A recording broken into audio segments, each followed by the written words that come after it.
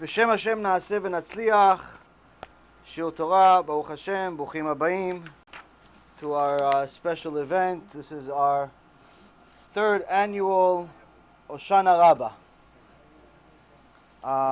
event. For the last couple of years, Baruch HaShem, we had 8 to 9 hour shiurim. We go the whole night, Baruch HaShem. We learn questions, answers, complaints, more questions and answers. So tonight we'll do the same thing with a special edition, which is B'ezrat Hashem, the movie that a lot of people, myself included, have been waiting for. The movie that's motivated Baruch Hashem, even before becoming a movie, tens of thousands of people to do tshuva. My personal life story, I always tell people that the only reason I tell my life story is simply because if I can do tshuva, anybody can do tshuva. No one has an excuse. No one has an excuse. That's the reality. But everybody has an excuse until they learn the shiur.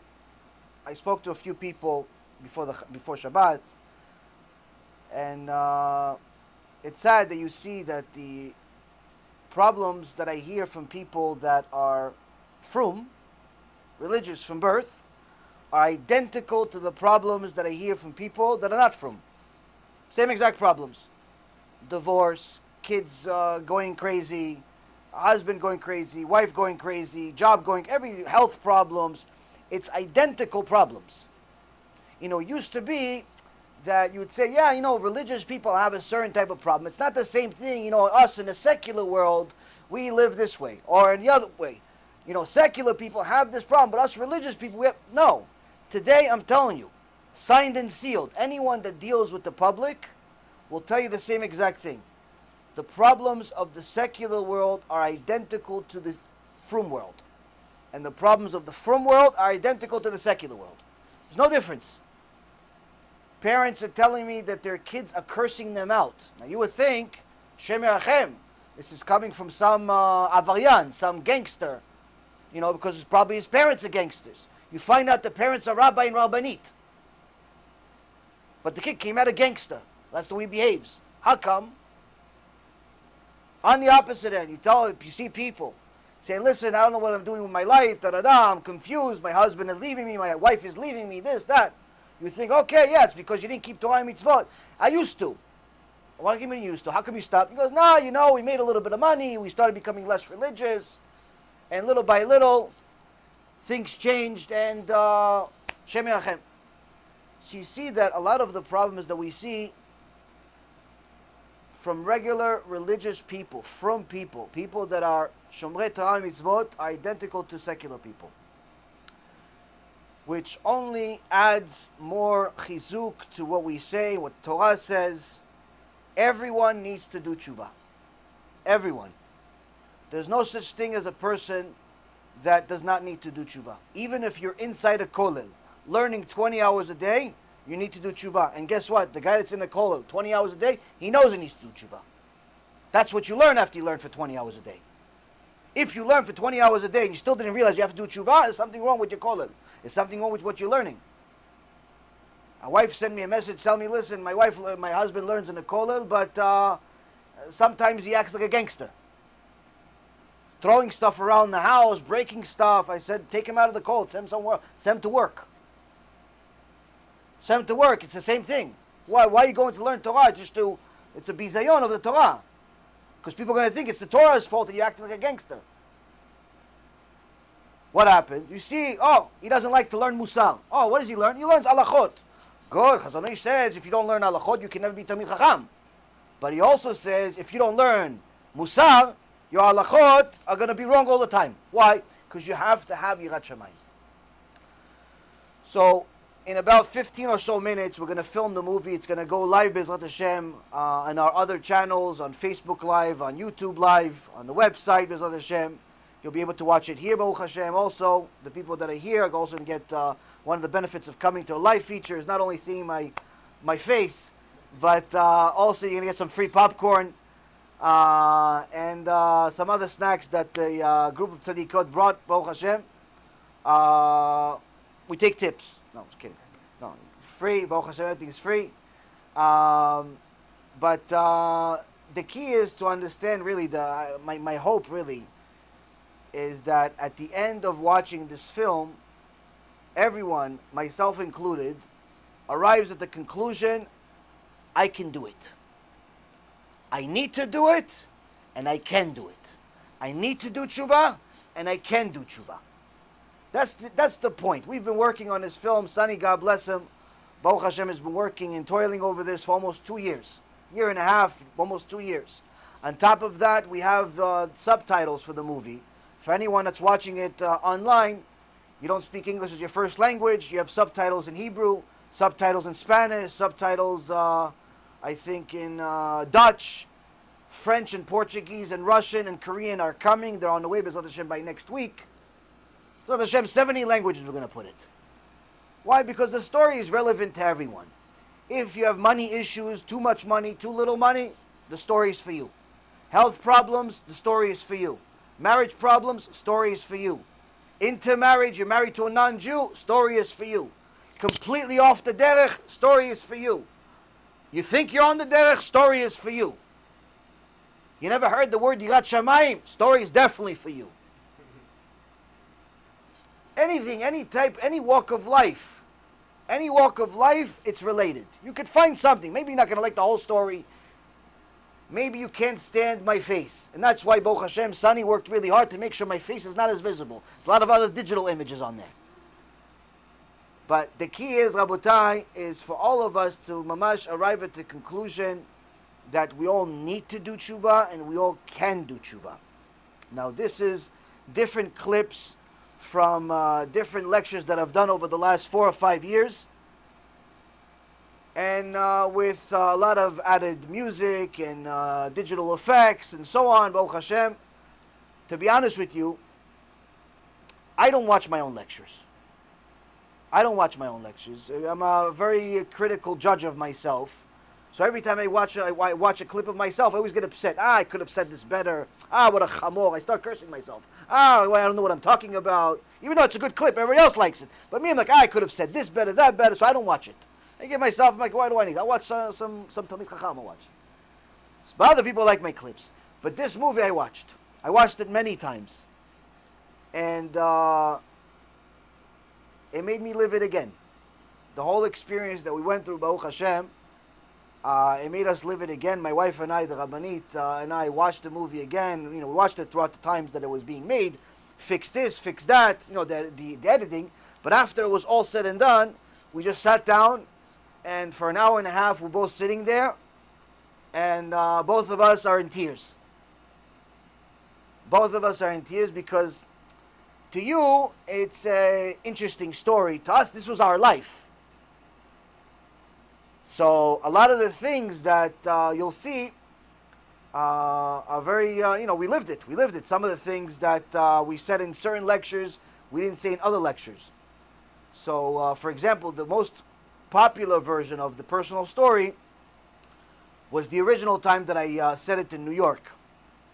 And there's been tens of thousands of views and people that have watched it. But there's been many other times that I've said the story, and each time I've tried to say other things also. Add some new parts to the story, or different chidushim, and so on. So what we try to do is take those parts from other parts and add it to this movie. So anyone that hasn't watched the personal story, or even if you watched it, you'll have some surprises, B'ezrat Hashem. But the key is, Rabotai, is to know that there is a Creator. The Creator wants us to comply with His Torah, and He expects us to do it, and you can do it. Now, one of the things that I learned right before the Chag with my Rav, that will testify to this, is in Sefer Yoshua ben Nun. This week's parasha, Zot HaBracha, is not only the last parasha in the Torah, but it's the parasha where our dear Moshe Rabbeinu dies. He leaves this world and he goes to Olam Haba, and the leadership is taken over by Yoshua ben Nun. Now, many times people don't really learn the rest of the Tanakh, especially in today's world, but there are many, many interesting things to learn from the rest of the books, whether it's Yeshua or it's a the book of Shmuel, or Kings. There's many things, but we looked a little bit into Sefer Yeshua, the very following book after the Chumash, the first book after the Chumash, and in a very famous story, the story of Yeshua ben Nun sending the Meraglim, sending the spies to Eretz Israel to check who's there, who's not there. And over there we meet a very special woman named Rachav. Now, the Gemara in Masechet Megillah says Rachav was so beautiful that anyone that would have said her name 3 times, seed would leave their body. Seed would leave their body. So one of the Chachamim said, I said Rachav, Rachav, Rachav 1,000,000 times, nothing happened. He goes, yeah, that's because you never saw her. She was so beautiful. She was one of the most beautiful women that ever lived. So beautiful, just the name is enough. But Rachav didn't start that way. Rachav didn't start as a woman that's mentioned in Torah in a favorable way. How is she mentioned? In chapter 2 of the book of Yeshua, we see that Yeshua ben Nun sent the Meraglim, and once they arrived, they realized, these spies, these Israeli spies, realized that the king of Jericho found out that these people are here, and they're being hosted by Rachav. Rachav had a prostitution house. So she didn't start off in a very good way. And in chapter 2, verse number 9, it says, "V'tomer el ha'anashim, ידעתי כי נתן אדוני לכם את הארץ, וכי נפלה אימתכם עלינו, וכי נמוג כל יושבי הארץ מפניכם. כי שמענו את אשר הוביש אדוני את מי ים סוף מפניכם בצאתכם ממצרים, ואשר עשיתם לשני מלאכי האמורי, אשר בעבר הירדן, לסיחון ולעוג, אשר החרמתם אותם." She says, after the king of Jericho sends people to question Rachav, are they with you, these people, these spies, these Jewish spies, they're with you, bring them in. And she denies it. She's hiding them. So they ask her, why are you hiding us? What do we do for you? So she says to them, to the Jews, she says to the men, I know that HaShem has given you the land, and that fear of you has fallen upon us, and all the inhabitants of the land have dissolved before you, because of you. For we have heard how HaShem dried up the waters of the Sea of Reeds for you, when you went forth from Egypt, and what you did to the 2 kings of the Amorites who were across the Jordan, to Sichon and to Og, whom you utterly destroyed. She says to the Jews, we heard how great your God is and what he did for you, and that's enough. Whatever he says, we're going to do. Chachamim say at that moment, HaKadosh Baruch Hu says to Rachav, you heard, and therefore you believe? That's enough for you just to hear what I did. You didn't see like the rest of Am Yisrael. You heard, and therefore you believe? You're like Yitro. You will marry who? Yeshua ben Nun. She ended up becoming the Gdol Ador's wife. Yeah, but she was a prostitute, non-Jewish prostitute. Says, doesn't make a difference what your past is. You do tshuva, you heard about Hashem, and now you're going to do what he says? That's enough. You did tshuva. But then you see something very interesting. Initially, Rachav speaks to the men. It says she speaks to the men, the Anashim. But then, if you fast forward to chapter 6, in verse number 17, it says, והייתה העיר חרם היא, וכל אשר בא לאדוני רק רחב הזונה תחיי, וכל אשר איתה בבית, כי החבאת את המלאכים אשר שלחנו. So, in chapter 6, verse number 17, it says the city, this is a time where now they leave, they escape, and now all of Am Yisrael is coming to Yericho and to destroy it. But now these spies, they go to the house of Rachav.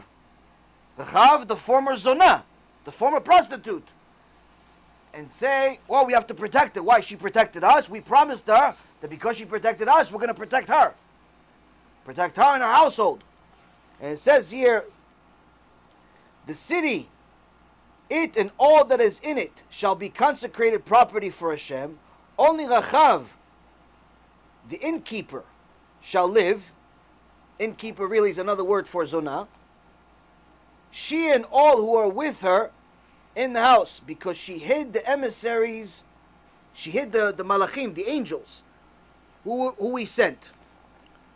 So now, we see that the same people, first they were called anashim, men, now they're called malachim. Malachim, we know, is emissaries, but also means angels.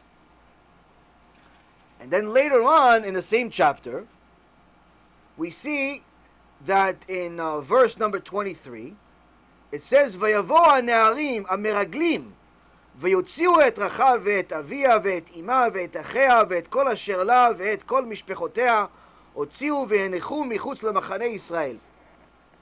It says, so they entered, the youthful ones, the spies, meaning don't think it's somebody else, the same exact spies, same meraglim from the beginning. They were called anashim, then they were called malachim, now they're called ne'arim. Ne'arim means they were youthful. And they brought out Rachav and her father, mother, brothers, and all that was with her. They brought out all of our families and placed them outside the camp of Israel, meaning they delivered on their promise. Chachamim asked two questions. Number one, why are they called meraglim? Why are they called ne'arim? So the answer is, Rashi says they called ne'arim because to save her, they worked really fast, like a youthful person. Youthful person runs really fast to go do a mitzvah. You want to do a mitzvah, do it right away. You want to do tshuva, right away, today. Don't wait till tomorrow. You watch the movie, you see it gives you chizuk, start today.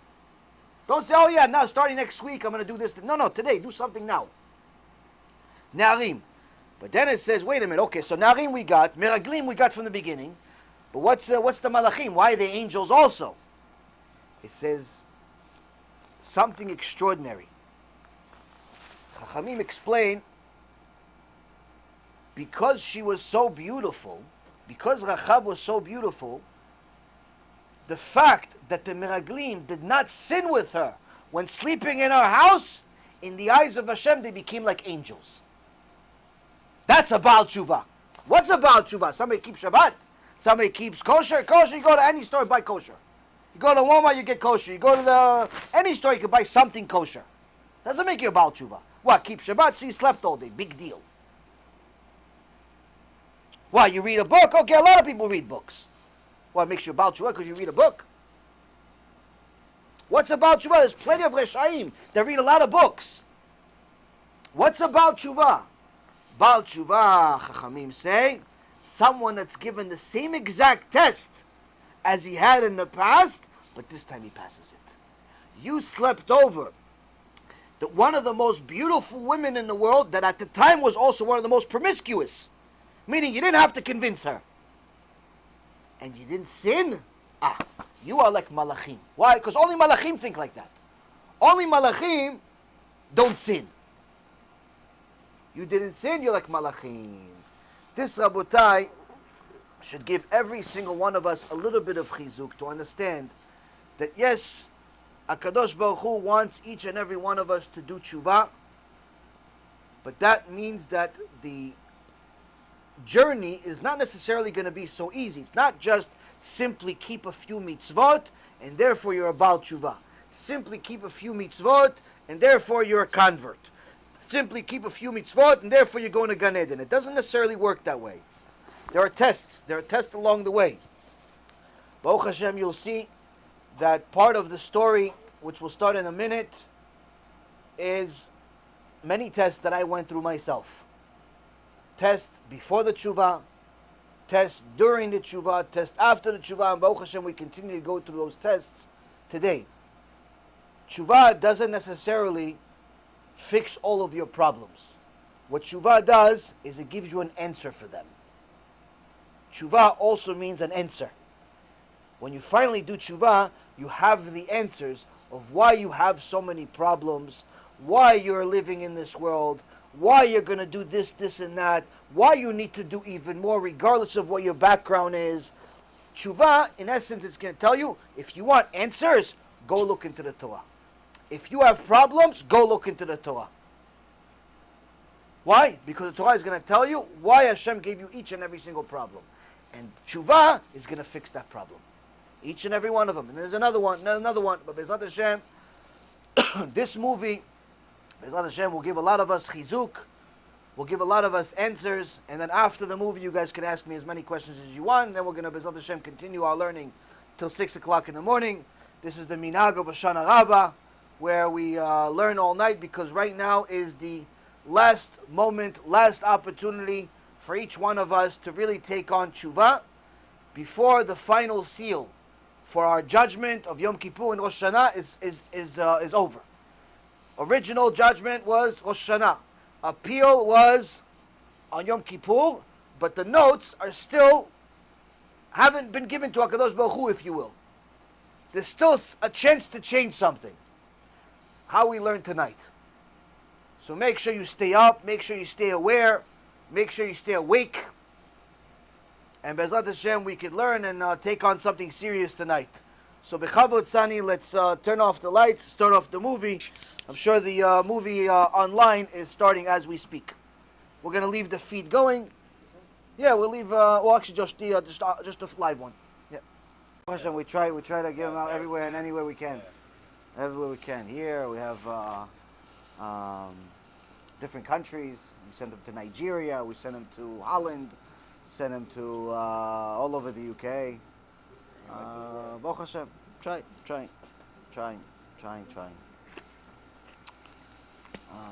We're ready? It's live? It's good? Okay. Yeah, so Baruch Hashem, hopefully you guys enjoy the movie. Hopefully it gives more people chizuk to do tshuva. Tonight, like I said, I brought a bunch of books. Anyone that has specific questions, hopefully we'll have the answers in the books. But we can start with any questions you guys have about the movie, about anything. I think you had something to say. You had something, or you want to tell me after? Yeah. Chabot, go ahead. After? Okay. It's not settled yet. I have to... Okay, still gathering his thoughts. Chabot. So, there's in the case of Yehuda and Tamar, Ken. we see that Yehuda is tricked by Tamar, and he's confused into having relations with her. Ken. How come in the Torah we don't see any rebuke against Yehuda for going with someone he thought was asur to him? Okay. Well, I mean, technically it wasn't asur. So Yosef wouldn't have a problem with going with Eshet Potifar if it wasn't asur. Okay.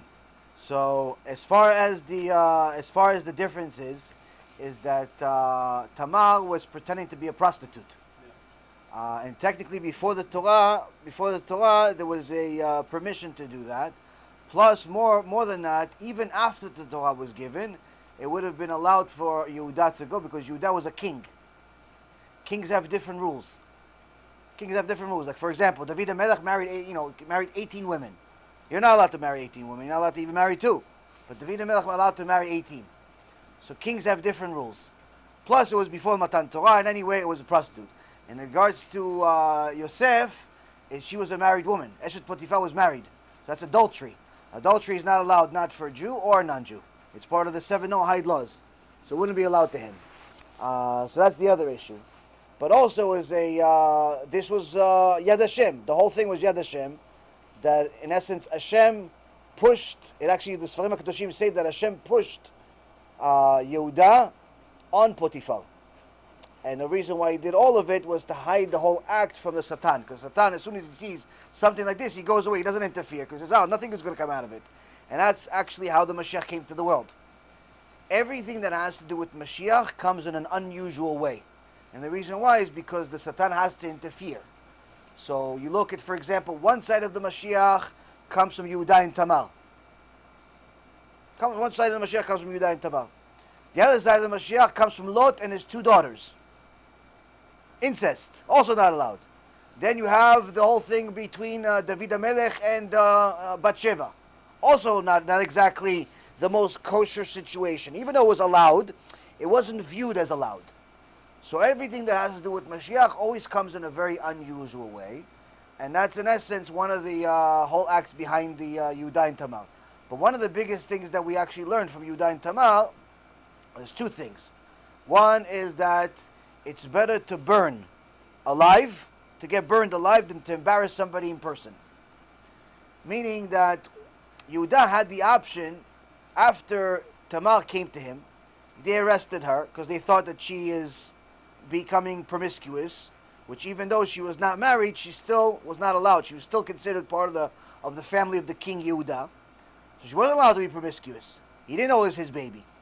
So then Tamar showed him the stamp. Do you know who this belongs to? She didn't tell him, this belongs to you. You're my baby daddy. She didn't say that. What does she say? She says, do you know who this belongs to? Meaning, I'm giving you the option to either tell the whole world that it's you that's actually the father of these two kids, and admit, which means that they're going to burn you. Meaning Yehuda has to admit, knowing that his people are actually going to kill him. Why? Because it's not allowed for him either, this whole situation.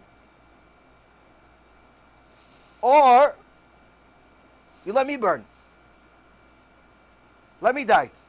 And no one's ever going to know. Hashem's going to know, but no one else is going to know that you did it. So, when Yehuda admitted it, and she did what she did, both of them in essence did the same mesirut nefesh. She showed him that it's better to die, to get burned, than to embarrass him in public. And he said it's better to get burned than to be a liar, live as a liar.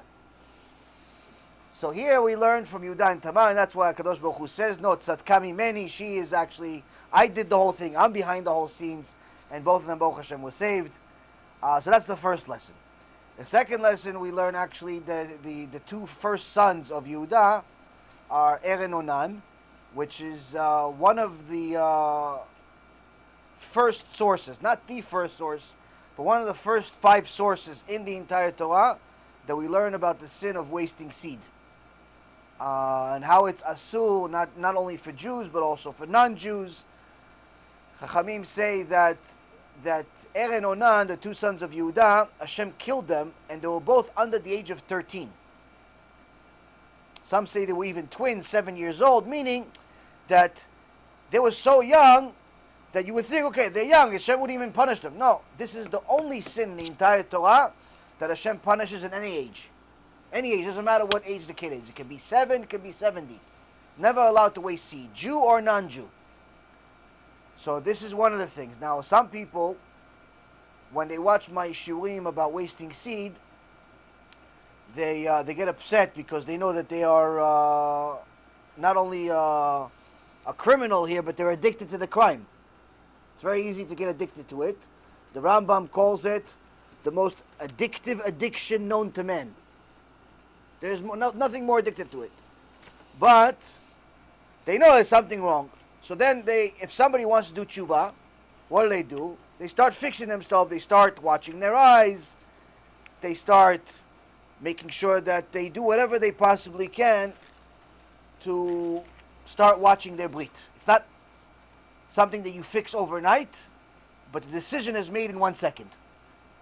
Are you going to continue watching the filth on the internet or not? That's a decision that takes 1 second. Are you going to continue watching TV or not? That's a decision of 1 second. Are you going to continue dating girls without being married? It's a decision of 1 second. What happens after you go to sleep on its own and so on and so forth, that takes a little bit of time because your body's already used to the damage that you've caused, but that takes time, and even that gets fixed over time. But the decision to do tshuva is 1 second. Doing tshuva takes a little longer. But then what if somebody doesn't want to do tshuva? What's the first sign of somebody who doesn't want to do tshuva? I'm a good person, I keep the 10 commandments. I'm a good person, I keep the 10 commandments. Now anyone that learns a little bit of Gemara goes to the Gemara Masechet, what is it? Masechet, not Nedarim. Masechet, hold on. I have it with me. Masechet Nida, not Nedarim. Masechet Nida. Goes to Masechet Nida. Masechet Nida, page 13b, says there's certain commandments in the Torah. There's rules, good, not good. And they talk about wasting seed. So wasting seed is not allowed. What's the proof? Er and Onan, Yehuda and Tamar. Says, yeah, what else is the proof? So Gemara Masechet Nida, page 13b says, Rabbi Ishmael says, oh, what notina? You don't even need. Maybe he changed Matan Torah. Maybe it wasn't allowed back then at the time of Yehuda and Tamar. But then, once we got Torah at Mount Sinai, a few hundred years later, maybe it changed. So Rabbi Ishmael says, what changed? Not only did it change, it became worse. It's part of the 10 Commandments. What 10 Commandments? You see, don't idols, keep Shabbat, Hashem is the only one, don't kill. What are you talking about? What do you see? Don't waste seed. Is there 11 Commandments? He says, no. Rabbi Ishmael says in the Gemara, Lo tinaf. Lo tinaf, the average person will say, wait a minute, Lo tinaf means don't commit adultery, don't be promiscuous. So Rabbi Ishmael says, no. See, Chachamim, they don't learn Torah like regular people. If something is mentioned more than once in the Torah, there has to be a reason. Because Hashem did not even waste a dot. Everything is there for a reason.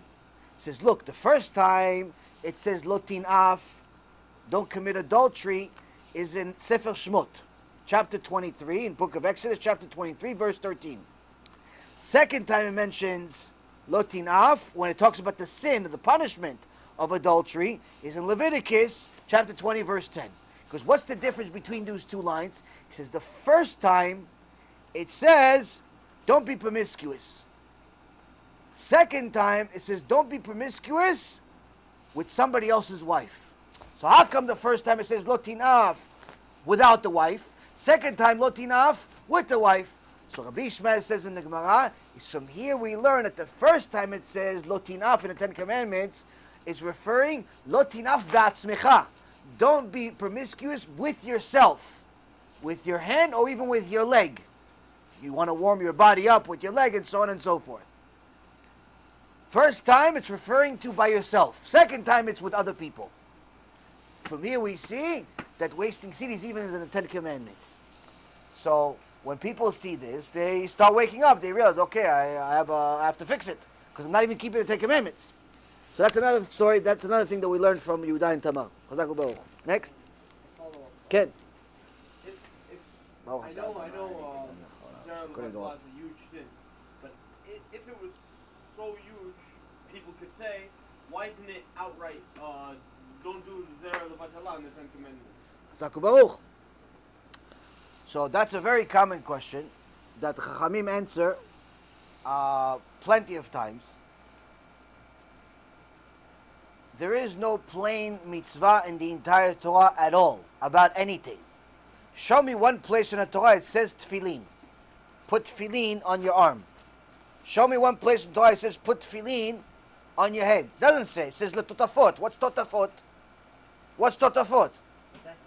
Hold on. What's totafot? How do you know what totafot is? You go to the Gemara. Gemara says totafot is tefillin. It says brit milah. Cut the orla. Cut the orla. What's the orla? Orla maybe is your ear. I prefer to cut my ear than my... Maybe it's nails. I cut my nails a few days ago. It didn't hurt at all. You could do it at any age. How do you know what orla is? Orla, we know from the oral Torah. Oral Torah says, oral Torah, the orla is part of your member. Every single mitzvah in the Torah is spoken that way to show you a few things. Number one, the written Torah is meaningless without the oral Torah to explain it. You must have the oral Torah, and the oral Torah explains that Zera Levatala is asur in a million different ways. Every single book mentions Zera Levatala that's written about the Gemara. Almost every Masechet in the Gemara mentions it. Masechet Brachot, the first time I read Masechet Brachot, I could have sworn the whole Masechet is about Zera Levatala. I said, I thought it's Brachot, I thought it's about blessings. Almost every page talk about Zera Levatala. You go to Masechet Shabbat, every other page, Zera Levatala. You go to this one, Sotah, it's all about Zera Levatala. I said, how come nobody knows this? It's every Masechet. The entire oral Torah is full of it. So that's the first thing we learn. The second thing we learn is we have to understand that the language of HaKadosh Baruch Hu is not the language that we speak. What is the word in the Sfat HaKodesh for male member? Or for female private part? I'll save you the time. It doesn't exist. there is no Hebrew word, Hebrew, not the Ivrit of today, the Zionists that created it, 80, 90 years ago. No, I'm talking about Sfat HaKodesh of the Torah. There is no Hebrew word for the male member, and there is no Hebrew word for the female member. Why? Hashem doesn't speak that way. He calls it erva, nakedness, to show you that it's not the member, it's what you do with it. Hashem doesn't speak street language like us. Oh, waste seed, zera. He doesn't speak like that. He speaks in essence in a very holy, pure way, and the Chachamim have to explain to us this is what he means. In one place he says, "Bi kdoshim tiyu ki kadosh ani." You be holy because I am holy. Parashat Kedoshim. In the same parasha he says, "Don't be kdoshim." Wait a minute, you just said be kdoshim. Because no. This first one says kdoshim means holy. Second one, kdoshim means referring to someone promiscuous. Same exact word, kdoshim here. Second one, if you see the verse before the verse after, it shows, he's referring to somebody promiscuous. But he doesn't speak, says, somebody promiscuous. He uses a different word, meaning the opposite of kadosh. The opposite of kadosh is somebody that's promiscuous. So the Torah doesn't speak in a literal language simply because it's a Kadosh Baruch Hu speaking. But that's also why we need the oral Torah. Without having the oral Torah, we're not very different than Chas v'Shalom, lehavdil, but we're not different than Christianity. That's what Christianity is. Christianity is the written Torah without oral Torah. They translate everything literally. So when it says, HaKadosh Baruch Hu in Sefer Bereshit says, we're going to create a man in our image. Our image sounds like there's more than one God. So the Christians say, see, it says our image, that means there's more than one God. But if you look at our oral Torah, what does this our image means? It's HaKadosh Baruch Hu wanted to give the malachim that he created before man a little bit of chizuk, because the whole of creation is the Torah. Malachim were servants, and really it was for men to fulfill the Torah. So they felt like what's the point of us? You can do everything by yourself, Hashem.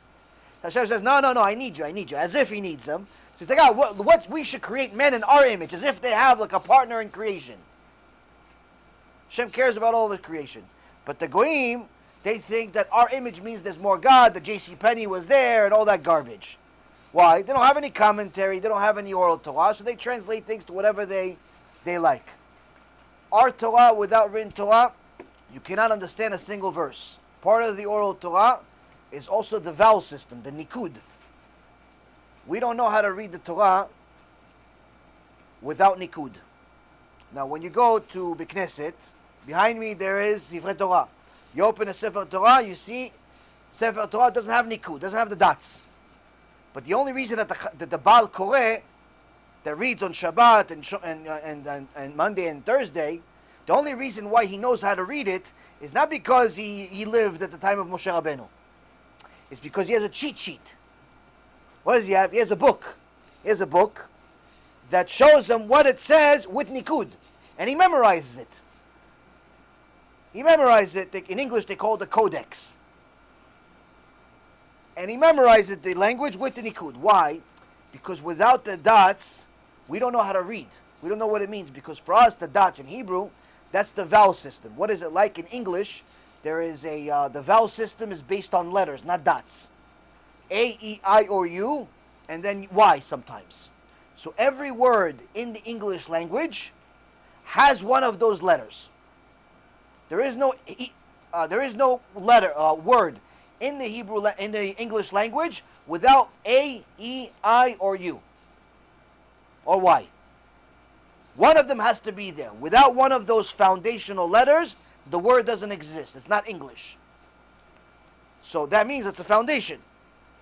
In Hebrew, we don't have our vowel system, our foundational system is not letters, but rather it's these different dots and exclamation points and so on.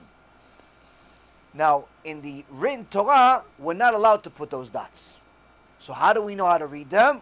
That we have those as part of our oral Torah. That's how we know how to read the Torah. Which means that reading the written Torah without the oral Torah, you wouldn't even be able to understand the first sentence in a Torah, or even Mount Sinai says that Moshe came to Mount Sinai. You wouldn't understand Moshe. Imagine reading the word Moshe without vowels in English. So Moses, let's say. Moses has how many vowels? M is not, it's okay. O is a vowel, so you took out the O. S, okay. E is a vowel. Okay, so what do you have left? You have M, S, S. So Moses, becomes Miss. Miss. Oh, good luck with Miss. Good luck with Miss giving you the Torah. Good luck with Miss giving you the Torah, talking to HaShem. Who spoke to HaShem? Who spoke to HaShem? It's Miss. They're going to throw you out of yeshiva. Miss spoke to HaShem. Huh? It's Miss. You missed the target. Miss over there. Can't read the Torah without vowel system. So oral Torah is a must. And that's the mistake of the Goyim. And unfortunately the mistake of sometimes Jews. How about next? Yeah, I mean, just to add on to that, I think what really happens is that we have, it was meant to be that codified that way so that only Jews can understand the Torah, so that the other nations, if they want to join, they would have to convert and not just take it on, because if not, the book would have been for everybody. The Torah would have been for everybody. Well, I mean, it does say that the written Torah is for everybody, though.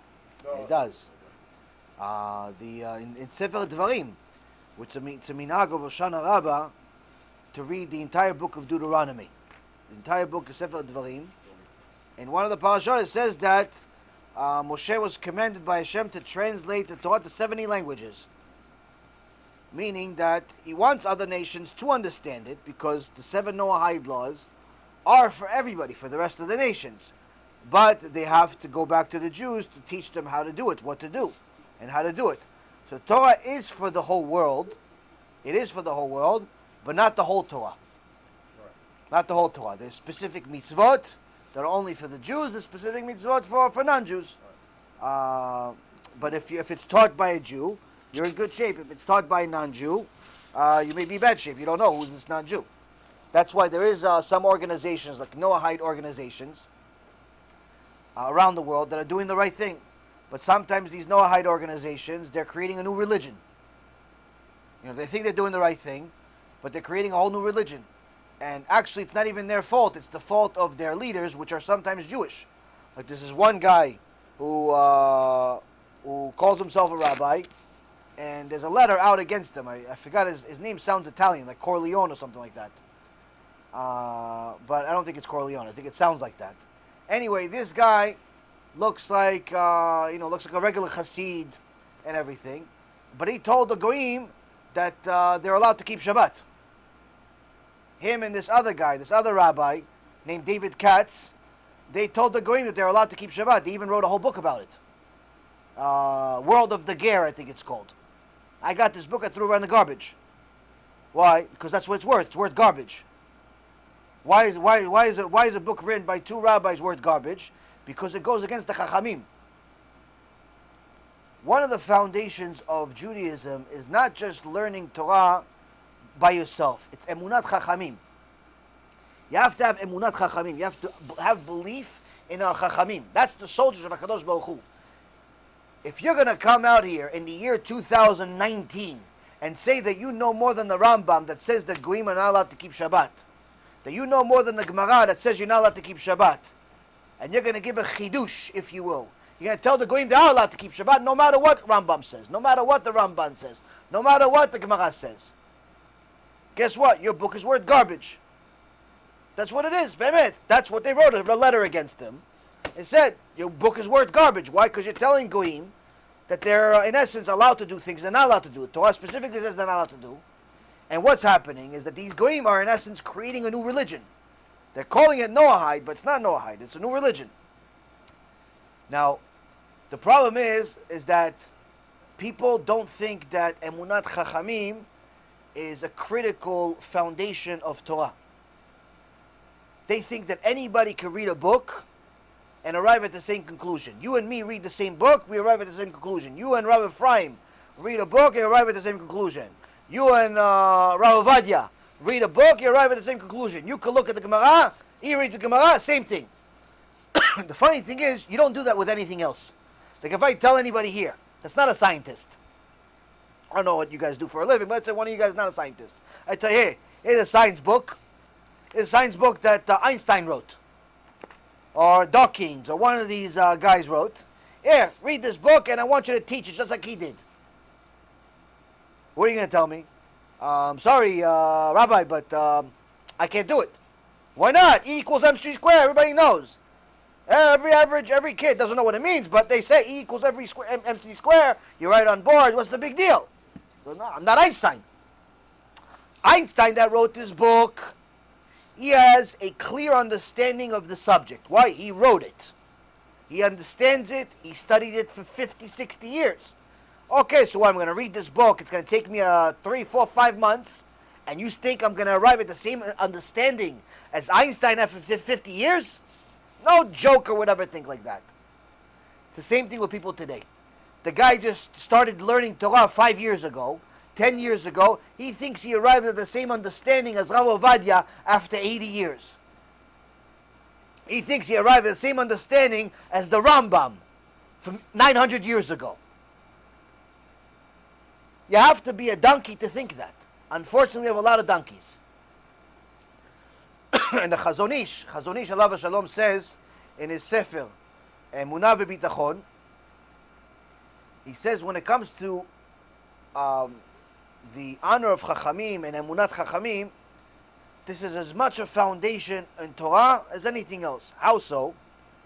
He says sometimes you have to elect a rabbi for a position. And he says you're supposed to, what are you supposed to do? To elect a rabbi for a position, what are you supposed to do? Go to the Talmidei Chachamim, go to the real, well-known Talmidei Chachamim, real rabbis, and say, which one should we have as a rabbi? But the Chazon Ish says, already from almost 100 years ago, he says, what do people do instead? They have a vote, which part of the people are Talmidei Chachamim, 1 or 2 rabbis that are voting, but the rest of them are regular, average people down on the board of directors. A guy that has a construction company.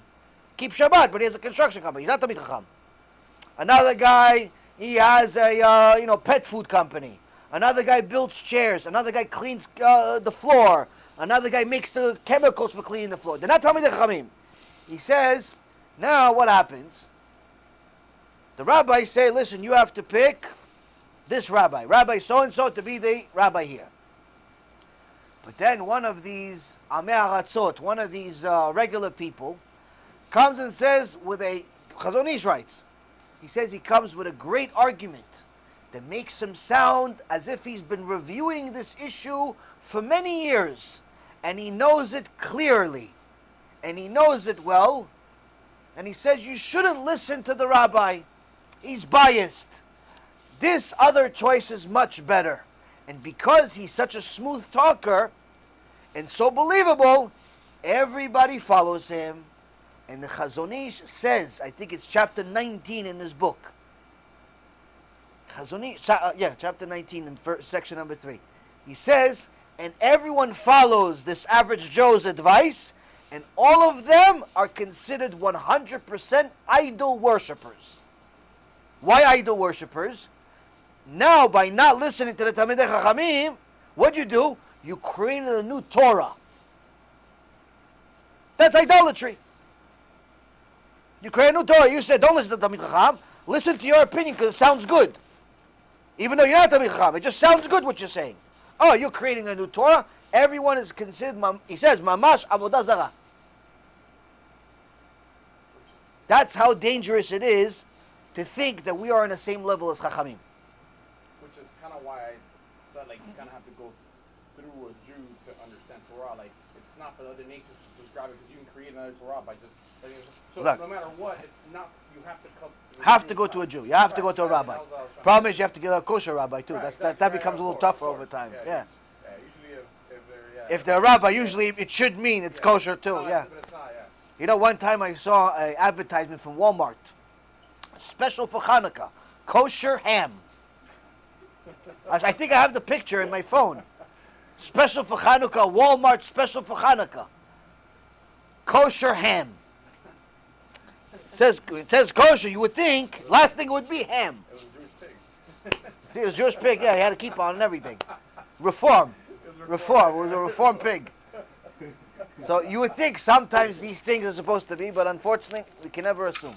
Can never assume. There's a lot of mistakes, unfortunately. No, Chavod, what else? You got more good questions. Same price. I think I don't know. I kind of have like Oh, Chavod, yeah. This is I guess like my issue's been a lot of times like I think the whole confusion that has been caused by calling Judaism a religion. I think there is Reform and conservative. I think would be considered for religion. I don't think Judaism is a religion. I think why not? What's wrong with it being religion? It's a covenant of divine instructions that a nation agreed with God.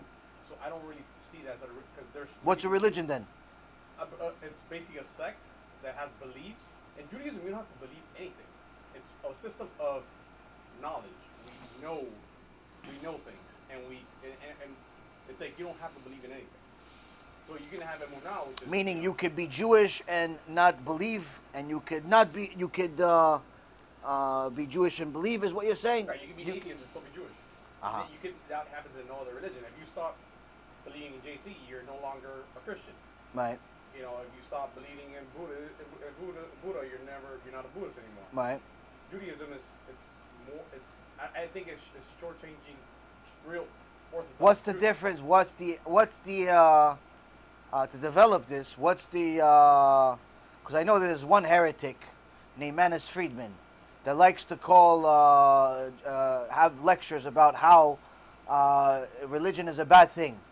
So for the sake of argument, what's the downside of Judaism being a religion? I think it becomes very robotic. Why?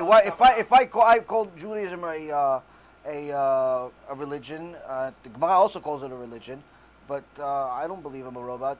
Like, how does it make you robotic? What does it lead to influence? What does it do? And you're not necessarily wrong. I'm just trying to figure out what's the difference. Is like, I feel like it's not there. You're just doing it because out of a religious habit, which is like what you're talking about. Like rabbis that you went through so many rabbis that never like went and approached you because they are just going in there from because their parents are from, and it just becomes more like a cultural thing that you just religiously do, and your kavanah is absent. Right. And I think that if you start understanding it more as like, no, it's like I have a duty with the Creator. What do you want to call it then? A covenant. I mean, and some people are. That's what a religion is. Not really, because I feel like it's more like. So if somebody asks you, what religion are you? What do you say? I have no religion. You have no religion. No religion. So you're nothing. Right. Being Jewish is being thankful. That's all you are. You're a thankful person. I mean, because they're before Israelites. So at the end of the day, it's like I have a covenant and I have a relationship with God, which because of that covenant. Okay, so that's the follow-up question. What is the source to what you're saying? Anything that's worth a grain of salt in Judaism has to have a source. Who said that's worth salt? Not Manis Friedman. Talk about somebody that actually is worth something. Right. Who said that you're right? No, I just don't find the word religion in Torah. So you look at Gemara. Masechet Kiddushin says that when is a person allowed to kick out his wife without paying a ketubah? You married? Yeah. You're married. Okay, you signed a ketubah? Yeah. So you signed this. You should know this. If you don't know it, you have to do a review. So when is because if you sign a lot of money, you have to know this. You give the wife a lot of money, how you kick her out without giving her money? Because if you just decide you don't want her anymore, it's not good enough. You have to pay her the money. So how are you going to get rid of her without the money? So give you different reasons. One of the reasons is if she violates the dat ayehudit, the Jewish religion. She violates it. Jewish religion violates it. Dat is Judaism. Dat means religion. What does that mean? Chachamim says, if she's not modest and she doesn't cover her hair, you're allowed to kick her out without paying a ketubah. So what about if the guy is a mechalel Shabbat? He doesn't keep Judaism at all. Can he still kick out his wife for not wearing a kisui rosh? No, he can't. Why can't he? Because you are violating the data Yehudit also, therefore you cannot use the data Yehudit for your cause. But if you are keeping it, you're observing the Jewish religion, then obviously if she doesn't want to keep the religion, then you're allowed to kick her out without paying her the ketubah. So here we see one place that dat is mentioned. Judy, yeah? I thought that was more like the connection, like between I guess. Dat literally means religion.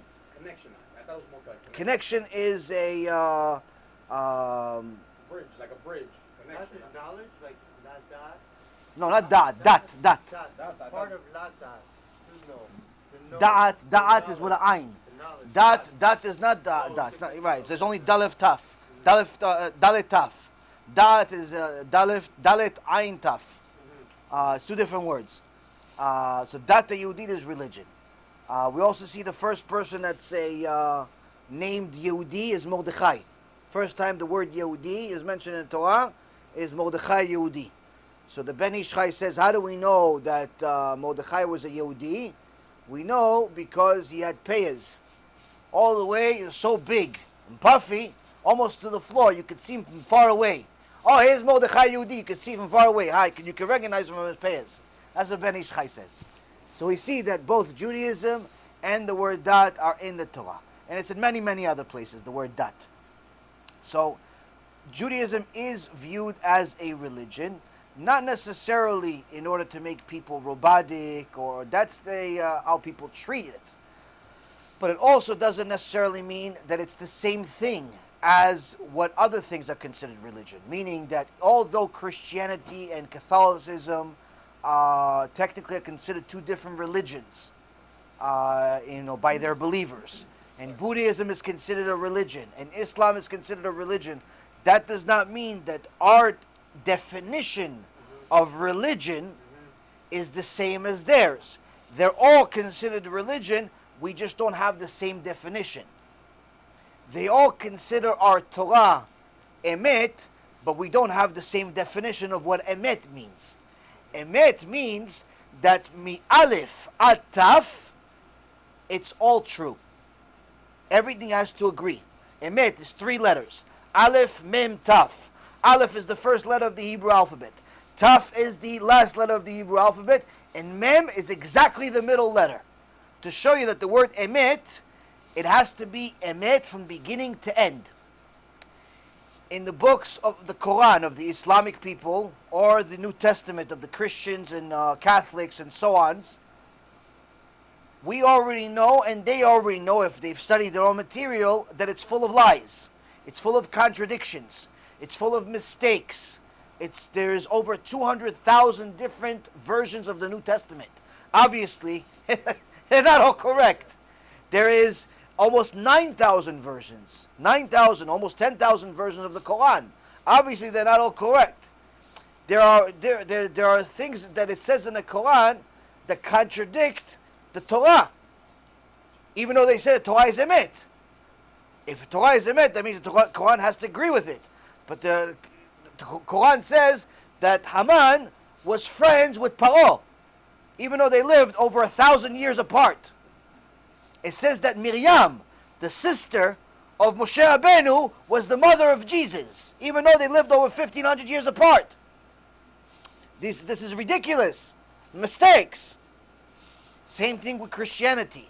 It has endless amount of mistakes. We did a whole shiur about their mistakes. Point is that our definition of emet is different than their definition of emet. Further, like you said, if somebody wants to be a Christian, all they got to do is say, I believe in some J.C. Penney rock star guy, throw some water on him, or he feed him a cookie and he's a Christian. That's it. Feed him a cookie, cracker you get from Walmart, throw some water you found from some pool, and that's it, he's a Christian. You want him to be a Muslim? Put one of these white outfits on him, a pinjab on him. He's a Muslim already. That's it, no problem. Give him a little rug so he can fly on it, then he's a Muslim. That's it. What are you going to do to be a Muslim? Nothing. Pray 5 times a day, pretend like you're praying to HaShem, and that's it. To be a Jew, there is the prerequisite, and there's also the qualification. These are two different things. Qualification means you have a Jewish mother. You have a Jewish mother. If you have a Jewish mother, you are qualified to be a Jew. Doesn't mean you're a Jew. It's a prerequisite. What's a prerequisite? That means that something that without it doesn't exist. You have to believe in the Torah. And you have to follow it. Now, what's more important? The qualification or the prerequisite? Prerequisite. The must. Why? Because you can be a Jew without a Jewish mother. Simply by adopting the Jewish laws, going to a Jewish Beit Din, telling them, I'm going to comply with all of these laws. 3 kosher judges say, you're good, you dip in a mikveh. If you're a guy, you have to have brit milah. If you're not a guy, you don't have to go brit milah, you go to the mikveh. And you're a Jew, Baruch Hashem. All you got to do is follow the laws, keep Shabbat, keep Kashrut, keep Tarat Mishpacha, and so on and so forth. Abandon all false beliefs, and you're a Jew. But if you don't believe this, even if you have the qualifications of a Jewish mother, in Shamayim you're considered an idol worshiper. You're punished as a Jew, but you're considered as an idol worshiper, meaning a sinner. So if somebody violates Shabbat as a Jew, even if their mother's a Jew and their father's a Jew, and they came from Jewish rabbis, doesn't make a difference. One of the best proofs we have is Esav. Esav, his brother was Yaakov. Yaakov was Gdol Ador, Kodesh Kodeshim. Beginning of Am Yisrael. Yaakov's name is also Israel. Beginning of Am Yisrael is Yaakov. His father, Yitzchak. Gdol Ador, Kodesh Kodeshim. Grandfather, Avraham. Kodesh Kodeshim. Beginning of Am Yisrael. His brother, Esav, Goy. Edom, Amalek. Why? But they're twin brothers, came from the same. If you said, listen, maybe they were born at different times, maybe the mom converted. No, they're both twins. One's a Goy, one's a Jew. How come? Because to be a Jew, it's not just about who the mother is. It's what you do after. So, it's not that Judaism is not a religion per se, it's that our definition of religion is different than the Goyim. The Goyim say anyone can be. You want to be you want to be Buddhist, just go to Chinatown, buy one of these fat statues, you're a Buddhist. You know how many Israelis have Buddha statues in their houses? And they go up to Shamayim to get punished for idolatry? One time I went to a guy in the beginning of our TeShuva in Yom Kippur. The guy says he was living next to my parents' house. He goes, listen, if you want, why don't you come by my house, stay by my house? I said, okay, no problem. So I came by his house, and we went outside, and I see in his yard, he has a huge Buddha statue. I said, why do you have a Buddha statue? He goes, oh, I like it. I said, what, you're a Buddhist? He goes, no, I'm a Jew. So why do you have a Buddha statue? He goes, oh, I like what it looks like. Like, you like what a fat guy looks like? Go to the supermarket, you find a bunch of them. What's the matter with you? Why do you have a fat person naked on your lawn? You know how many people think this is going to help their life? And they're going to go up to Shamayim and get punished for it and gain home? It's an idol. Not to have in your house. Not to have in your car. All this false idolatry is mamash going to get people punished. But they don't realize it. But Shkagat Talmud Olah Zadon. Mishnah in Avot says just because you don't know does not absolve you from the crime. Does not absolve you from the punishment. You should have known. You should have learned. So, Judaism is indeed a religion, it's just that we have a different definition of it. To call it something else, otherwise we would have to have a source. That it's not. Now you can call it anything you want, but the truth is, in the common person's lingo, it has to have something. You want to call it a covenant, by all means, but which Chacham called it a covenant? Yeah, the Torah calls the entire Torah covenant. It's a brit. But there are other things that are called covenant. There's the Brit Milah, there's the Brit of Shabbat, there's the Brit of Tefillin, there's the Brit that Hashem told Noach that he's not going to flood the world. He may burn the world, but he's not going to flood the world. That's where there's the Keshet, what is it? What is a Keshet? Rainbow. That's the Brit. There's several things that are called Brit in the Torah. Several things called Brit in the Torah. So calling it a covenant is like, okay, which covenant do you mean today? Which covenant do you mean? You mean the Brit Milah? You mean the Brit Shabbat? You mean Brit Tefillin? Which Brit? when you call it religion, Jewish religion, the average person knows what you're talking about. So you got to dumb it down to their level. It's not necessarily limiting it down. You have to use something that's commonly accepted. It's commonly accepted by Chachamim, commonly accepted by the Torah.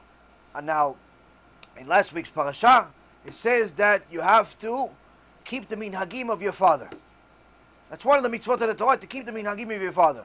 Meaning, if you came from Ashkenaz, from the Medinot Ashkenaz, different parts of Europe, and over there, about 400 or 500 years ago, already became solid into stone not to eat rice on Pesach, because in those days, they were so poor that they would use the same sack that they had wheat.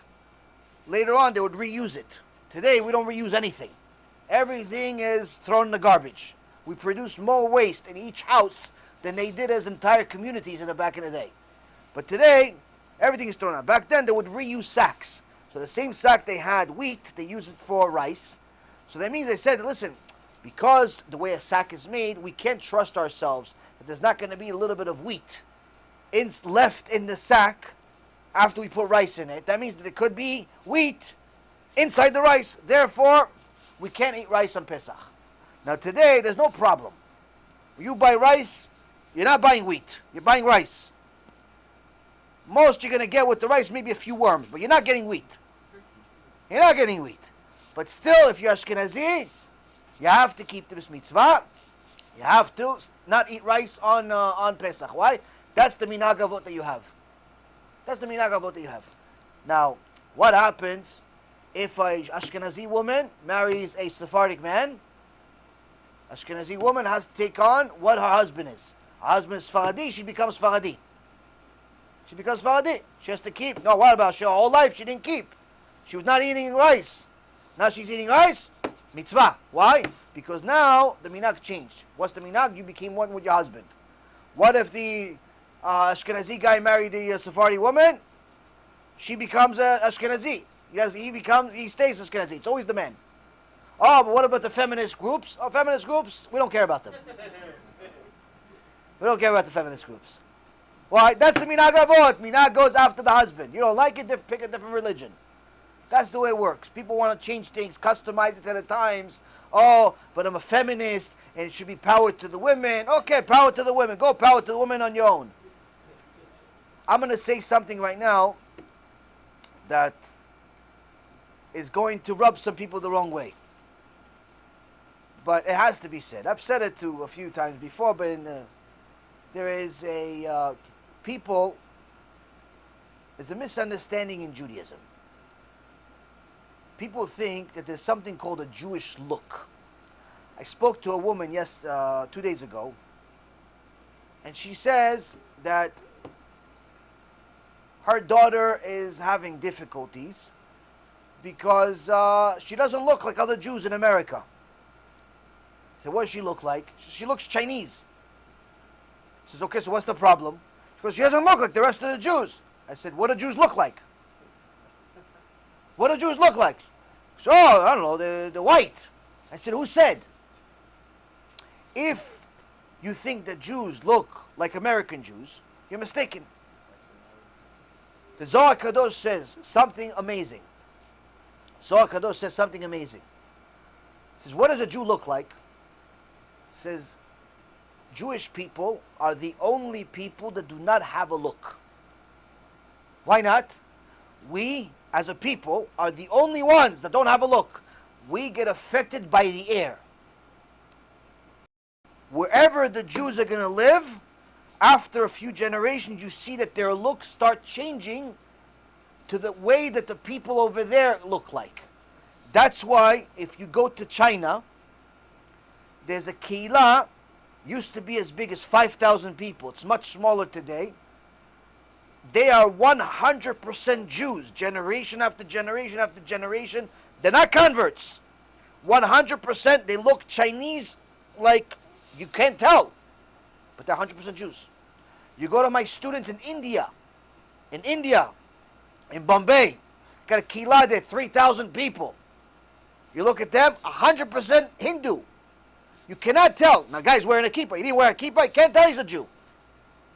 Can't tell you a Jew. Indian. You go to Manipur. I have students in Manipur, India. You look at them, it's like they're Asians and they're Jewish. Yeah, they're Jewish. They're more Jewish than you. What do you mean? You go to my Keilah in Nigeria. Black. As black as can be. People in America think, why? These are Jews. 100% Jews. Go to Eretz Yisrael. They look like me. You go in America, they look Americans. You look like Woody Harrelson or something. You look like Seinfeld. That's what people think. People think that Jews look like Seinfeld. But that's not, there's no such thing as a Jewish look. There's no such thing as a Jewish look. That's a reality. So if you look different, first and foremost, that doesn't make you special. There's somebody else in the world who looks just like you. Number two, stop making a big deal out of it. The fact that you're making a big deal out of it gives people a reason to make a big deal out of it. Yeah, what about if people are making a big deal out of it that I'm black?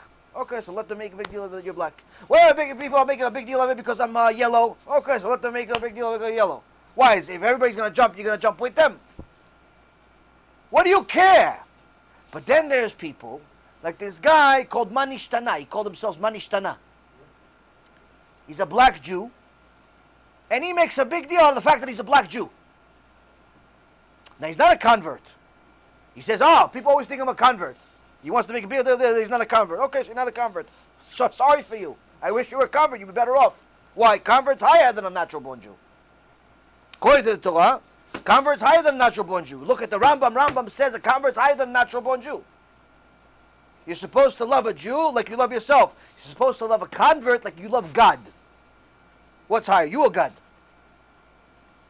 So the guy, Manishtana, says, no, I'm black. And I'm persecuted. I relate to African Americans. What do I care that you're black? Why should I care that you're black? Why? Why should I care? Why? Do you care that I'm not black? Do you give me extra credits that I'm not black? Maybe I should get special treatment because I'm not black, and you're not going to get treated because you're all black. Or maybe you should get credits because you're black, and he's going to get credits because he has a blue hat on. Why do I care if you're black or not? You know who cares if you're black? Two people. One, racist people. Two, the government. That's it. Government, we don't care. It's not part of our religion. Racist people, who cares what they think? Who cares what racist people think? Why do you pay attention to them? Okay, so they're racist. Let them be racist. Let them jump over a bridge too. By you making a big deal out of it, what's happening is that you are becoming more racist than them. You asking the world for extra privileges and special treatment, or even better said, to acknowledge that you're black or yellow or Chinese or blue or burgundy or whatever the heck you are, you're asking for special treatment. You're being racist. Why do you deserve special treatment? In Judaism, all that matters is, are you keeping Torah and mitzvot or not? That's it. I don't care if you are blue or green or burgundy. It doesn't make a difference. Once you die, guess what? No one's going to ask you, what color were you? How were your eyes? Were they like this or like this or like this? Who cares? You know who cares? The government and racist people. Are you going to invite racist people to your birthday? So why do you care what they say? You're going to invite your racist people to your wedding? So why do you care what they say? People put so much weight on the stupidity of race, and what happens is sometimes they want to convert to Judaism, and they come from a different tradition. They're Spanish or they're black or whatever they are, and they want to bring their baggage from the past. Oh yeah, we were slaves for 400 years. You were not a slave, my friend. You were not a slave. You don't even know a slave. Second of all, the second you became a Jew, you don't connect to Africa anymore. You don't connect to the people that became slaves. You don't connect to anything. You're a Jew. That's all you are. And that's why our definition of religion is different. When you're a Jew, it's everything. It's the whole you. It's your race, it's your nationality, it's your food, it's your mind, it's your life, it's your everything. That's what a Jew is. A Jew is from Aleph Ataf. It's all of you. So there is no religion like that. There is no such thing like that. Why? Because people are generally religious when they feel like it. They're Christian in the church, Nazis outside sometimes. That's what happens in the church. What do you think? The Nazis weren't religious? Some of them were extremely religious. They went to church every Sunday. But on Monday morning, they're back to slaughtering people. There's a book called Doctors from Hell. Doctors from Hell, about all the experiments that they did on the people in the Holocaust. One of the things that they brought up in trial in 1947 is that they had a collection of Jewish bones. Why? They decided to kill 115 Jewish people for no other reason other than to take their bones and put them in a museum. What do you think? These people that did this were not religious? They were religious Christians. Meaning, Christianity doesn't say to go put Jewish people and kill them and just put them in a museum. It doesn't say that. As much as it's fake, it's not like that. But that means that when you're Christian, you can pick when you want to be. You can't do that as a Jew. If you're a Jew all the time. Which means it doesn't matter if you're blue or you're burgundy or whatever you are. Stop mentioning your race and your color and your whatever. You like food, you like red food, you like Sephardi food, good for you. You like white food, you like food with no flavor, ashrecha v'ashrecha elkecha. It doesn't matter. It doesn't make you more Jewish. You like bagel with lox, good for you. I have a bunch of goyim that also like bagel with lox. It doesn't make you more Jewish. Gefilte fish, not for me, maybe for you. Okay, you want to eat it, go ahead, b'chavod. I have a Sephardi friend, he made mamash his own dish. He's Sephardi, from Tripoli. Gefilte fish is like the most Ashkenazi dish there is. He made a Sephardi version of gefilte fish. How? There's a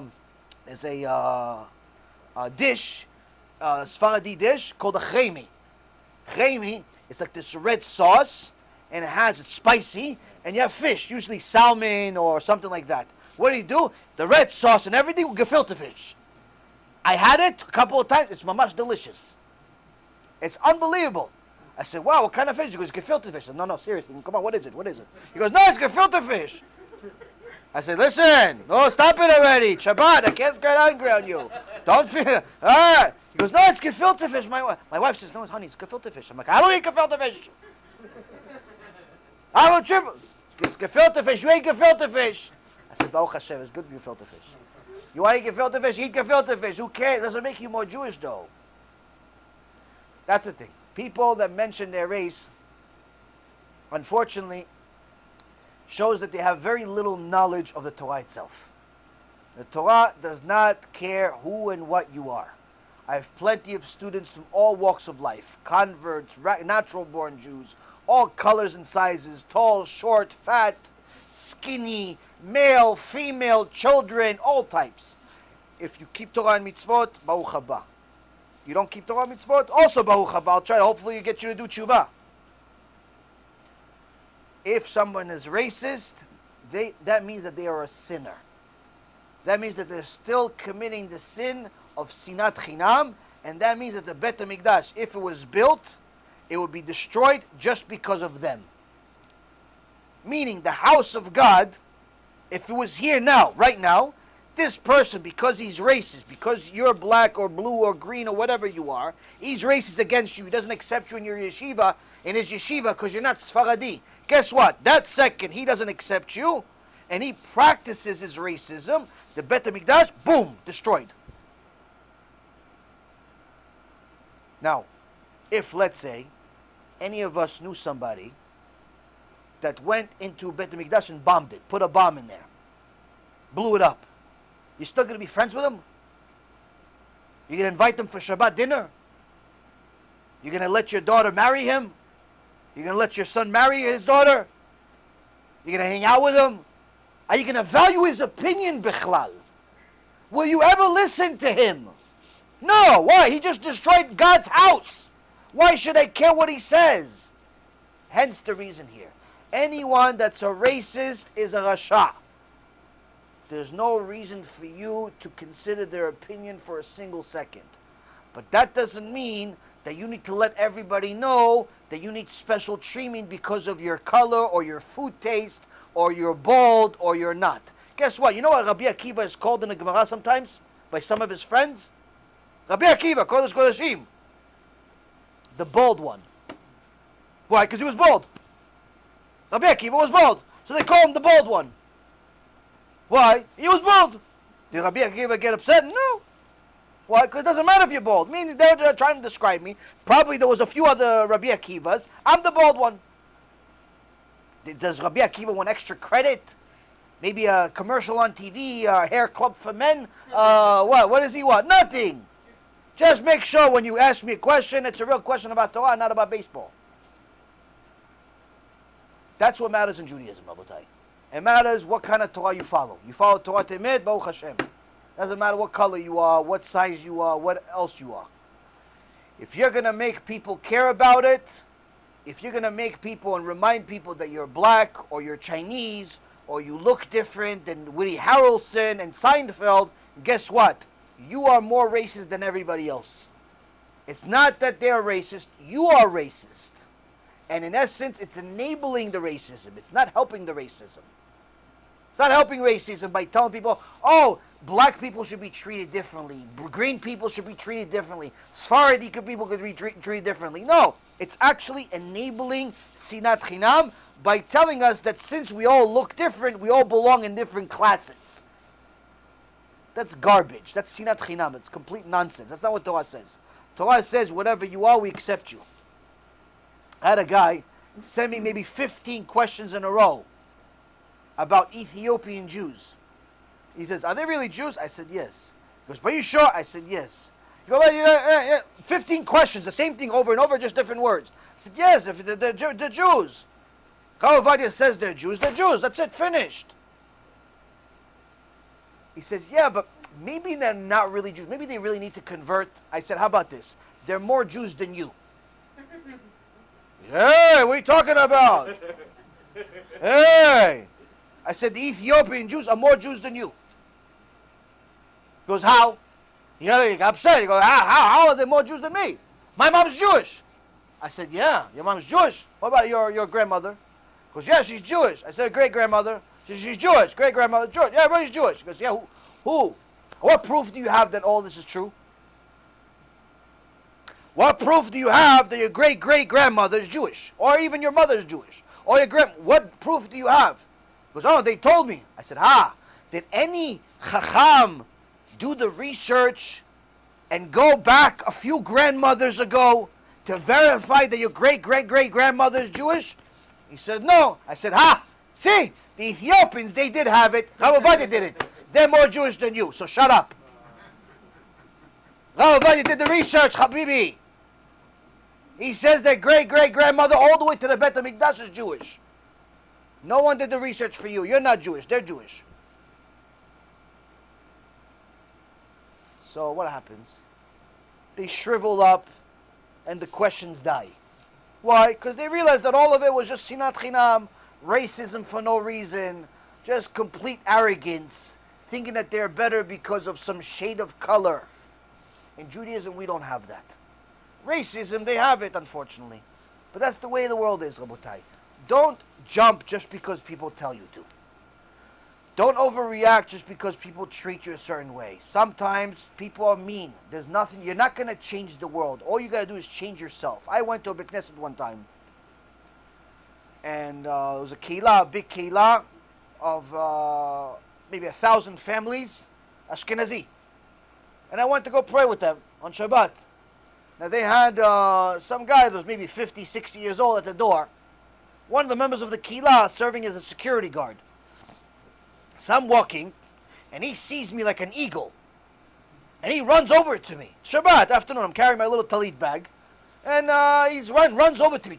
You see this, older guy running to me. And I'm thinking, boy, do I know him? He's going to give me a hug? He comes up to me, he goes, yes? I said, I'm looking behind me if he's talking to somebody else. I said, yeah. He goes, can I help you? I said, no. I continue walking.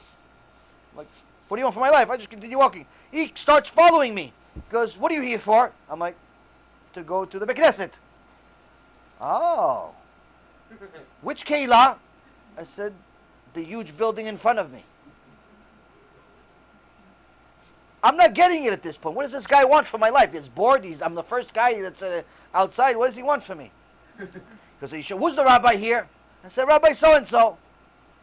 Oh, so you know people here? I live here. Oh.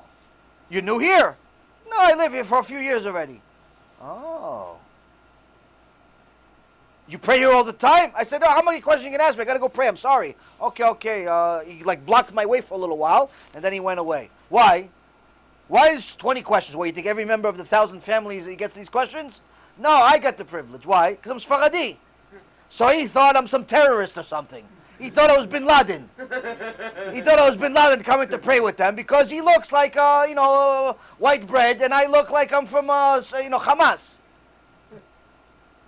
But the reality, Rabotai, we both look like Jews. Why? Because Jews don't have a look. Jews don't have a look. If you think that your look is important, you are not practicing Judaism. You're practicing racism. You're practicing racism. It's not Judaism. Judaism does not care about your race. You have minhagim, you have customs. It's a different story. Customs of your ancestors and so on and so forth. But your shade, his shade, her shade, all that stuff doesn't make a difference. And if people in your life make a big deal out of it, find new friends. Find new friends. Yeah, but it's tough. Okay, so that's your tikkun in life. Oh, but they didn't accept my kids in yeshiva. Okay, so that's your tikkun in life. That's your tikkun. What do you think? If you didn't have this tikkun, you wouldn't have it somewhere else? That's one of the things that's a problem for people to realize, is that they think that if they didn't have this problem, they wouldn't have problems. We just finished Rosh Hashanah. Rosh Hashanah, Rabotai, I'm sorry to tell you, all of your problems, myself included, were decided on Rosh Hashanah. How many problems we're going to have in this coming year? That means each person got his weight. So let's say, hypothetically speaking, each one of us got 20 pounds of problems, destined for us to be spread out over the rest of the year. 20 pounds. That means that no matter what you do, you're going to get 20 pounds of problems. So if you live in a racist keilah, your 20 pounds of problems will probably come in the form of racism. But if you decide to move, you move to a non-racist keilah. Okay, so Hashem will send you those same 20 pounds worth of problems in a different way. Could be money, could be health, could be issues with the kids, could be issues with your right foot. You could fall from a sukkah like I did and break your hand. Oh, you could do a lot of things. Point being, Rabotai, you got 20 pounds, live with it. That's the way life is. There's no such thing as escaping all your problems. The Torah does not absolve you from problems or make the problems go away. The Torah gives you answers why you have problems and how you can solve them. That's what the Torah is for. So, for all of those people that are trying to revive the African American Jewish sect and the Yemenite sect and the Caucasian sect and the dark blue sect and the white sect and all these different sects, do us a favor, stop it. You're destroying the Bet HaMikdash with what you're doing. No one cares what color you are. If you're a Jew, you're a Jew. We love you, that's it. Chavod. So, let's say there's so the minhag of my community has been for years not to put kisui rosh. Even the biggest chachamim, their wives, what I'm told at least, is they never put kisui rosh from the times of David HaMelech. No such thing. This is what we're told, so... Show me in a book. There's no one's going to write no kisui rosh in a book. If it's not in a book, it's worth zero. Judaism is based on what's in a book. Gemara Yerushalmi. Gemara Yerushalmi. Word of mouth. Gemara Yerushalmi says, such and such saw the rabbi's wife doing this. Can she do the same thing? Yerushalmi says, we don't learn from the rabbi's wife and what she does.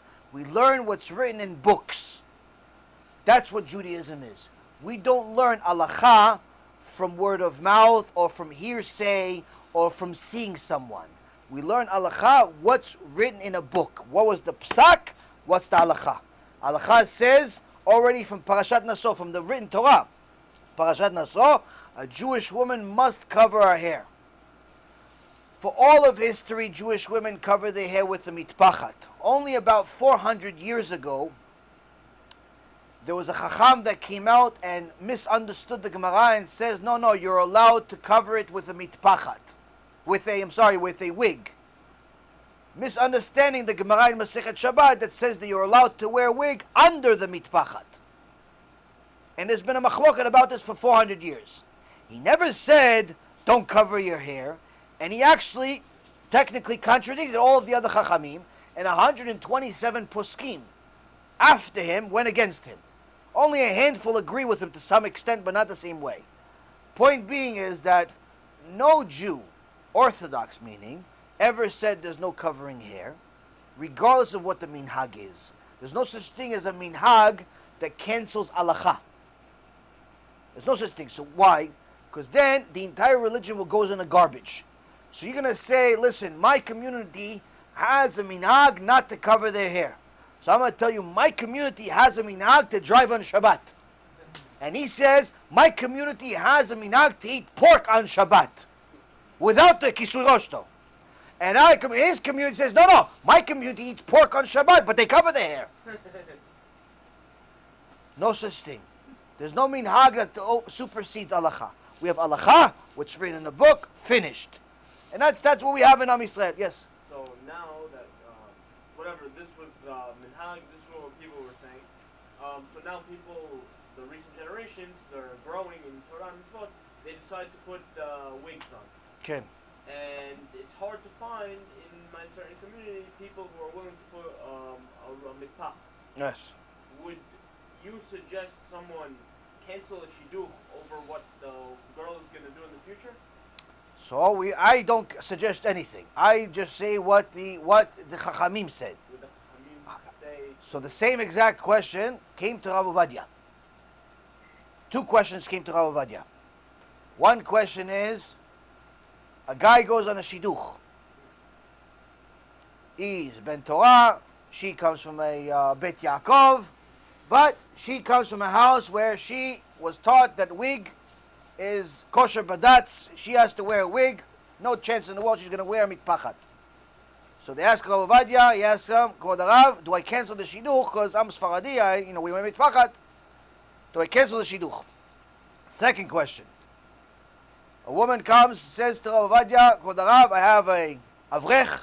I want to marry him. Only problem is, I want to wear mitpachat, but he wants me to wear a wig. Do I cancel the shidduch? Meaning the same question from two different people. So Rav Ovadia answers the question. He says the guy that says to his wife to wear mitpachat, but she wants to wear a wig, he says don't cancel the shidduch. Why? Because once she becomes his wife, he'll teach her a little bit over time, and as he teaches her more and more, and she loves him more and more, she will change her ways over time and do tshuva. You don't cancel the shidduch because she wants to wear a wig. And that's again under the assumption that the wig is kosher, meaning it's not from Avodah Zarah, which is, by the way, almost impossible to get, but that's a different story. Let's say it's kosher, don't cancel the shidduch.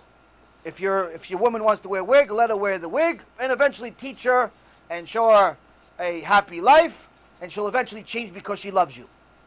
No problem, don't cancel the shidduch. What about if the husband wants a wig? Rav Ovadia, I have this on tape, I have this on video. He says you cancel the shidduch and you throw this avrech in the garbage. His Torah is not Torah from Shamayim. His Torah is like Doeg Adomi. He has no share of the world to come, this avrech. He's a rasha. Why? He says he doesn't want his wife to wear a wig because of some minhag. He wants his wife to wear a wig because he wants to look at women. He's a rasha. That's a person you don't marry. You don't marry a person like this for any condition. So that's the difference. It depends where it's coming from. It doesn't give the permission for women to wear wigs per se, but in regards to your specific question about a shidduch, it's a what to do based on what the Chachamim said. And what would it be if the girl is not ready to wear a wig, wear anything, but the boy wants her to? Do you cancel shidduch on that? No. No, as long as she's willing to keep tarat mishpacha, as long as she's willing to keep kosher, she's willing to keep Shabbat, she's willing to keep Judaism, and she's going to be modest. Yeah. As long as she's going to be modest. And the only exception is the kisurosh. I have not to my knowledge that you won't cancel the shidduch. But if she doesn't want to be modest, that's not a woman to marry. She doesn't want to marry. She wants to wear tank tops and mini skirts. That's not a woman. That's a prutza. That you leave for the goyim. You don't marry a woman like that. Even if her mother is Jewish and her grandfather is David HaMelech, doesn't make a difference. You want a woman that wants to be modest because she understands that her responsibility is to her husband, not to Jose from the supermarket. And a woman that wants the attention of Jose and his friends at the supermarket is not a woman that's ready for marriage. As long as she wants the attention of other men, she's not ready for marriage. What about all of these women that are married but not modest? Guess what? They're not happily married.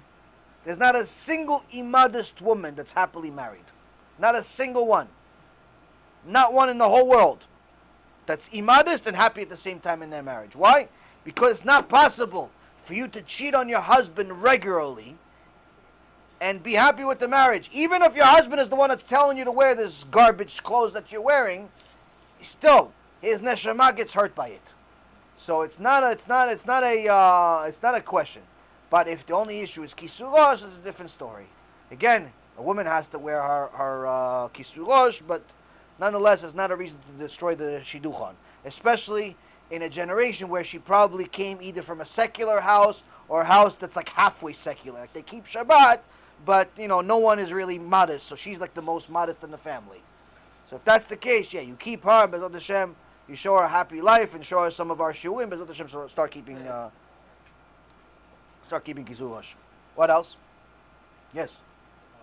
When somebody puts the habit of wasting seed, they start having wet dreams very often. So, if let's say they completely watch their eyes during the day, but it just comes from excess, it builds up in the body release, it's scientific. It's not scientific, and it's not from excess. No filter on you. I was literally one of you. I was just in the bathroom. I understand. I'm a guy also. I get it. I didn't look upside down. I don't like it. Okay. So there's a few things that you have to understand. First off, everything that science says in regards to this specific thing is theoretical science. Theoretical meaning it's educated guesses. When it comes to the seed and how much the body produces and things of that nature, it's all theoretical. There's no facts in this scientific world. That's one. Two, Hashem does not make mistakes. To say that your body is of every man is making a mistake, meaning that unless they ejaculate, they're going to waste seed, that means that Hashem made a mistake in creation because He created a creation that cannot not sin. The worst sin in the Torah. Shulchan Aruch calls wasting seed the worst sin in the Torah. So it's not possible that Hashem is going to create, people that they have to sin. Meaning that it does happen, it can happen to even the best of them. The Gemara in Masechet Yomah says that before Yom Kippur, they would take the Kohen Gadol and they would seclude him for a week. Take the Kohen Gadol, the one that's going to go in Kodesh Kodeshim, and they would take him away from his wife for a week. Seclude him, put him in a special house, special room inside the Beit HaMikdash. No women, no specific types of, a lot of things. Why? So he doesn't waste seed before Yom Kippur. Yeah, but this is the biggest rabbi in the world. Even he could fall for it. Meaning the Yetzirah is for everybody. Not even unintentional, being in a dream. The Gemara Masechet Bachot talks about wet dreams a lot. People go to sleep, they wake up. Many Gemara talk about it. So there's a few things you need to know. Number one, if a person wastes seed on a regular basis, especially young men that are not married, young men that are not married, that did not do tshuva for wasting seed, unfortunately, they waste a lot more seed than their parents and their older people that are married. And the reason why is because a married person does not have intimate actions 3 times a day, every day. whereas the average teenager can waste seed 3 times a day every day. So that means that they are making the normal of their body different than the normal of an adult, an average adult. The average adult does not have intimate actions. The average adult has less. Again, hold on a second. I'll get you to the whole Aleph Ataf. So the average teenager that wastes a lot of seed has made his body used to wasting a lot of seed, and therefore even after he watches my shiur about it, or several of my shiurim about it, and decides that, he has to stop wasting seed, his body doesn't just necessarily stop. His body's still used to doing a certain thing. So even though he's not doing it actively himself, when he's asleep, he's more prone to that danger. Because his body, in essence, is producing this, and doesn't have the same barriers and control as a person that's controlling it. So it doesn't necessarily mean that he's producing more per se, but it means that his barriers for these things to happen are much weaker. His defense lines are much weaker. Third thing is, someone that learns Torah also learns that there are certain things as a man you have to avoid. First off, there is a way to sleep in Judaism. Just like there's one of the initial halachot in Judaism is how to put on your shoes in the morning. There's also halacha of how to go to sleep and how to go to the bathroom and how to behave. So a Jewish person has to go to sleep on his left side. He has to go and sleep on his left side, and through the night switch to the right side. He is never allowed to sleep on his back or on his stomach. So much so that HoShana says, if you see your own father sleeping on his back, you're obligated to wake him up. You're never allowed to wake up your father. It's disrespectful. But if you see him lying on his back, you have to wake him up. Why? Pikuach nefesh. He may waste seed. So a person needs to know that he has to sleep a certain way. This takes a little bit of getting used to. Because when you sleep on your back or on your stomach, you're more prone to wasting seed. Either on your back, there's a certain reaction of your body, or the opposite, on your stomach, where your member is touching something constantly, which causes a certain reaction. Point being is that you have to sleep uncomfortably on your side. It's not comfortable to sleep on your side, but that's what you have to do in order to protect your bleat. Next thing is, you also have to protect yourself from certain foods. You can't eat everything, especially not before going to sleep. You can't eat a big meal before you go to sleep. So the traditional American way of eating a big dinner, not such a great idea in the Jewish world. Eat it early, like 6, 7, 8 hours before you go to sleep. Because if you're going to eat a really big meal, you're going to eat chulent. An hour before you go to sleep, guess what? Some of that chulent will come in different forms. Why? Because you're not supposed to eat big meals. Also, onions, spicy food, all types of specific foods. The Gemara talks about an entire list. Gemara Masechet Yomah, Gemara in Brachot, and several other places talks about specific foods you should stay away from. So it's not just I decided to stop, therefore my body will stop. It takes time. The biggest thing of all, more than food, is watching your eyes. But watching your eyes doesn't happen overnight, because everything that your eyes have seen is recorded permanently. So even if you stop today, Baruch HaShem, you saw the movie, got scared to death, you're going to stop. Okay? Your mind doesn't delete everything you've been seeing for the last 20 years. You go to sleep, you see, some woman in your dreams. You saw a woman in your dreams. What do you think? What do you think, that woman came by herself? No, that's something that you saw a long, long time ago. It doesn't get erased. When does this all happen? Your dreams start to change when 2 things happen. 1, you allow your mind to not absorb this stuff for an extended period of time. You start watching your eyes and become obsessed with watching your eyes. That means internet, television, billboard signs, the street, your business, all that stuff. You have to watch your eyes everywhere. You don't watch your eyes, for sure you're going to waste seed. Gemara Masechet Avodah Zarah says, it's a rule. Watch your eyes in the morning so evil doesn't come to you at night. Meaning, If you don't watch your eyes in the morning, evil will come to you at night. What is evil? Evil is zera levatala. You don't watch your eyes, for sure you're going to waste seed. It's not possible for you not to waste seed. You watch your eyes for an extended period of time, that will make your past memories, not deleted, but to go into the back of your memory. So, now if you leave it blank, that's not going to help you. So what's the second condition? You have to allow your mind to have a lot of Torah. That's what the Rambam writes in Halakha Nilchot Leot. Only people that waste seed are people that are empty of Torah. Empty minds of Torah. If you have a lot of Torah, you're not going to think about all the shtuyot. So that also is a recommendation of why you should learn Torah before you go to sleep. Why when you say Kriyat Shema Lamita, also pray to HaKadosh Baruch Hu to help you through your sleep. If you see that there was one of the parts of Kriyat Shema Lamita, Shlomo HaMelech had 60 guards around his bed. What do you think? People are going to kill Shlomo HaMelech? No, everybody was scared of him. He was scared of all the shadim, all of the demons that wanted to go against him to make him waste seed. David HaMelech never slept for very long. Not because of any other reason, he was afraid of wasting seed. The Gaon Mivilna never slept for very long. He was afraid of wasting seed in his dreams. Why? Because you lose control of your body.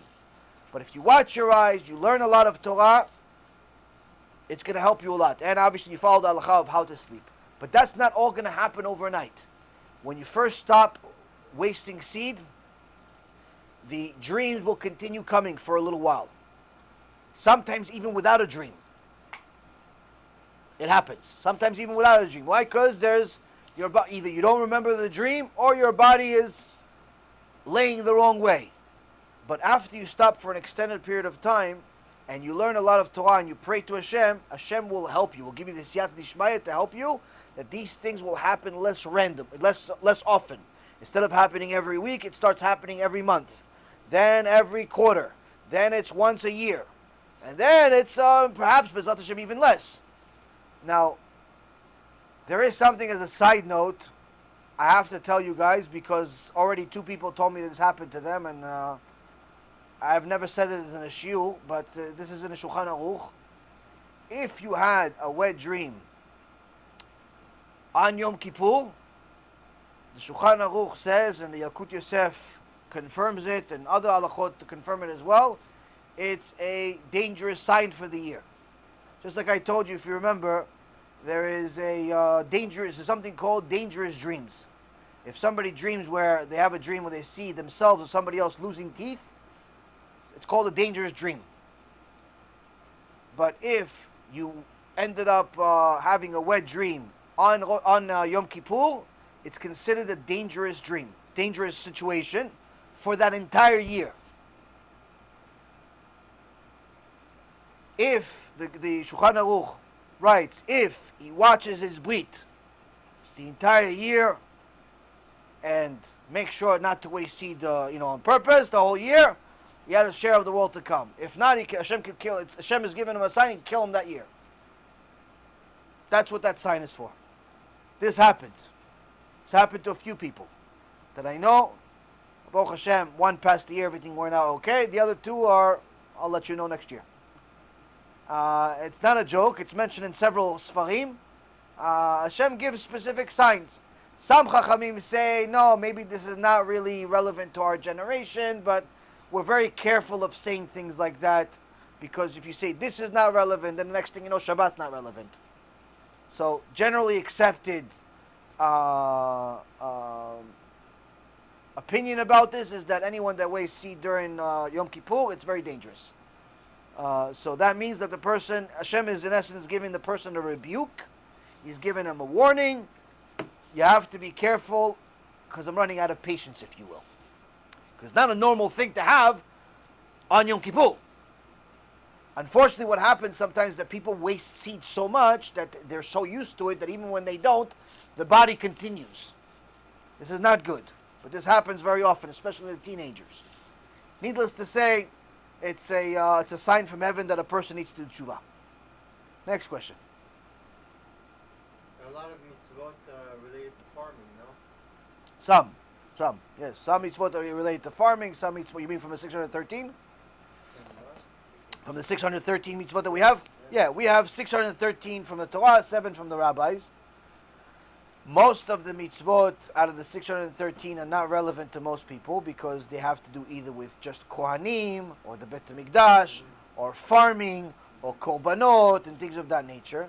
Out of the entire mitzvot that we have in the 613 that we have, maybe a third are relevant to people, but only about 20, 25 are relevant to your day-to-day life, every day. Most mitzvot are only most mitzvot are maybe once or twice, they're random. Like, for example, Shabbat. But most of them are communal, right? Like No, some, like Shabbat. In a community, most of them are done, for example. No. One person will do 25, but 600... No, there's many mitzvot you can't do. in a community- Almost half the mitzvot you can't do. No, but like now, We don't have a Bet HaMikdash. Okay. So all of the mitzvot relating to korbanot you can't do. That's almost half the mitzvot. Farming we can do, for example. Farming we can do, but not if you live in the exile. If you live in the Here exile, Miami, it's not relevant. You can't buy a farm, do communal farming, and give a seventh to... It's not a mitzvah for the exile. It's only a mitzvah for Eretz Yisrael. Only if you live in Eretz Yisrael. So, if you live outside Eretz Yisrael, you are in exile. You're in exile even if you live in Eretz Yisrael, but Okay, still, so- but nonetheless, you don't have the same obligation. So you can't do the mitzvah of farming in Eretz No, you Yisrael? can. It's not a mitzvah. It's not a mitzvah if you're not. Or If in you, exile. you live outside Eretz Yisrael, the mitzvah is to do it there. So, for example, let's say you have a business, and one of the employees says, "Listen, Oh, we're not okay. I made $100,000 today," and you check in your accounts, like, "Where's the $100,000?" He goes, "No, I made it for the competition, but it's the same business." They go, "Yeah, but it's not for my business. I need you to make the money for my business, not for the competition's business."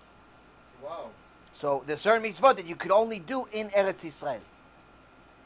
There's certain mitzvot that you could do anywhere. Shabbat, for example, Okay. Shabbat is for everyone, everywhere, but that's only once a week. So even though it's a very important mitzvah, the most you can do is once a week. So the farming is from Hashem. No, there's in Eretz Yisrael you can, but not outside. Yes, In Eretz Yisrael you can, yes. Is there any form of, I guess, kosher contraceptive? I mean, is that acceptable? Like, just like to say, a leniency towards contraceptive these days, just for, city living, I guess, or.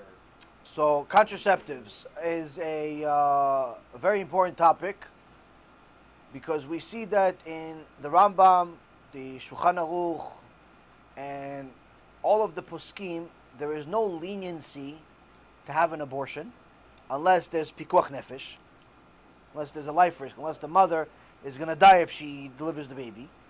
There's also no leniency, which means that you can't just have a kid immediately, right away sometimes, because if the woman is not healthy and her getting pregnant is going to put her in danger, then what do you do? If you can't kill the baby, what do you do? On the same token, there's no leniency as far as wasting seed. Not allowed to waste seed. So, what can you do? Now, wearing a condom is asur. It's not allowed. And the reason why is because a condom is a contraceptive that destroys the seed. So it's 100% wasting seed. Ejaculating outside of the woman's body is also 100% asur, 100% forbidden. No permission to do either one of those. Now, what happens when a man is married to his wife? They just had a kid, and Baruch Hashem, a couple of months have passed after she delivered the baby. She now went back to the mikveh. She's Torah. She's healthy, but she's able to be intimate with her husband, but she's not able to have a child. It's dangerous for her to have a child. So what do? So there are a couple of things that are allowed. Of course, you always have to get rabbinical permission. You have to get a Talmid Chacham that knows you well, tell you that you're allowed, but this is generally accepted things. One, at that time, a woman is allowed to take the pill, because the pill does not destroy the seed 100%, and it's not destroyed on the male side, it's destroyed on the female side. And two, there's also a suppository or different types of gels that the woman can put in her area that will allow her to be intimate with her husband, but also decrease, not eliminate, but decrease the chances of this consummating into a child. That's allowed. That's allowed. But again, it's allowed under rabbinical supervision. Meaning, not that the rabbi has to go into bed with you, chas v'shalom. This is believe it or not, you have to explain this stuff. One woman came to my rabbanit, came to my wife, and told her, I'm kind of nervous. I'm going to the mikveh for the first time. I said, why are you nervous? She said, why are you nervous? She goes, they're going to check me. He goes, what do you mean you're going to check you? She thought that the b'dika clause, the woman over there checks herself. She didn't know anything about talat mishpacha, that you check yourself. Nobody touches you, chas v'shalom. So people don't know this stuff. What's common sense to the religious Jew is not common sense to the average person. So, and sometimes even religious Jews don't know, because they don't learn all this stuff. Point being is that what rabbinical supervision means is that you have to go to Talmid Chacham and ask for permission of being allowed to use this. You can't just use pills or different types of creams or suppositories for the women whenever you feel like it, because you don't feel like having a kid. You have to be allowed to not have a kid, meaning that you having a kid right now would be dangerous.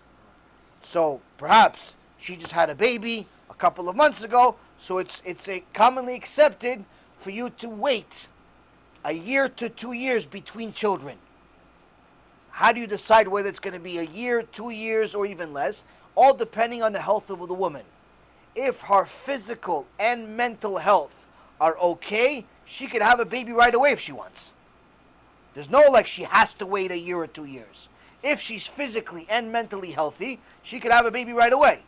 But if she's not, she's a little older perhaps, and it takes her longer to recover, or she's younger but she's weak, or whatever the case is, and it takes her 2 years to recover. The Gemara says it could take up to 2 years for a woman's body to recover from giving birth. So you have up to that 2 year mark. You have to get verification again from that Talmid Chacham that knows who you are, that says, okay, you're allowed, we'll review again in 6 months, we'll review again in a year. Not just blanket statement, good luck, have fun, see you in 2 years. Like your passport, you check it once every 10 years. No, we don't do that in Judaism. You have to regularly meet with this Talmid Chacham to make sure that everything is still okay, she still is not able, and so on and so forth. But if she's physically able, and there's nothing mentally wrong with her, but she doesn't have emunah, or her husband doesn't have emunah, because he says, listen, we already have a boy and a girl, what do we need another kid for? It's can't we just get a dog? It's cheaper. That's forbidden. That's forbidden. You're not allowed to just not have kids. Not allowed to just not have kids. You're supposed to have kids. You're supposed to reproduce.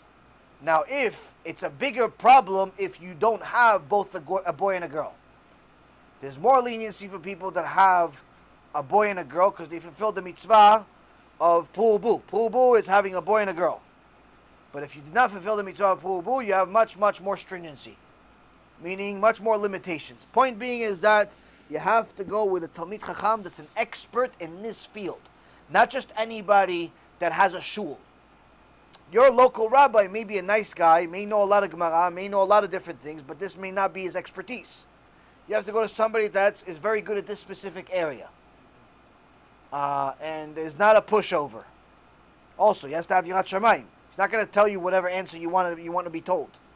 Because it's a very, very touchy subject, and it's very dangerous. Baruch Hashem, there's a few people that we've helped over the years with this issue, and Baruch Hashem it's helped them a lot, because it's a subject that's not very easy to talk about.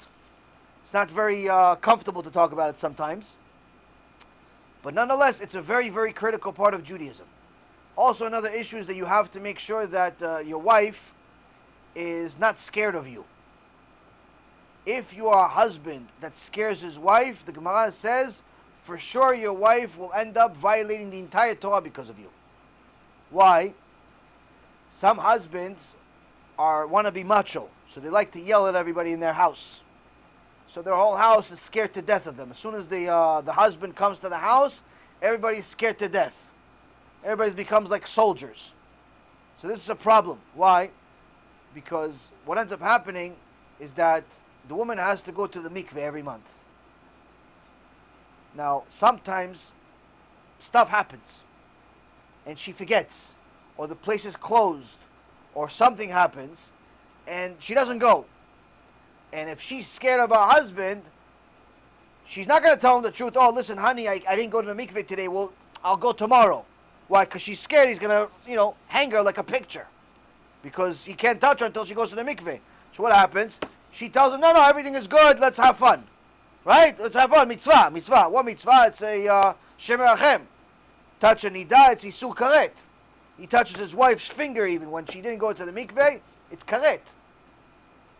So now, when the wife is scared of the husband, she's not going to tell him. Same thing is, if a wife is scared of the husband, she's also going to violate Shabbat, the Gemara says. Why? Because sometimes something happens and the plata gets turned off by itself. If she's scared of the husband, what's she going to do? She's going to turn it back on Shabbat. Why? Because she's scared if he wakes up in the morning and the food's not ready, he's going to cook her. Because she's scared of him. So what does she do? She sees in the middle of the night that the food is not hot because the plata turned off, or it broke, or something happened. She'll turn it back on and violate Shabbat for him. Guess what? That's asur. That food becomes asur. It's like eating taref. So a husband needs to know that yes, you're supposed to make sure that your house is led with yirat shamayim, but yirat shamayim, not yirat the husband. Not supposed to be scared of the husband. Supposed to, have your house in a certain way. But nonetheless, this also means that your wife has to be comfortable to talk to you and to the rabbi about these specific issues that are uncomfortable. But if you have one of these relationships where your wife doesn't talk to you about anything about her, because she feels like when every time she said something to you, you start acting like a little boy and treat it like as if it's disgusting, or you don't really want to know what's happening with her private part because you only need to know what to do and not necessarily what happens there, this is a problem. Why? Because she needs to talk to somebody. Now, David HaMelech was the rabbi, even though he was the king, he was the rabbi in the community that would check the bdika cloth. A woman sometimes checks, and she doesn't know if she's nida or not, because it's a certain shade of color that's questionable. So what happens when it's questionable? You have to take it to a Talmid Chacham. You have to take this bdika cloth, take it to a Talmid Chacham, and usually you do it anonymously, where you leave it in a certain area, you leave, you come back the next day, and you pick it up. No one knows it's you. Most Jewish communities have this. So David HaMelech was the one that would check the bdika cloth, to show you how great this mitzvah is of being a Talmid Chacham in this specific area and knowing what to do, and how, chas v'shalom, never to be disgusted or anything like that. Again, this may not necessarily be the most ideal conversation for a husband and wife, but nonetheless, it's very important for the wife to feel comfortable with the husband about these issues, or at least for the husband to provide a community in a place where the wife is not uncomfortable or by herself, because what's going to happen is that the wife will eventually end up becoming so nonchalant about it, she'll end up not going to the mikveh at all. Now, if people don't think this is a problem, there was a research that came out of the modern Orthodox community in 2017. And that said that out of his research that he did, 48% of modern Orthodox, meaning the so-called religious but modern Orthodox Jews, 48% do not go to the mikveh. That means that 52% go to the mikveh, 48% don't go to the mikveh. That means that half the kids coming from the modern Orthodox world are coming from nida. This is a disaster. This is like you brought a idol into the Bet HaMikdash. The Isur Nida is so critical that it's the only thing that the Bet Din will give a person a get on the spot. Meaning, if a guy comes to the Bet Din, says, listen, I don't want to be with my wife anymore. Why? Why don't you want? She makes me angry. Well, sorry, that's not a valid reason to get her divorced. Go back, fix it. Go to a rabbi, he'll give you some counseling. Go back to your wife. I don't like my wife. Why? She spends too much money. That's not a valid reason. Go try it again. I don't like my wife. She doesn't want to keep Shabbat. Sorry, it's not a valid reason. Get her to do TeShuva. Come to Rabbi Yaron Reuven's shiur with her. She'll do TeShuva after a week. But what if you come to your rabbi and say, listen, Bet Din, my wife doesn't want to go to the mikveh. On the spot, they give him a get. On the spot, they give him a get. Why? Without her going to the mikveh, there's no marriage. There's no marriage. There are exceptions to the case that have been done randomly, But generally speaking, that's the way the Bet Din is. Bet Din sees a wife doesn't want to go to mikveh, there's no marriage. No marriage at all. Why? Can't touch her finger even. Which means that if people are openly admitting to being Shomrei Shabbat, but at the same time not going to the mikveh, we have a very, very serious problem in the religious community, in non-religious community, in the whole community, because when a person is with his wife and she's nida, creates a very problematic child. Plus a very problematic olam haba. So in regards to contraceptives, in regards to that whole issue, there's a shiur I did called Kosher Intimacy. Watch that shiur, because intimacy is something that has to be something a person needs to be very careful with. We're not the goyim. We're not people that just do whenever we feel like it. We're not animals. It's even important to know that there are certain consequences for doing certain things. For example, I heard from Rav Meir Eliyahu that the Gemara says, actually, that I think the Zohar says that the Rambam writes that it's not allowed for a man and his wife to be together during the day, with certain exceptions. If he's a Talmid Chacham and he knows how to darken the room, and he knows not to do it ever again like that, there's a permission to be together during the day. But that's only for a Talmid Chacham that knows the certain exceptions and only a one-off situation. But generally speaking, you're not allowed to be with your wife during the day. But he says, what if somebody does it during the day, but follows suit, follows the halakha, darkens the room? It's the same thing as if it's dark outside. Doesn't make a difference. The room is so dark, you don't know if it's dark or it's light. It's nothing. He follows suit, and he's with his wife during the day. The Sfarim HaKadoshim says, okay, you could do it, but just to let you know, the kid, if a kid comes out of it, that kid will suffer his whole life. All types of suffering, money problems, health problems, all types of problems. Why is it the kid's fault? It's not the kid's fault. He did something in his previous incarnation that he deserves to suffer. You did something in current incarnation, so that's why you get the kid. Mix and match, like a puzzle. Like a puzzle. You did this, okay, so that's the kid that's going to come to you. Fits. That's the kid that comes. So there are certain things that are allowed but not recommended. There's a mitzvah yefat toar, where there's a woman that if there's a war and you conquer the enemy, and when you're in war, everybody's a bunch of guys, everybody's got their hormones through the roof, and the soldiers see a beautiful woman, they're not looking, listen, are you dating anyone? They're not asking that. They just killed our husband 2 minutes ago. So there's a mitzvah in the Torah that says that if you see a woman that's beautiful at the end of a war, after you've won the war, and you see a beautiful woman that husband is dead, family is dead, you are allowed to convert her and marry her. So David HaMelech, one of his 18 wives, was like this. But then the son that came out of it was Avshalom, who tried to kill him when he grew up. So David HaMelech cried to Hashem, Hashem, how come you gave me such a kid who wants to kill me? Hashem tells David HaMelech, look what you did. You married a woman that's a woman as a result of the battle. He goes, yeah, but Hashem, you allowed it. You wrote it in the Torah. It's allowed to do this. He says, yeah, I wrote it allowed, but it's not recommended. Look at the very next thing that I put in my Torah, right after the issue, the explanation of the woman from the battle. Right after it, I say, what? I say that there's going to be a wayward child. The reason why they're connected to each other is because if you do this with this woman, a wayward child will come from there. So yeah, there are certain things that are allowed, but not recommended. Not recommended.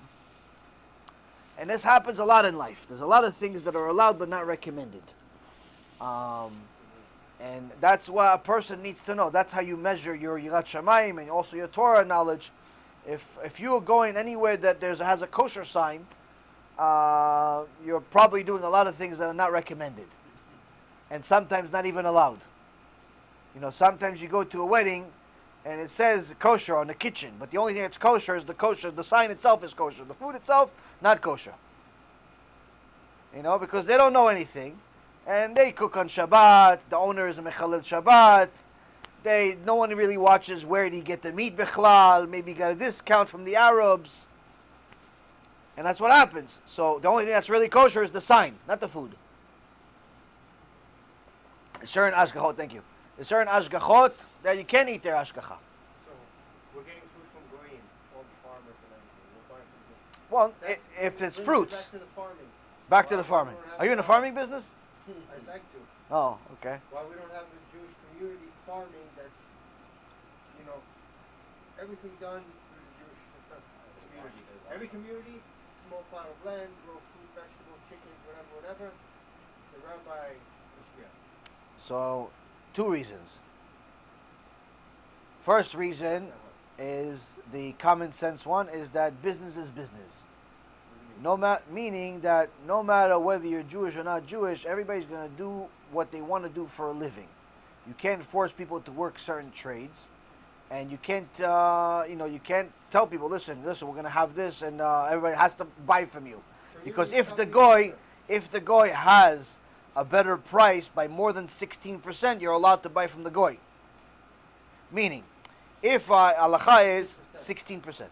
So if, let's say, for example, I have, let's say, something that's $100, but the goy, I have it for $120. If I'm a Jew, I'm explaining it again. you're allowed to, so people will do it. If I'm more expensive, Depends I'm on more the truth. expensive than the goy, Depends on the you truth. still need to buy from me up to 16%. But if I'm more than 16% expensive of him, you could buy from the goy. So that means already there's a disadvantage. Why? Because you're not competing with just Jews. You're competing with goyim also, because there's a price issue. There's a business issue.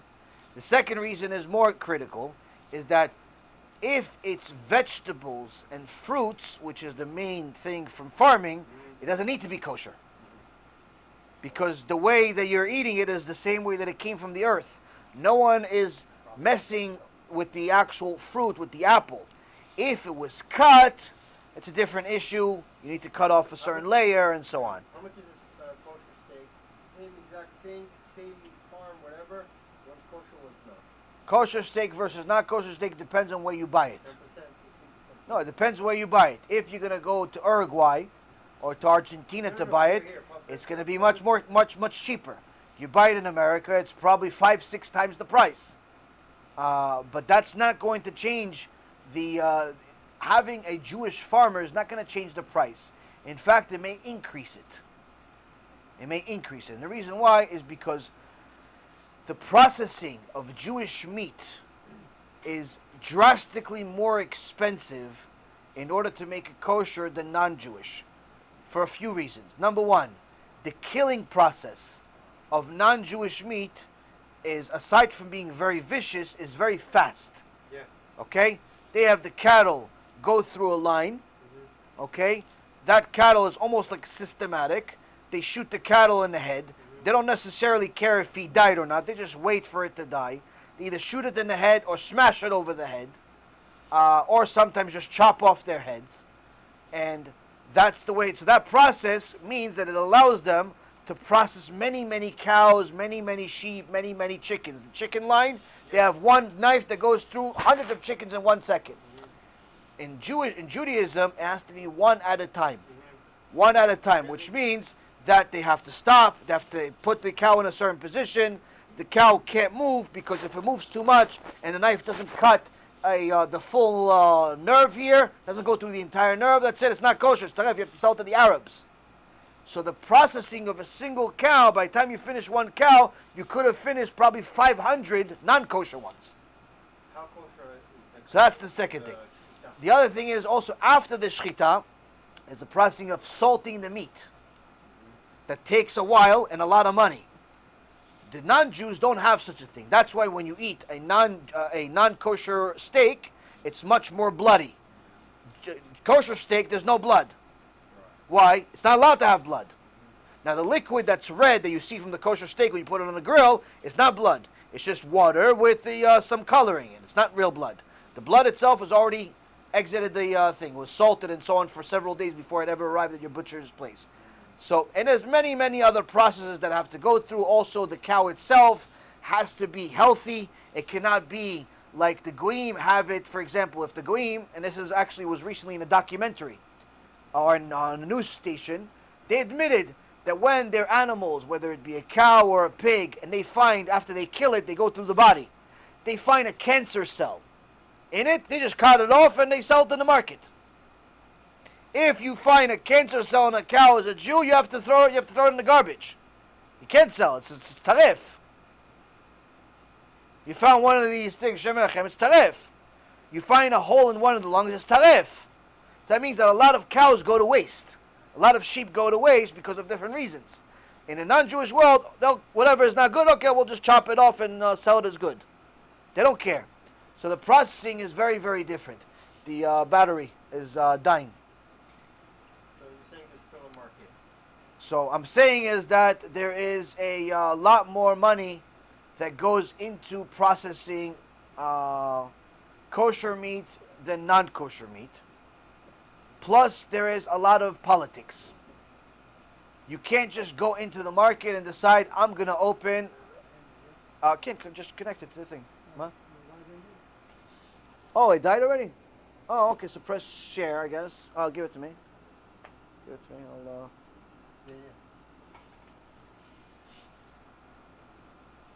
I didn't even notice that it's done.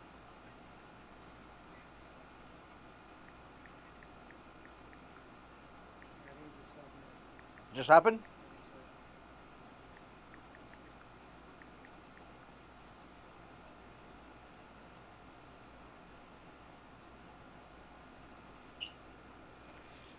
Okay, so actually, yeah. Yeah, whatever, just put the thing on it.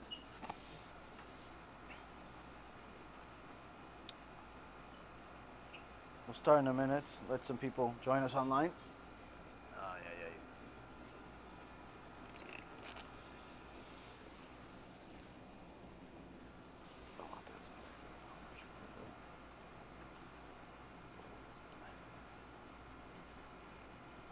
So,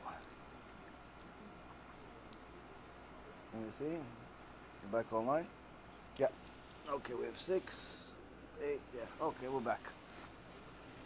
So, in regards to kosher meat, there's a lot of politics that goes into it. I spoke to a certain gadol in Judaism recently, maybe like 4 or 5 months ago.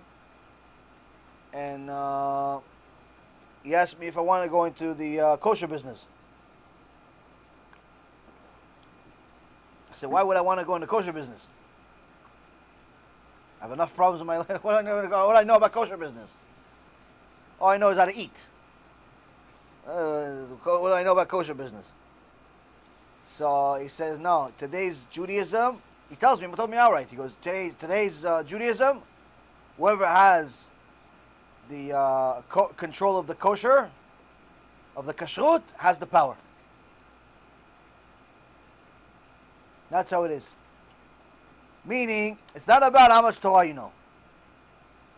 In the political world of Judaism, unfortunately, you have a kosher body, you have the kashrut, you have control of the kashrut, you have the power. You're the most powerful rabbi. So, if I ever get hungry for power, maybe I'll go into the kosher business. But anyway, it's a very lucrative business, but also means that you can't. Not just everybody can go into it. You may have a good shchita, good this, good that, but if you don't have a couple of gdolim, a couple of big rabbis vouching for you, no one's going to buy from you. Even if your shchita is good. Even if everything you're doing good, even if you're a frum Jew, if you don't have a couple of big rabbis vouching for you that your food is good and to buy from you, no one's going to buy from you. So it's a problem. It's a problem. It's not. It's also there's a monopoly there. But that's why there's so many different kosher bodies. In the kashrut, there's a lot of kosher institutions. So anyway, there is a money to be made. but there's also a lot of politics that go into it, and I actually know a couple of people that became unreligious, irreligious. They left the religion because of what happened to them as a result of owning kosher restaurants. It's a very, very sticky issue. Next.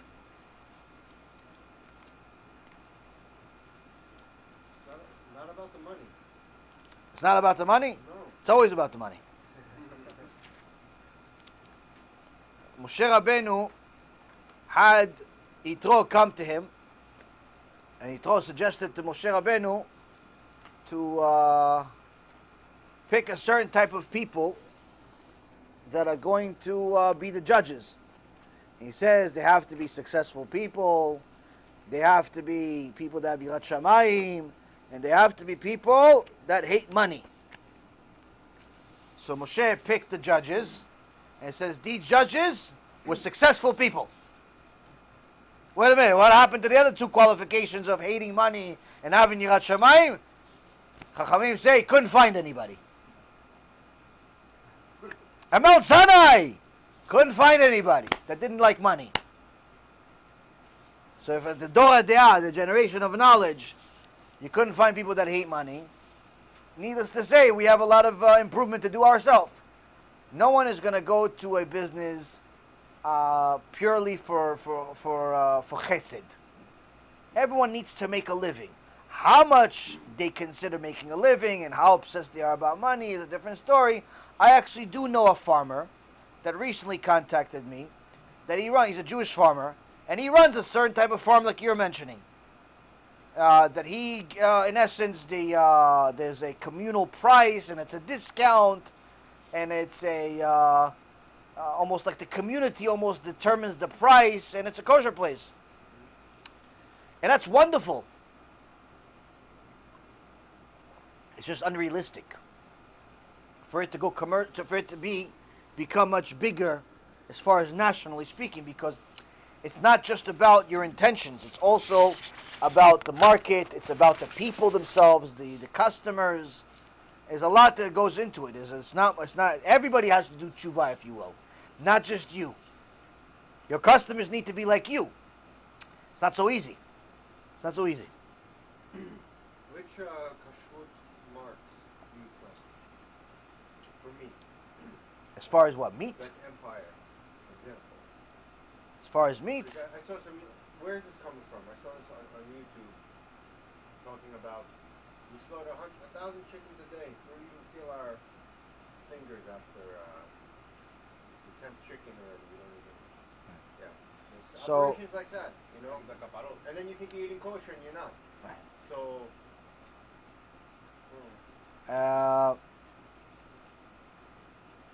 there's That's a famous. the There's a problem. famous. Yeah. That's why I'm talking about There's that. a famous rabbi that already for years in Eretz Yisrael has been going against the kashrut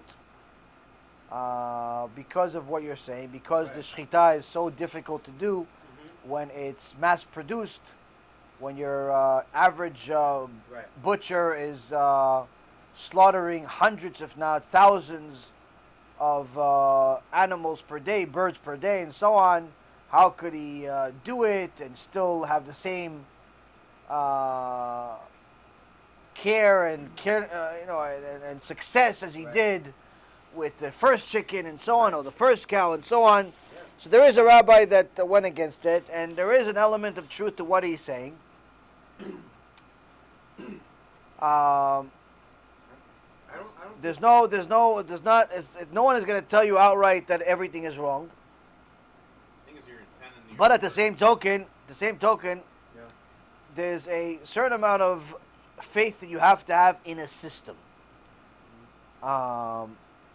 If the company itself is a big company that has supervision, that has rabbis, they're supervising the Coca-Cola and supervising the chicken and supervising the cow and supervising the candy and supervising everything. If you have certain people that are supervising it, and you haven't seen any recurring problems from this place, that's a different story. You have to trust the system to a certain extent. You have to trust the chachamim to a certain extent.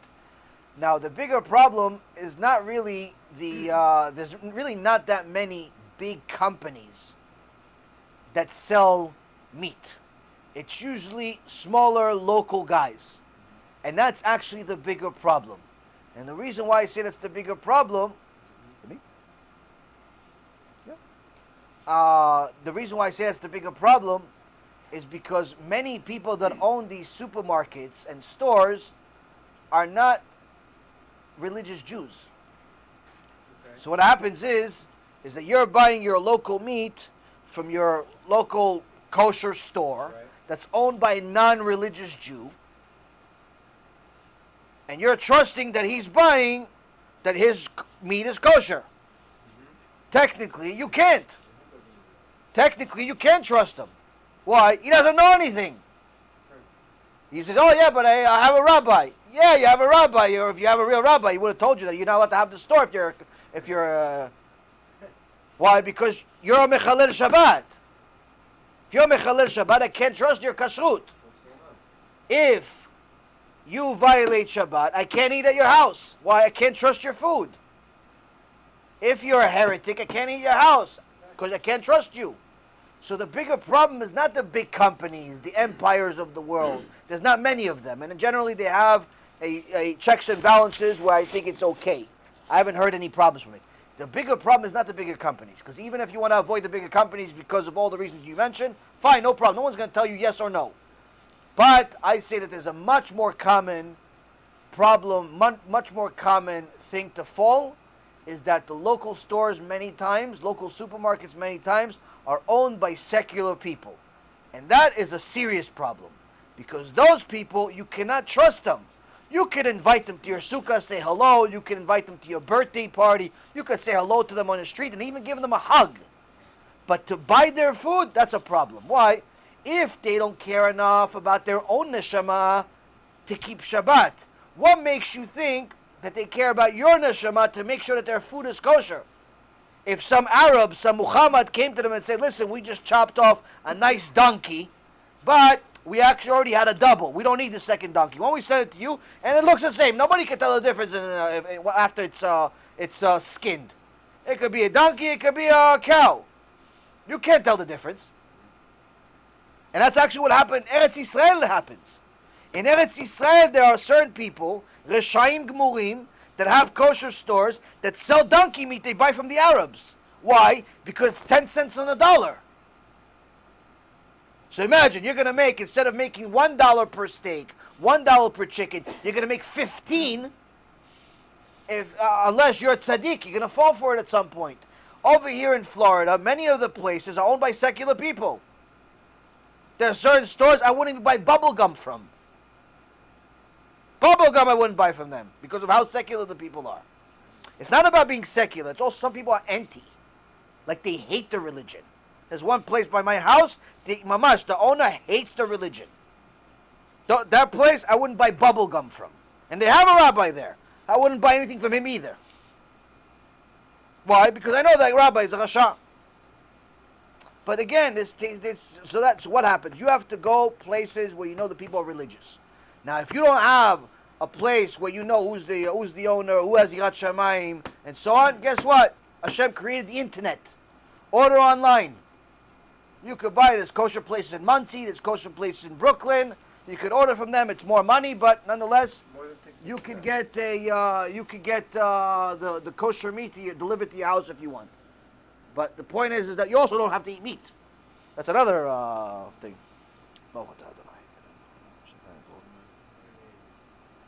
Good coffee. So the point is that you need to eat meat as a Jew because, number one, HaKadosh Baruch Hu says in order for you to be really happy in Shabbat and Yom Tov, you have to eat meat and drink wine. Meaning that meat is very much a serious part of Judaism. You cannot just decide, oh no, I want to be a vegetarian because I don't trust kashrut. Go find kosher places.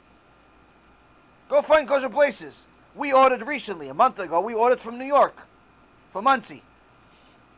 There is some kosher places here also, but we prefer to order from New York recently. Absolutely. There's always demand. If you're going to pay for it, there's demand. People are going to create it. But especially something like this. So there is, but you have to, again, not all the internet websites are kosher. You have to make sure you got, not because they say they're kosher doesn't mean they're kosher. There's one place that advertises kosher organic meat. I wouldn't buy bubble gum from them. Why? His wife's wig is longer than the exile.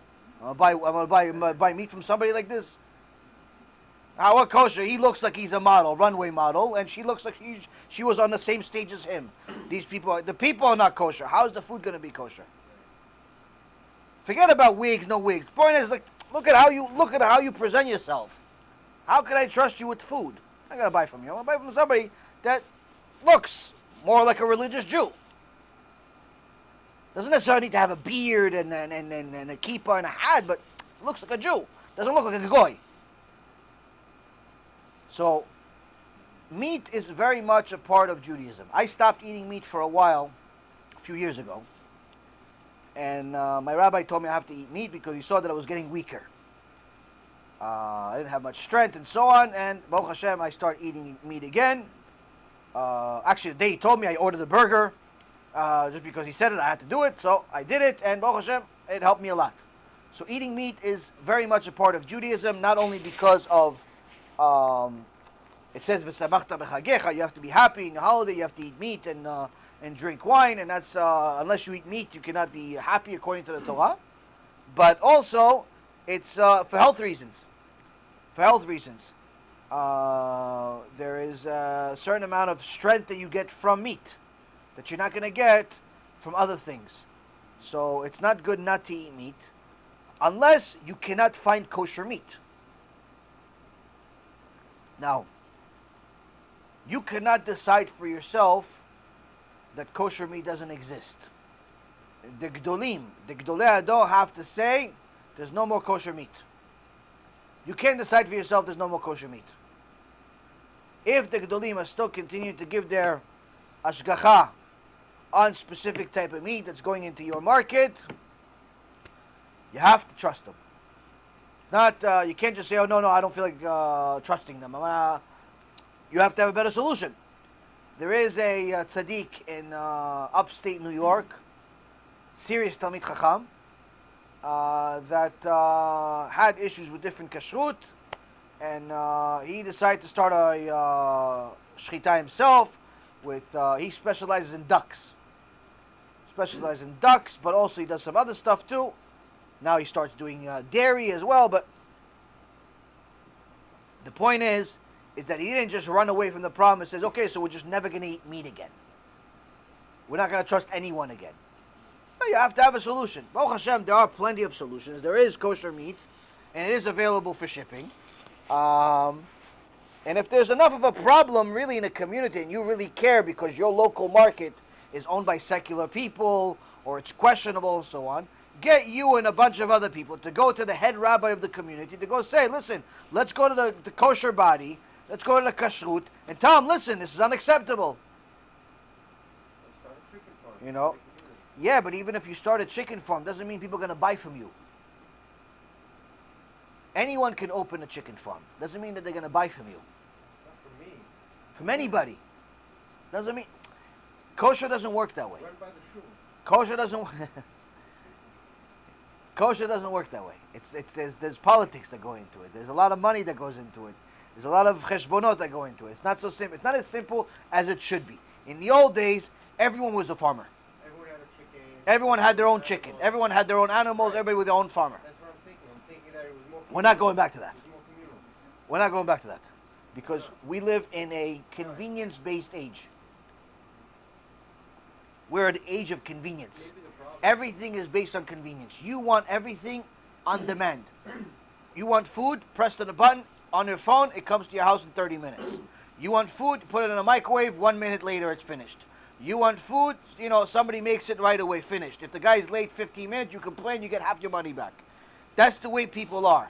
You want a solution, you have a question, you go to the internet, you go on Google, you type the question, you want a solution. People send me questions. If I don't respond within 5 seconds, they send me a question mark. Like, what's wrong? Like, I'm Google.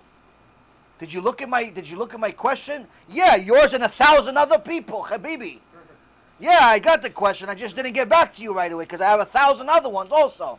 Oh, okay. 5 minutes later, another question mark. What happened? Is everything okay? Yeah, everything's okay. I just didn't get to your question. A day later, I didn't get to it. Sometimes I don't get to it. Did I do something wrong? What did I do? You have to tell me. I have to do tshuva. Nothing. You didn't do anything wrong. I'm just busy. Ribono shel olam. I'm just busy. But sometimes when people go crazy with this stuff, I stop responding. I have this one person recently.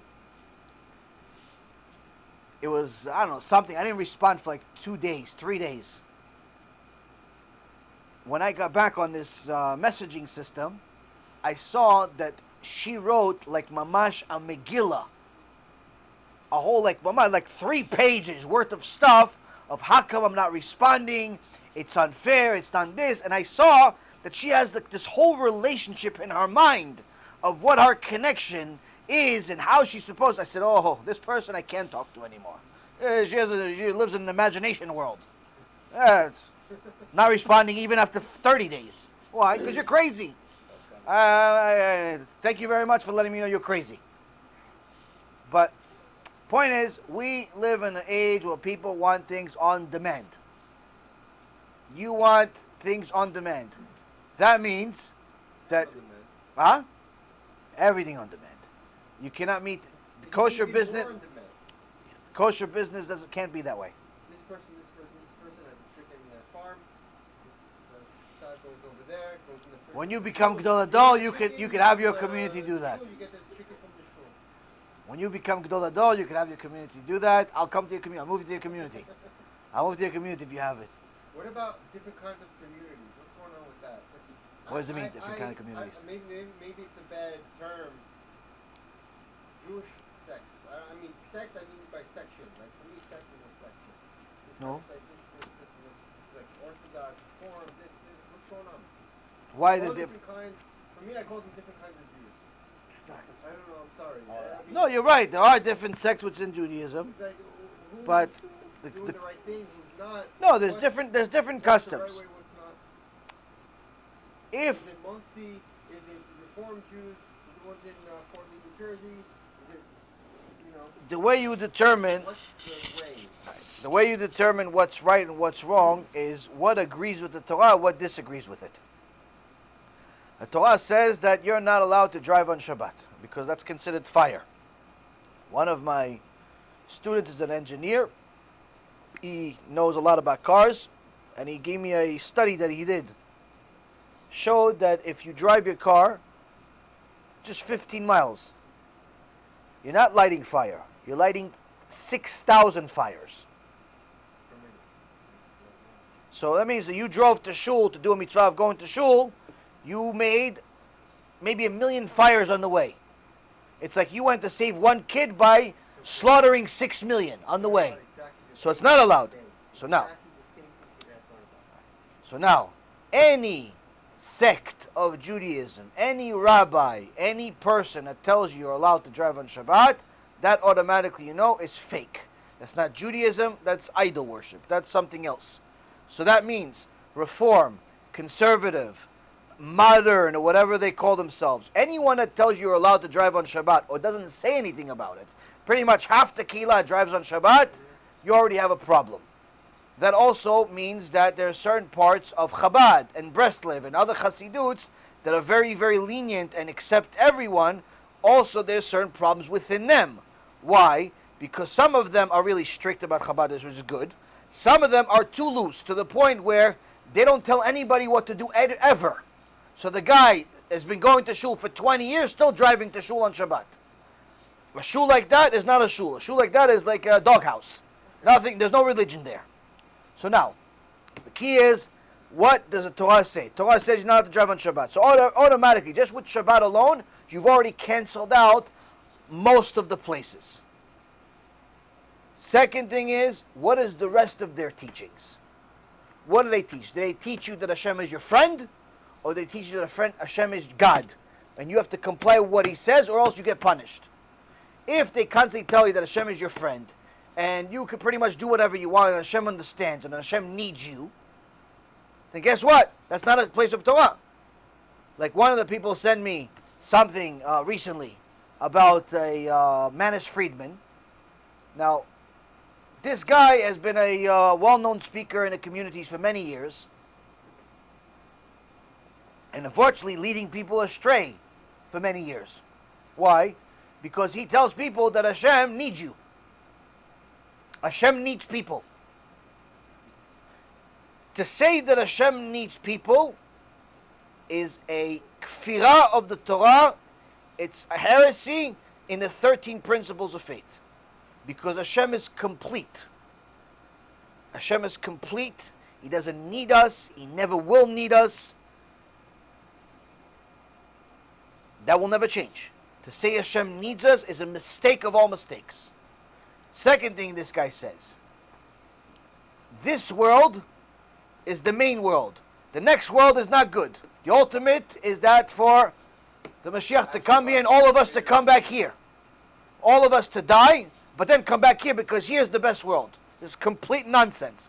Also a violation of the Torah. Olam haba is the whole point. You came. Adam la'amal yulad. The person came to this world to toil, not to live up this life. This is not a place of pleasure. It's a place of work, this world. Place of tests. Then this guy also says that there's no suffering in Gehenom. The only thing, if a person is wicked, all that happens is that when he goes to the next world, his soul doesn't know how to be a soul. So it's confused for a year, but then it goes to heaven anyway. That's again, Kfirah b'Torah, 13 principles of faith. There's reward to the righteous, there's punishment to the wicked. Without reward and punishment, there's no Torah. If you think you're going to go to Gan Eden, the same place as Moshe Rabbeinu, while you drive on Shabbat, while you eat taref, while you go out with Goyot, you think you're going to the same place as Moshe Rabbeinu, you're crazy. No one in their right mind would think that. But Manis Friedman tells people that for 50 years already. Now, the problem is that he says a lot of stupid things, but the generation is becoming stupider than the things he says. So what happens? They believe him. They believe what he says. Because he has a nice long beard, and it makes their life easy. Makes their life easy. They can just do whatever they want, and because Hashem needs them after all. They start treating Hashem like he's their buddy. And this guy, there's not a lecture that he has that does not have kfirah in it. I mean, this garbage that comes out of this guy's mouth drives me insane. And people send me these clips all the time. So one day I saw him, he did a lecture here in Florida.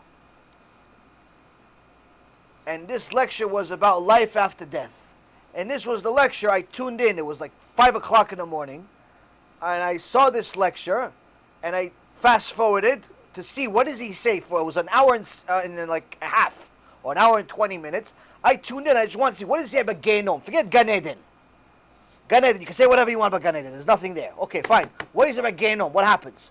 I fast forward to 1 hour and 17 minutes, meaning 90% of this lecture is about absolutely nothing. Then you get to the end of the lecture, hour and 17 minutes, he tells you Gehenom, oh, your soul doesn't know how to be a soul. But it's okay, it's just confused, but everything's okay, and there's no such thing as suffering. Why would you think that God would punish you? That's a vicious God. Like, mamash, kfirah gmura. So I made a comment that what he says is kfirah, and I provided like a handful of sources. Bara Maseret HoShana, Reshit Chochmah, all types of different things that say the opposite of what he's saying. The next day, someone calls me. I pick up. It's like, hi, Rabbi Reuven. Yes, hi, this is, I forgot his first name, Friedman. Manis Friedman's son. I said, yeah, how can I help you? He said, I was wondering if you want to apologize. I said, for what? And he said, for making that comment about my father in the video. I said, if your father stops lying, then I'll stop making comments. But you should tell your father that he started with one comment, it's going to get much worse if he doesn't stop with his nonsense. He goes, why? What are you talking about? I said, why does your father lie about what happens in Olam Haba? Why is he making stuff up? And so on and so forth. So anyway, he says, what are you talking about? So we go off top of my head, Baruch Hashem, I had Siyat Dishmai during this conversation. We go into a conversation, we spoke for maybe 20 minutes, half hour. I give the guy no less than 50 sources about where his father's wrong, about reward and punishment, and so on and so forth.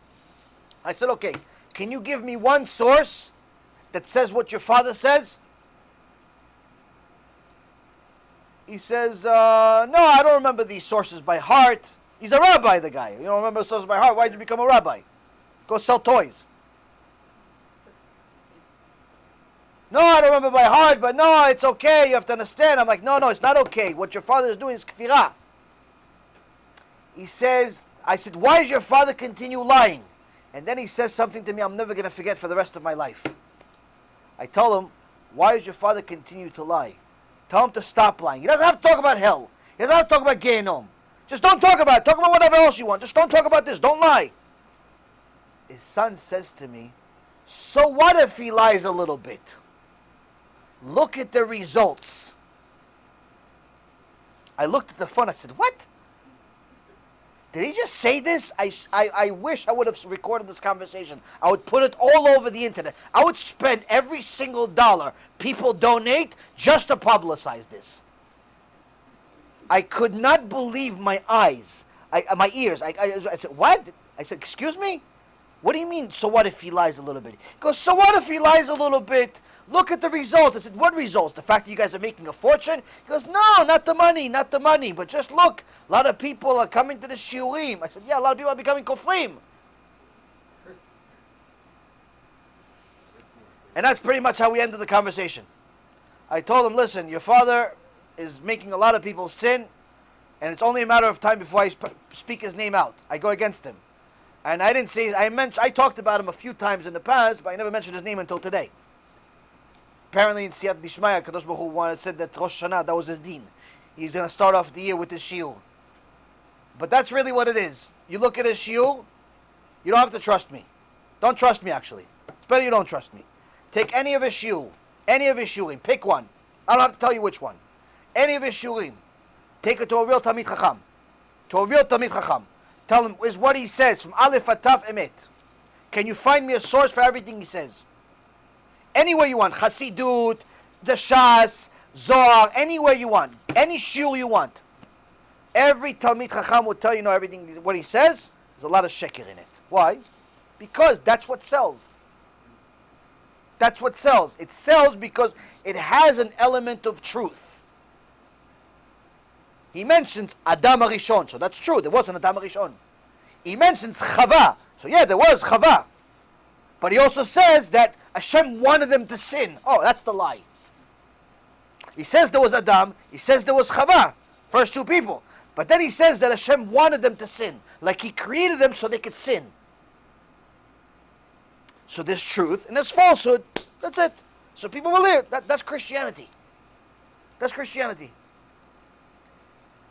Every lie has to have a little bit of truth. And that's unfortunately what's going on with this guy. Yes?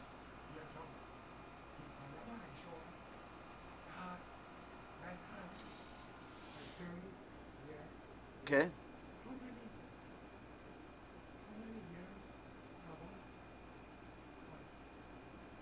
How many years? How many years did Chava live? I don't remember the exact years. I know that Adam HaRishon, like you said, lived 930 years. But as far as Chava, I believe she lived the same amount of years as him. I just don't know. I can't quote you a source off the top of my head that it's exactly the same. But I know that during the time after the sin, he left Chava for 127 years. And during that time that he left Chava in order to do TeShuva, he actually ended up making more sins. He wasted seed throughout all of those years. Wow. So Chava didn't die. When he came back to her, and then they had a son together. They had a what is his name? They had Cain, Evel, and איך קוראים לו?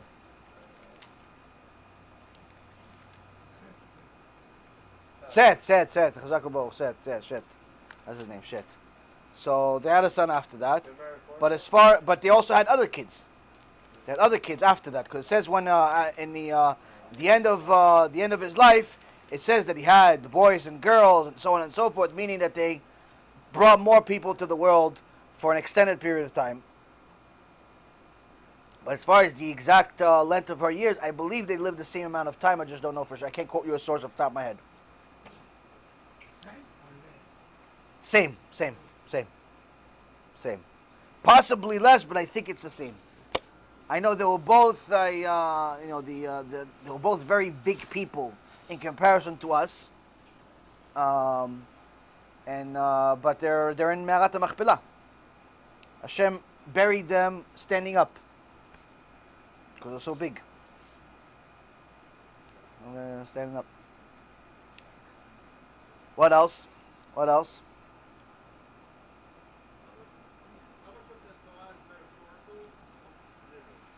How much of the Torah is metaphorical? How much is literal? There's a rule in the Torah that the Torah never goes away from the simple meaning.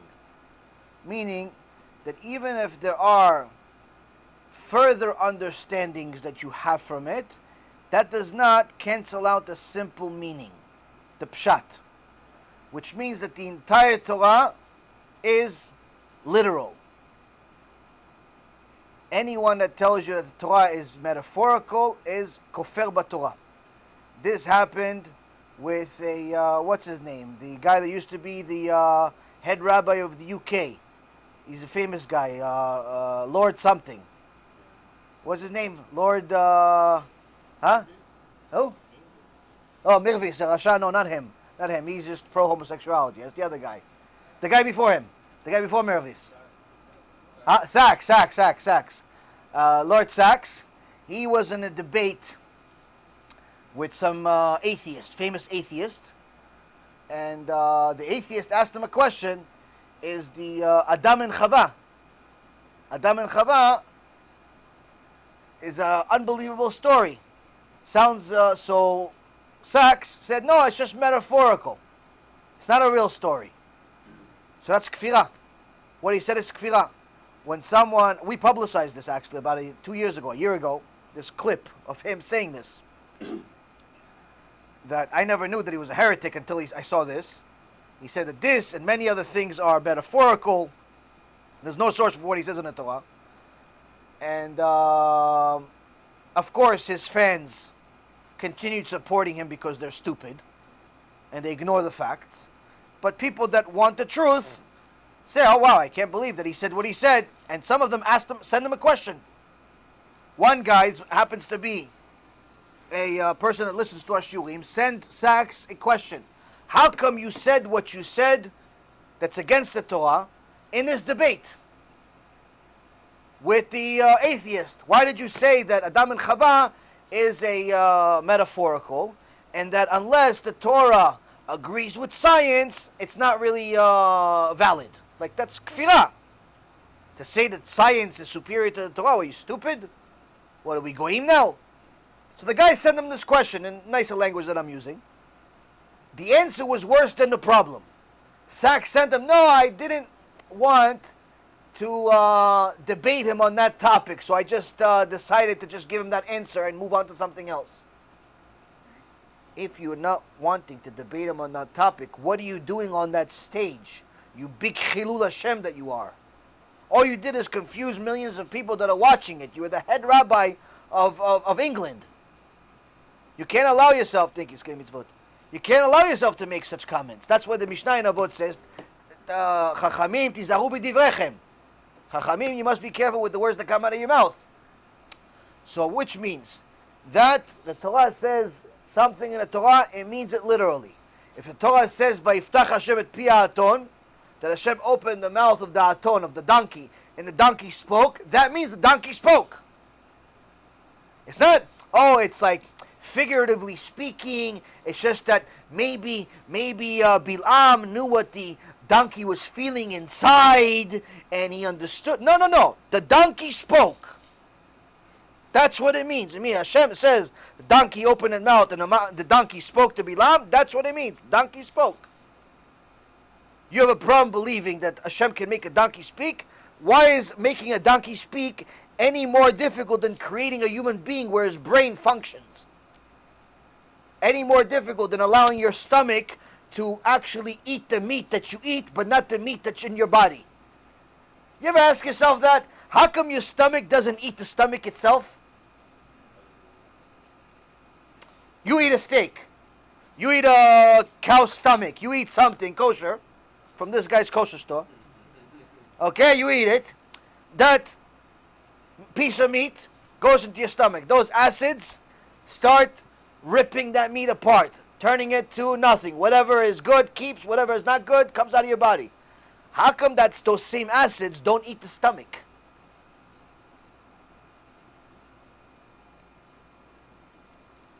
The answer is that they do. But HaKadosh Baruch Hu created your stomach in such a way that it regenerates and heals itself so fast, faster than it's hurting itself. This could never be something that can be done with evolution. Why? Because evolution means that it has to be perfect on the first shot. Perfect on the first shot. That can never happen with such a thing. The stomach, if it eats it, the stomach can never get to that level of development. That have the son that's eating it at the same time reproducing, not possible. Point being, Rabotai, is that there are many, many things that the Torah has that's hard for people to understand. Another thing that's very interesting scientifically is that when you see an egg, if there's blood in the egg, where's that blood coming from? If there's blood in the egg, you're not allowed to eat it. It's developed. If there's developed from what? It's starting. Started from who? Give me a real answer. No, it's started. What's the question? Like, where's the blood coming from? Okay, now there's an egg. Yeah. Okay, the nafkamina is this. If there's an egg, Yeah. if you open the egg, okay, and there's blood in the yellow, you have to throw it out. If the blood is in the yellow, you have to throw it out. If the blood is in the white, you could just cut out the blood, if you know how to do it properly, cut out the blood and then eat the rest. But you're not allowed to eat blood. Question is, where's the blood coming from?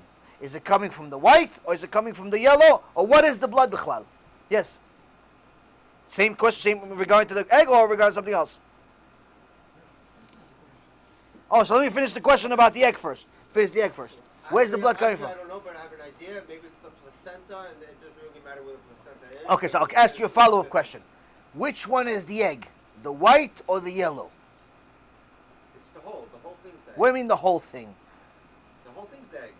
The whole thing is the chicken? the yellow's No, the which yellow. one becomes a chicken? The white The whole- and then the- the yellow's the feathers. Okay. The yellow is the feathers and the white is what? The beak? The meat, the beef. Wait, what? The meat. No, give me some more answers. I want to make you guys laugh a little White's bit. the protein, and the yellow is the Protein? other ingredient. The enzymes. The enzymes, Protein okay. and No. the enzymes in the middle. Son, what's the chicken? Who's the chicken? The white, the yellow, the shell? What's the chicken? I'm asking you. Maybe you know. I don't know. I would say the yellow is mostly. The yellow's the chicken. The main thing. No? All the minerals. Nathaniel, So it's meat will be yellow. you ate some chickens before, no? Which one's the chicken? Like the White's a protein. Who ate the chickens? No, here we go. What's the chicken? It's the blood. The only chachama here. The rest of you guys are sleeping. Yeah, that's true, man. Makes sense. The chicken is the blood. Meaning what? Meaning that the white and the yellow are not the chicken. What are they? They are what the chicken is going to eat. For the next... Yeah, like you knew. Yeah, he's saying yeah. He said every option under the sun is the thing. Now he's saying yeah on this one too. I love this guy. which one's gonna become? Meaning that the chicken, which is what the blood is actually, believe it or not, the chicken is going to eat the yellow and the white. Why is it like this? Because since it's in an egg, the chicken cannot get any nutrients from its mother throughout its development. So Hashem creates it with all of the nutrients that it's going to need until its birth inside the egg. That's how perfect the creation is. Which means that whenever there's blood, that means that chicken died. Chicken died. But the point is that the white, I actually used to always think the yellow is the chicken. And I felt bad when I was eating the yellow for about a half a second. Yellow is not the chicken. Yellow is just food. I guess it has two different. It has egg and cheese. has egg and cheese for every day, for a few months. But that's not the chicken, not the white or the yellow. But the point is that the Torah has nothing that's you shouldn't believe. Everything that's in the Torah, that's in the written Torah, is literal, but there are also different things to learn from it. There's the literal meaning, there is the secret meaning, there's the mystical meaning, there's different parts. There's behind the scenes. So I'll ask you guys a question. I actually just learned this chidush.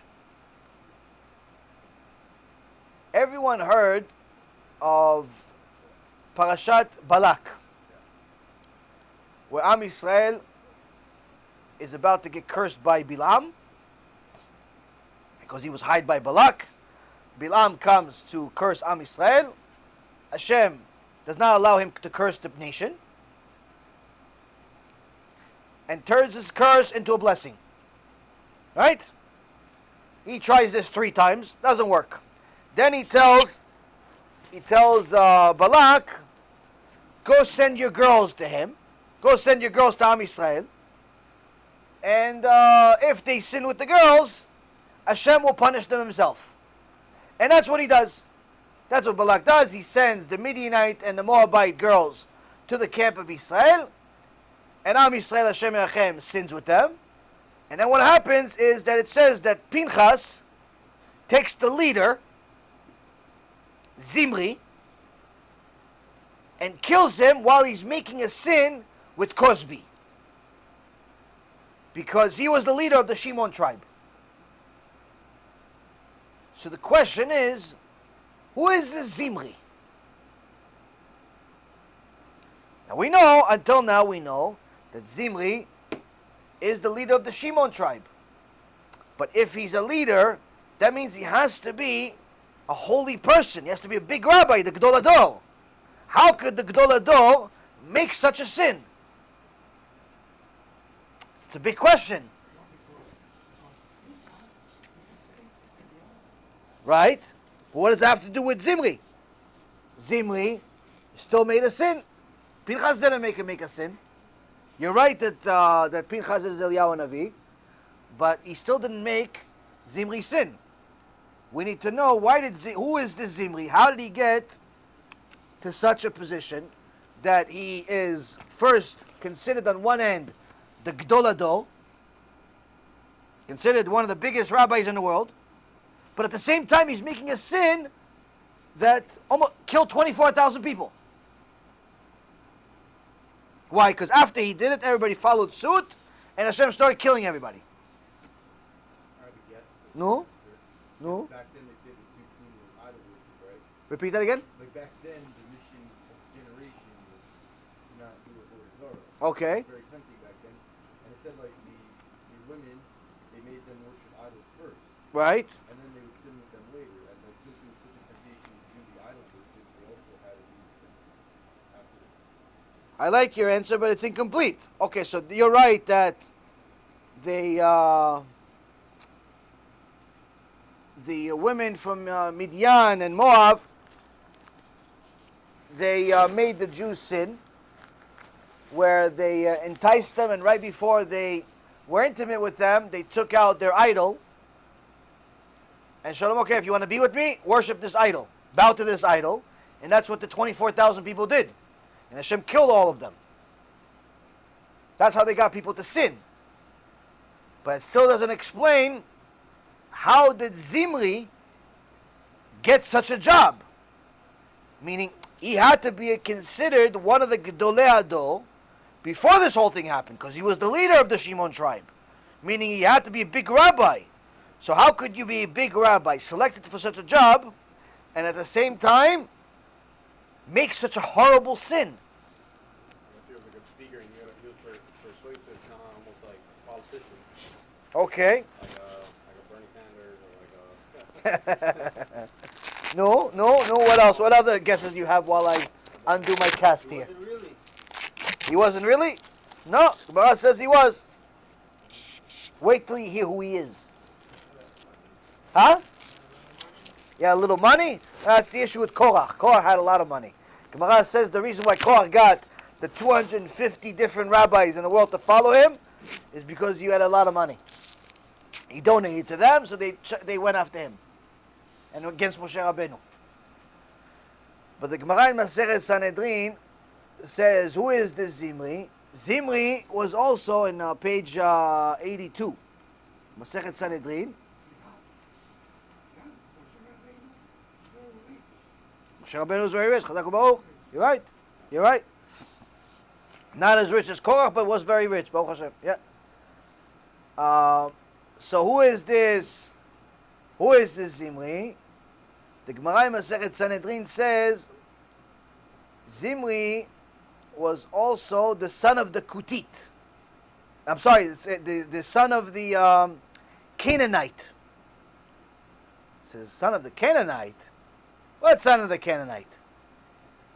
It says Zimri was the son of the Canaanite. Who was the Canaanite? He has three names, Zimri. He has three names. One of them, he was the son of the Canaanite woman. Who is the Canaanite woman, the Gemara says? The Canaanite woman is Dinah. Dinah, who married Shimon. Dinah married Shimon after Dinah was raped by the Canaanite, Chamor. She got raped by him. She felt so terrible, she gave away the kid. Osnat, the girl that was born from that, she gave away the kid to Potiphar. Yaakov Avinu sent the girl to Egypt, gave it to Potiphar. Potiphar raised her, and she ended up marrying Yosef, Osnat. Now then, Dinah was so embarrassed of what happened to her, she wanted to leave the house. She didn't want to get nothing. She was depressed. So Shimon married her. Shimon married her. There's no worry. I'll marry you. Everything's going to be okay. But forevermore, she was called, in the Torah, she was called the Canaanite woman. Why? Because she was raped by a Canaanite. But she was married to Shimon. They had a son. Who's the son? Zimri. Zimri is the son. Meaning that Zimri was almost 300 years old. Because when did this all happen? We were in Egypt for 210 years. We were in Egypt for 210 years. They had the kid before they went to Egypt. This whole action of Parashat Balak happened at the end of the 40 years we were in a desert, which means that at least 250 years passed, plus whatever time happened before they went to Egypt, which means he's at least 250, 260 years old as Zimri. He knew Yaakov Avinu. He was Kodesh Kodeshim. That's why he was the leader of the Shimon tribe. So the Gemara says, so how could somebody so holy that knew Yaakov Avinu make such a sin? Because at the time, they were seeing sinners, different sinners. On page 82a, yeah. Says they saw there was different sinners making Avodah Zarah. And Moshe Rabbeinu was giving them a death penalty. Whoever was an idol worshiper, death penalty, death penalty, death penalty. And some of them were from the Shimon tribe. So the people from the Shimon tribe went to their leader, Zimri, you're going to let us just get killed by this Moshe Rabbeinu? He doesn't even invite you to the Beit Din. Meaning, okay, whatever, idol worship is no problem. But how come he doesn't give you any kavod? He's killing your people without even asking you. He doesn't even invite you to the Beit Din. He thinks nothing of you. So Zimri got offended. Zimri got offended. Why? Moshe, call the kavod that you're Moshe Rabbeinu, but I've been around for longer than you. I know Yaakov Avinu. You don't know Yaakov Avinu. You're a youngster next to me. You're 80 years old. You're a little baby.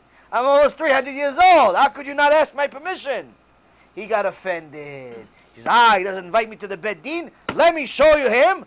Let me show him how you make a psak halacha in front of him. What? He says, he brought the queen or one of the princesses of the Midianites, brought her right in front of Moshe Rabbeinu. He says, Moshe, here, I'm going to be with her. It's allowed, right? You can't tell me it's not allowed, Moshe. Why?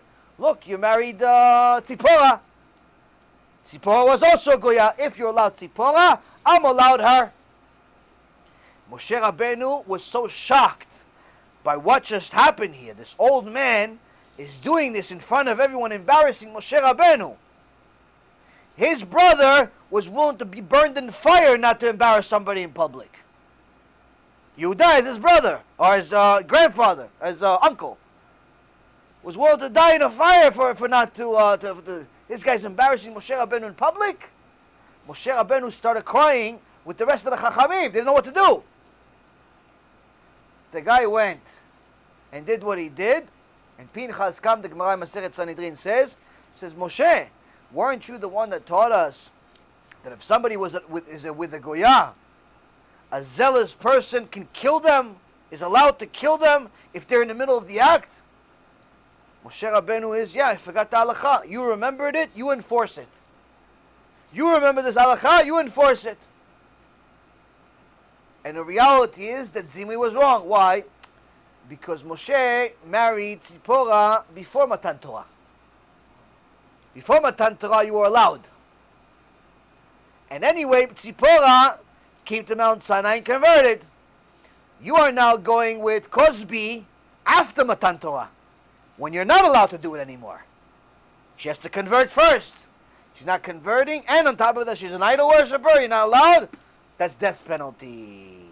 That's death penalty. Why? Because your ga'ava, Zimri, even though you used to be holy, your ga'ava got the best of you. You forgot to judge correctly. Sometimes you have so much ego, even though you're Talmid Chacham, you judge incorrectly. Why? Because you're biased. That's why it says that the Chachamim would always make sure that they don't have any bias in their judgment. One time there was Rabbi Ishmael. Rabbi Ishmael was had a guy deliver food to his house every day, and one day he came early. He says, "How come you came early today?" He says, "For the Rav, today I have to go to the Beit Din. I have a trial, and you're actually one of the Dayanim." Rabbi Ishmael says, in that moment, I removed myself from the Beit Din. Because now I'm biased. Why? Because he's my neighbor. He delivers my food. I'm biased. But Rabbi Ishmael says, I followed the case behind the scenes, and I constantly found myself to be siding with the guy that's my neighbor. Why? Because I like him. You're not allowed to like him. Not allowed to do that. Point being, Rabotai, is that bias is a problem. So even a Chacham can fall into his own trap because of ego and things of that nature. But from here we learn that the pshat was that Zimri was the head of the Shimon tribe. But it's not just some guy. We see that the Midrash and the Gemara talks about it further, who this guy was, why he sinned, what happened. It's not just some criminal. Like sometimes we see stuff in the Torah, it's like, this guy is a Rasha. If he's mentioned in the Torah, it's most likely he's not a Rasha. My name is not in the Torah. His name is in the Torah. There's a reason for it. Yes.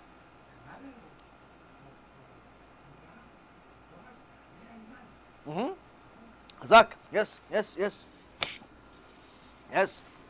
And Leah and Dinah got punished because she went to see what the non-Jewish girls were doing. And HaShem rebuked her by saying, why do you care what the non-Jewish girls are doing? It's nothing to do with you. Meaning not non-Jewish. There wasn't Judaism per se. Meaning there was the non-Israelite people. Non-family of Yaakov Avinu. No question. Nathaniel, finally you woke up. Give me a question. Ken, Yaakov is also Israel. Ken, Chazak. Chicken and the egg?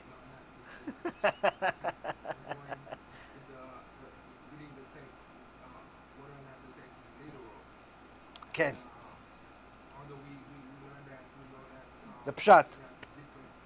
Okay, there's different layers of each pasuk.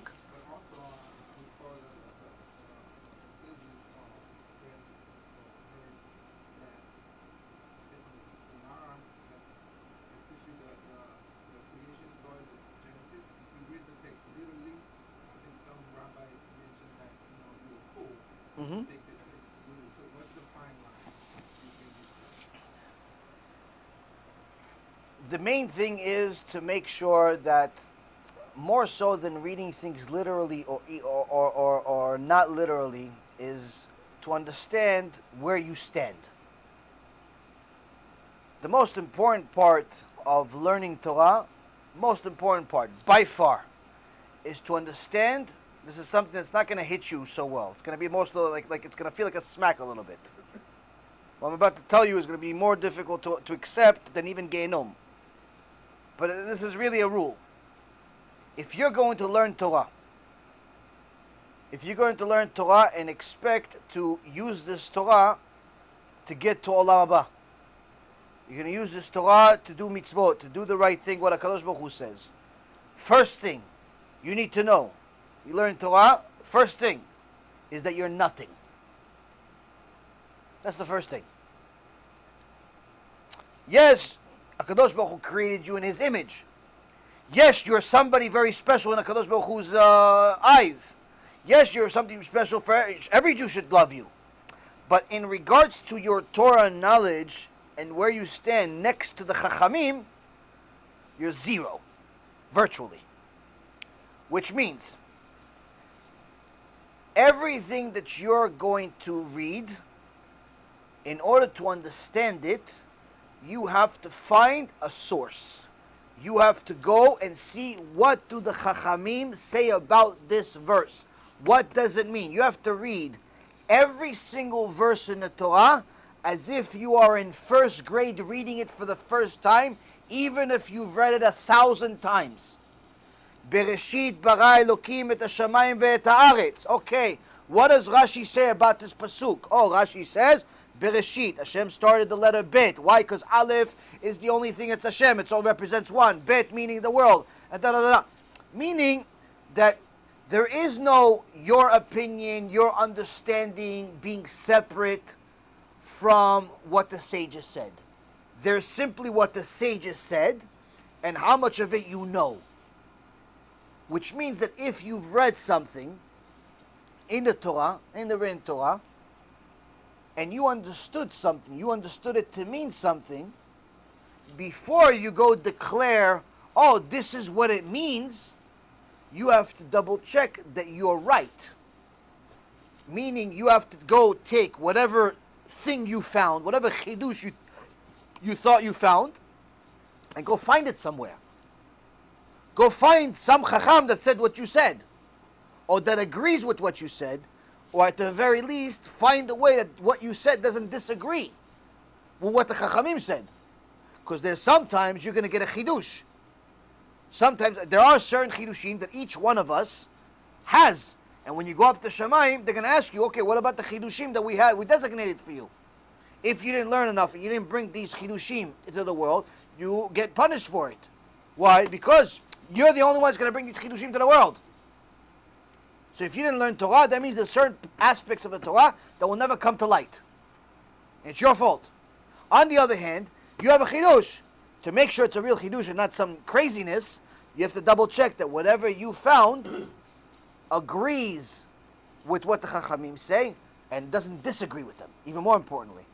So that will alone, that thought process and that system will eliminate 99% of the problems. And the reason why is because if you see all of the different people that go against the Torah, that say things that we call them out for it, generally speaking, you'll see that none of them say things that have a source. To say that God needs you, no one is saying that. To say that there is no Gehenom, no one said that. To say that there's no punishment, no one said that. All of the stuff that we publicize and make people's names known that they're Reshaim, I'm not doing it for my credit. I'm not doing it to get any more brownie points. Trust me, I get more headaches out of those things than anything else. But the reason why is because people are falling trapped to thinking that what he said is actually a fact, when in reality it is as far away from fact as possible, because there is no chacham that agrees with what he says.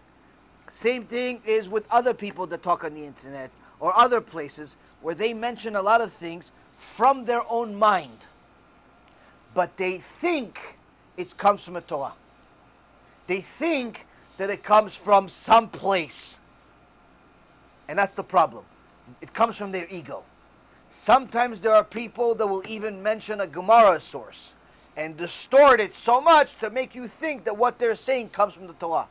Why? Because they know that the average person watching them, or it's in the crowd, doesn't learn Torah, is not a Talmid Chacham, doesn't really know what the hell they're talking about anyway, and you mention a source, and you mention a Gemara, Masechet Sotah, page thus and that, oh, that sounds good. Wow, he has a source for what he says. Because they don't know the difference. They don't know the difference. So the more of a wicked person they are, the more likely they are to use sources and distort them. Like this one Rasha, Yitzchak Shapira. He's a Christian. He's a Jew. His mom and dad, unfortunately, are Jewish, but he's 100% a Christian. He's married to a Goya. He's a missionary for Christianity, but he calls it, Messianic Judaism. He shows you that he has a sukkah, but he's taping the show on the Chag when you're not allowed. He shows you that he's celebrating the holidays, but he's telling you to go worship some idol. Crazy person. Now this person will mention sources in his videos. So the average person will fall trapped to what he says and think that what he says is true. But not a single Talmid Chacham would ever do it. Why? Because they know that what he says is taref. Shtuyot, it's nonsense, it's garbage. So he prides on the ignorance of people. He takes advantage of the ignorance of people.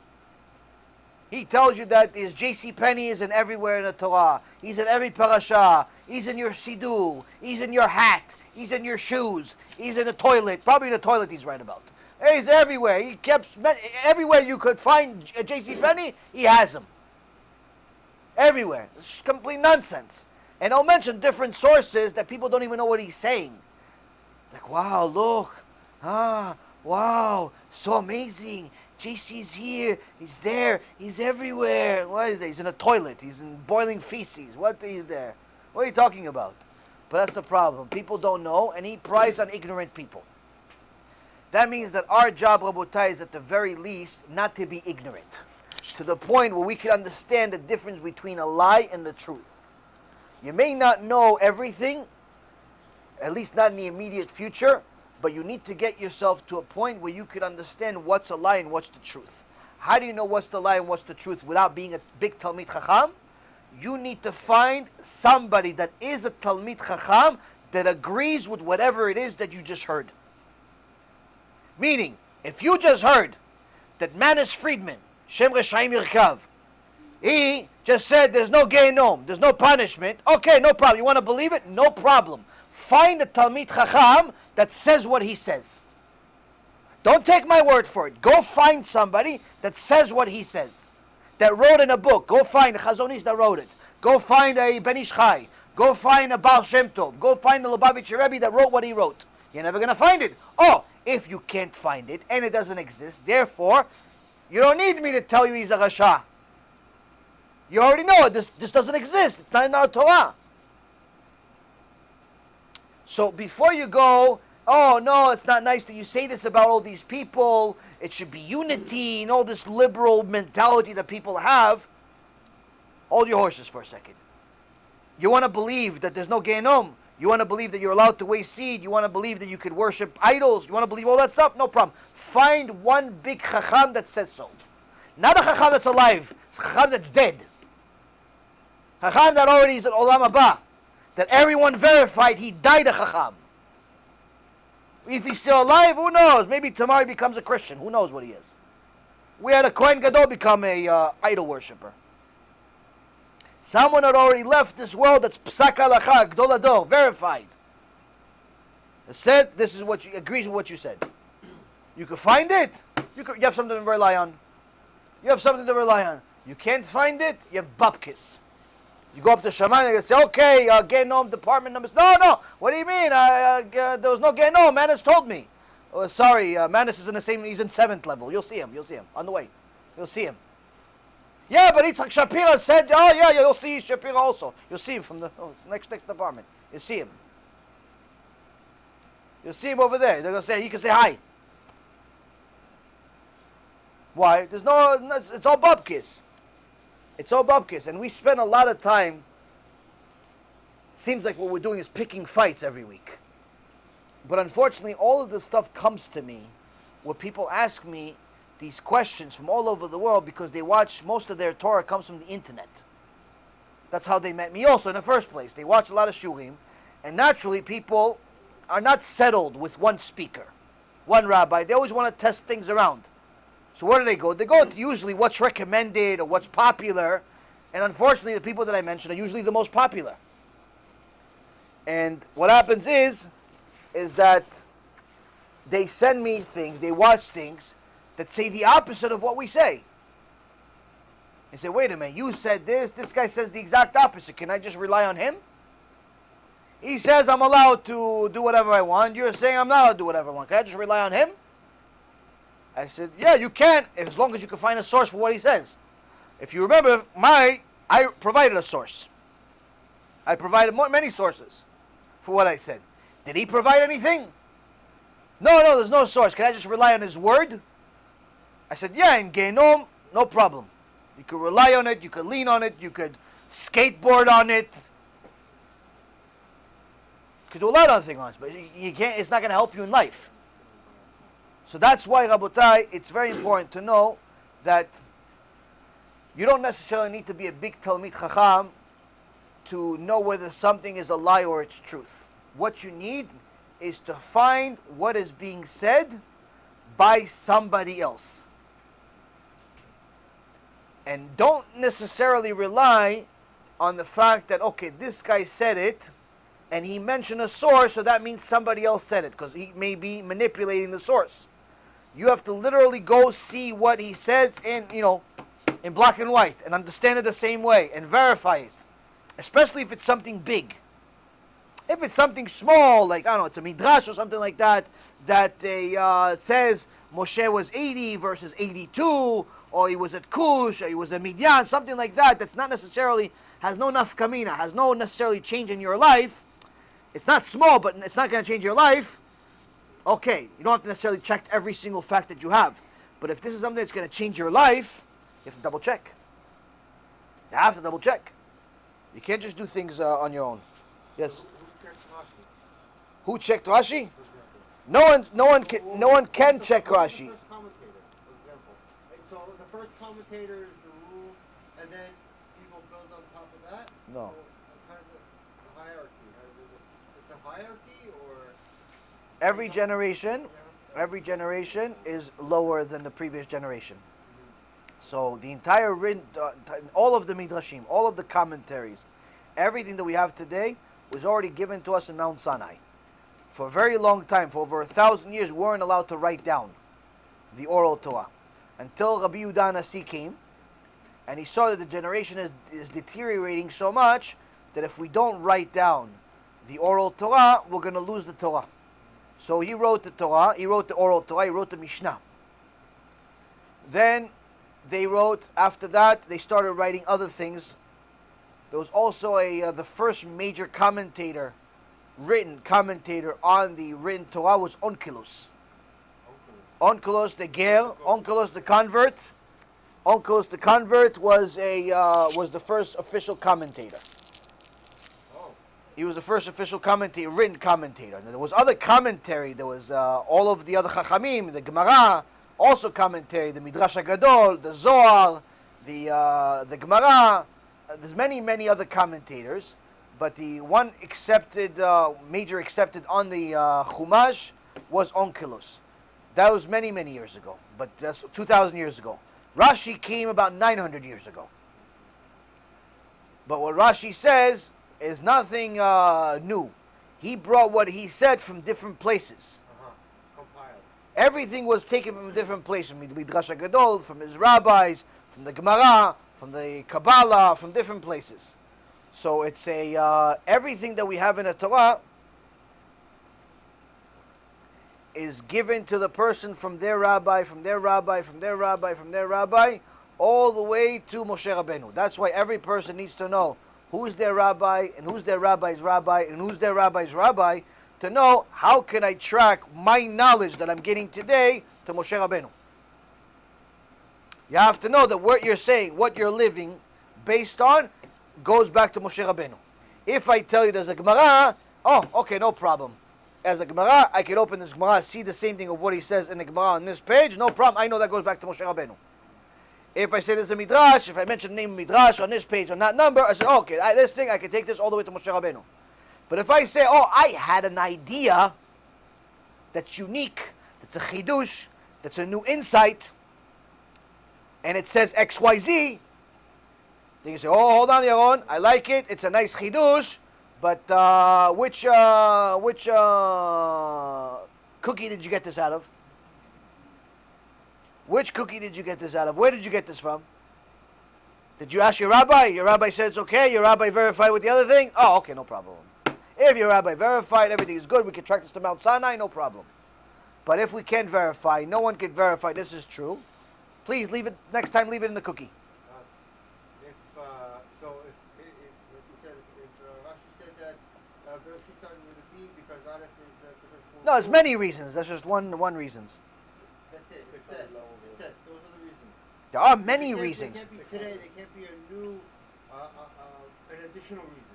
No, there can be a chidush, there can be a new insight, as long as the new insight doesn't contradict the others to the point where it negates it. It's rare that it happens, but generally all of the new insights have to agree to a certain extent with the basic meaning of what it says. Now certain things, for example, why the Torah started with a bit, whether it's because Hashem... Why can't they negate? Because sometimes if, let's say for example, the Torah says that you're not allowed to eat milk and meat, because it says you shouldn't cook a kid in the milk of its mother. And it says it 3 different times. One reason because you're not allowed to eat it. Second reason because you're not allowed to cook it. Third reason because you're not allowed to sell it. Meaning you're not even allowed to own a non-kosher restaurant. So you say, no, I have a new insight. That the reason why it says it 3 times is because you're really not allowed to cook kids. Not a kid like a deer, but like a kid. You're not allowed to look a little child. That's a new insight. Okay, thank you very much for your new insight, but your new insight goes in the garbage pail. Why? Because it contradicts everything we just said. We're talking about milk and meat. You're talking about cannibalism. It's 2 different things. So that has nafkamina. That has what we have a significance, meaning if you translate it differently, that has a significant difference versus if you say, the Torah started with a bet because Aleph belongs to Hashem, and you say, no, the Torah starts with a bet because Hashem likes bet better. Okay, so Hashem likes bet better. Your new insight doesn't contradict anything, doesn't really matter. Doesn't change any law. So you could be right, and that's not a problem. But if your new meaning, your new insight changes the law, then there's a problem. Then we have to make sure that it doesn't contradict the thing. But if it's just simply a addition to the story, addition things that doesn't change the law, there's more leniency there. There's more leniency there. With all this access to information that we have like nowadays, like, is it becoming more acceptable to, as long as it's always in accordance and it doesn't have any conflict with the Torah, like to like study, let's say, or not even study, but just like, let's say, watch like things on like Sefer Yetzirah, the Book of Creation, or the Zohar, like just to use it as a supplement to like almost like expand your mind to like understand the Torah better. Is it okay these days? Because I know before it was kind of frowned upon because we were in a time where it was like people were just not really ready to receive that amount of. But I feel like the world's moving at a very rapid rate. Information's traveling a lot faster. We're getting access to a lot more information. Are we getting closer to an age where it becomes more acceptable to go into these deeper studies? So the Gemara says in Masechet Shabbat that the Tanaim, in order to be a Tana and to be named in the Gemara, you have to be able to have the level of Kedusha that you can revive the dead. Meaning somebody died, you say live, it comes back to life. It's pretty cool talent. Trade you get that talent, you definitely get a circus. Rabbi Shimon Bar Yochai, Chazak u'Baruch. Rabbi Shimon Bar Yochai, Rabbi Shimon Bar Yochai, Rabbi Akiva, Rabbi Yehuda Hanasi, Rabbi Meir Baal HaNes, all of these people revive the dead. Didn't they say Jay-Z was doing that though? Jay-Z did not revive anything. Jay-Z just got himself in the Gehenom.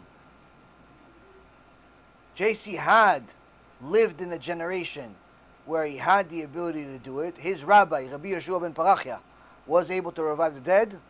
He was one of the biggest, holiest men that ever lived. And JC was a Talmid Chacham at some point until he became addicted to lust, addicted to women.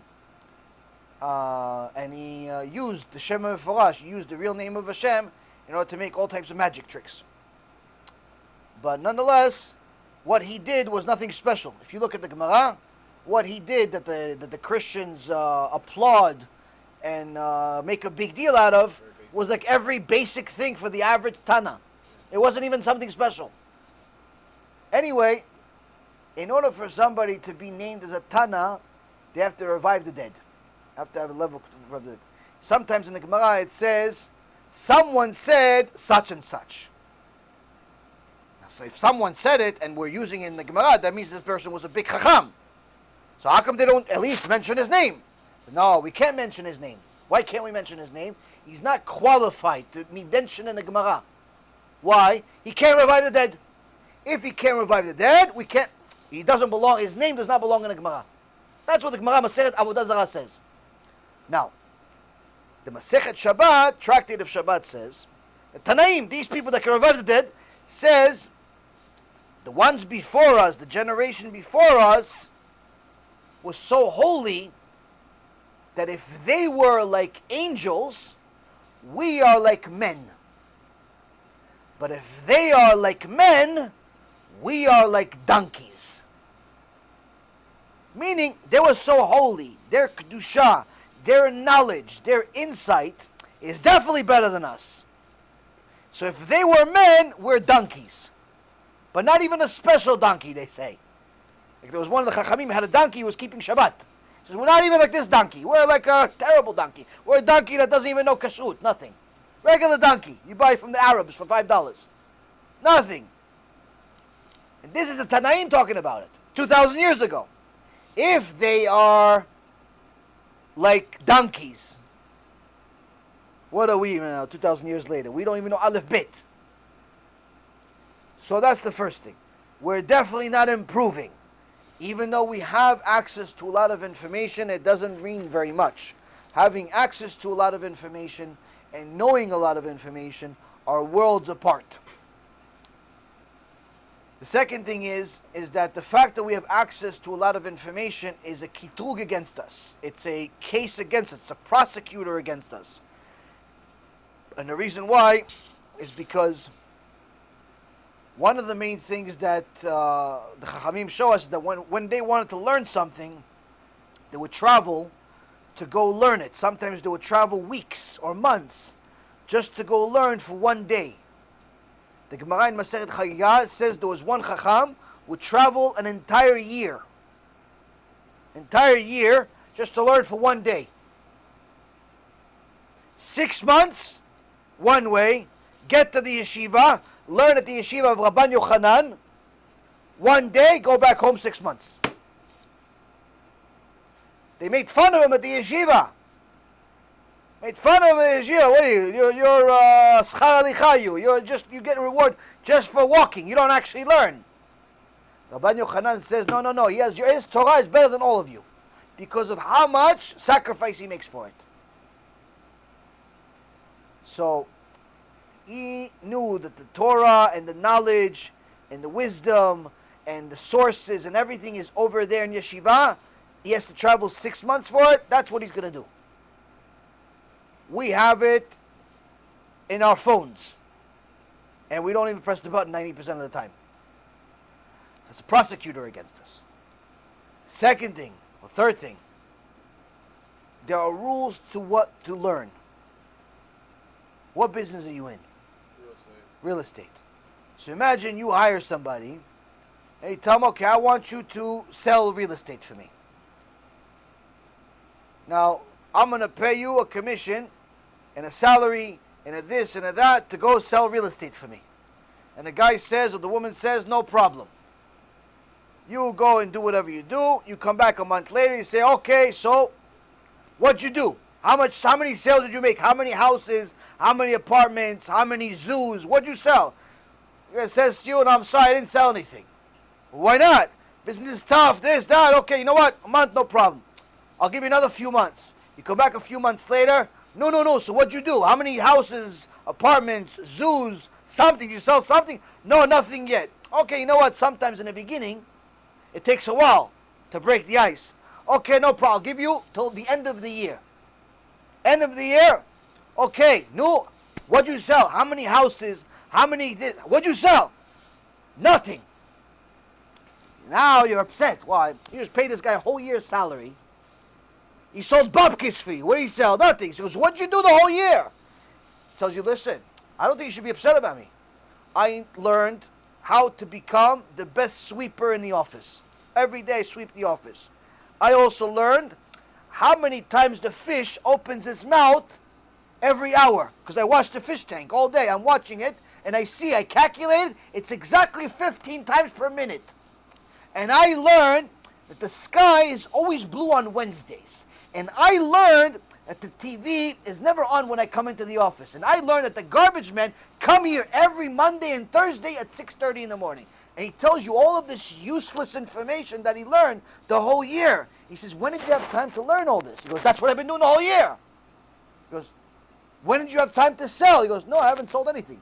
Did you send anybody any emails? No. Did you go show anybody any houses? No, who has time for that? I'm watching the fish. Did you do anything that's related to the job? No. Well, I have to watch the fish. I have to sweep. I have to watch the garbage men. Wait for them for hours. You should be happy with me, he says to you. He says, you're fired. Why? All of this stuff that you did may seem nice, may seem this, may seem that, but that's not what you're paid to do. You're paid to go sell real estate. Before a person goes and delves into the mystical, into the Zohar, into the Sefer Yetzirah, into all of the things that they're not paid to do, they have to become an expert in what they are paid to do. What are they paid to do? Learn the Chumash. Shulchan Aruch says, Shtay Mikra Echad Targum. You have to read the Chumash twice alone and one with commentary. 2, you have to learn Gemara. You're not at a level of learning Gemara, you have to get yourself to the level of learning Gemara eventually. Why? You're never going to become Talmid Chacham without learning Gemara. As a man, you have to learn Gemara. Women don't learn Gemara. 3, you have to learn Halakha. You don't even know Aleph Bet of Shabbat. When are you going to learn? You know all the halachot of Shabbat by heart? So how do you know you're keeping Shabbat? You know all the halachot of Sukkah? Sukkah, you just had Sukkot. You know all the halachot of the Sukkot by heart? 90% of the Sukkot that I saw in the streets are not kosher. 90% of the Sukkot here in Florida, and I'm probably everywhere else, are not kosher at all. They don't have any walls. They buy these pop-up Sukkot, they put some strings around, they call it a wall. It's not a wall. Why is it not a wall? Because the Gemara says, and the Shulchan Aruch says, and all of poskim say, in order for it to be a wall, it can't move with the wind. Those ropes, they move with the wind. It's not a wall. You can make anything into a wall. You can make a person into a wall. You can make an elephant into a wall, as long as it doesn't move. But if it's a string or it's a fabric and it moves, it's not a wall.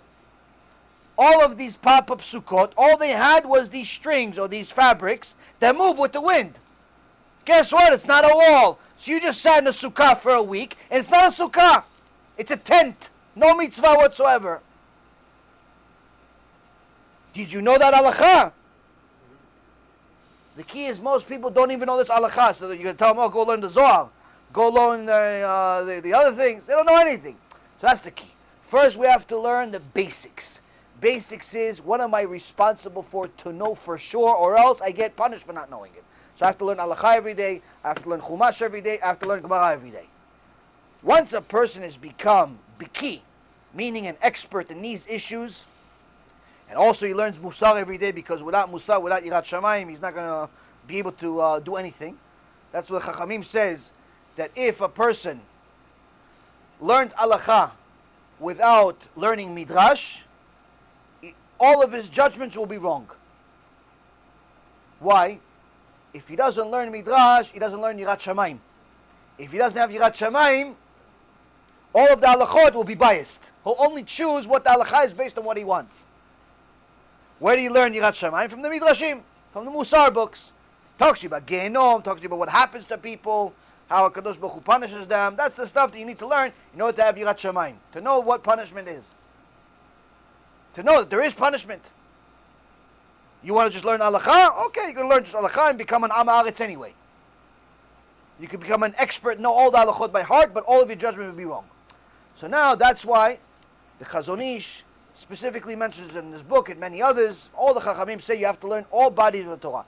But first focus on the things you're responsible for. Because if you are working, you're a businessman, that means that you're not learning all day.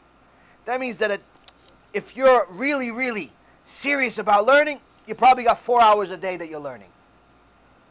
So that's not a lot of time in comparison to 24 hours. So out of that 4 hours, let's say an hour you got towards the Chumash, another couple hours you have towards the Gemara, another hour you have Musar, let's say. Doesn't leave that much room for error as far as to learn some of the things that you don't really have to. If you have more time, if you've already done all the stuff that you need to do and completed it, and then you still have an extra 20 minutes, you want to go delve into it? Chavod, go do it.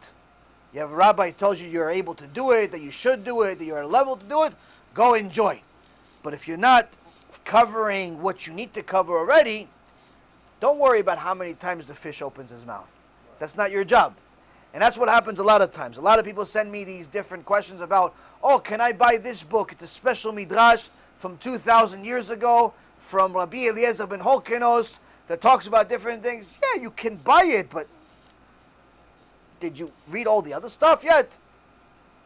I got people telling me, show me like their library of books. They send me pictures of their library of books. You know what the first question I ask? How many of them have you read? Exactly. How many? Very rarely does anyone even read half of what they have.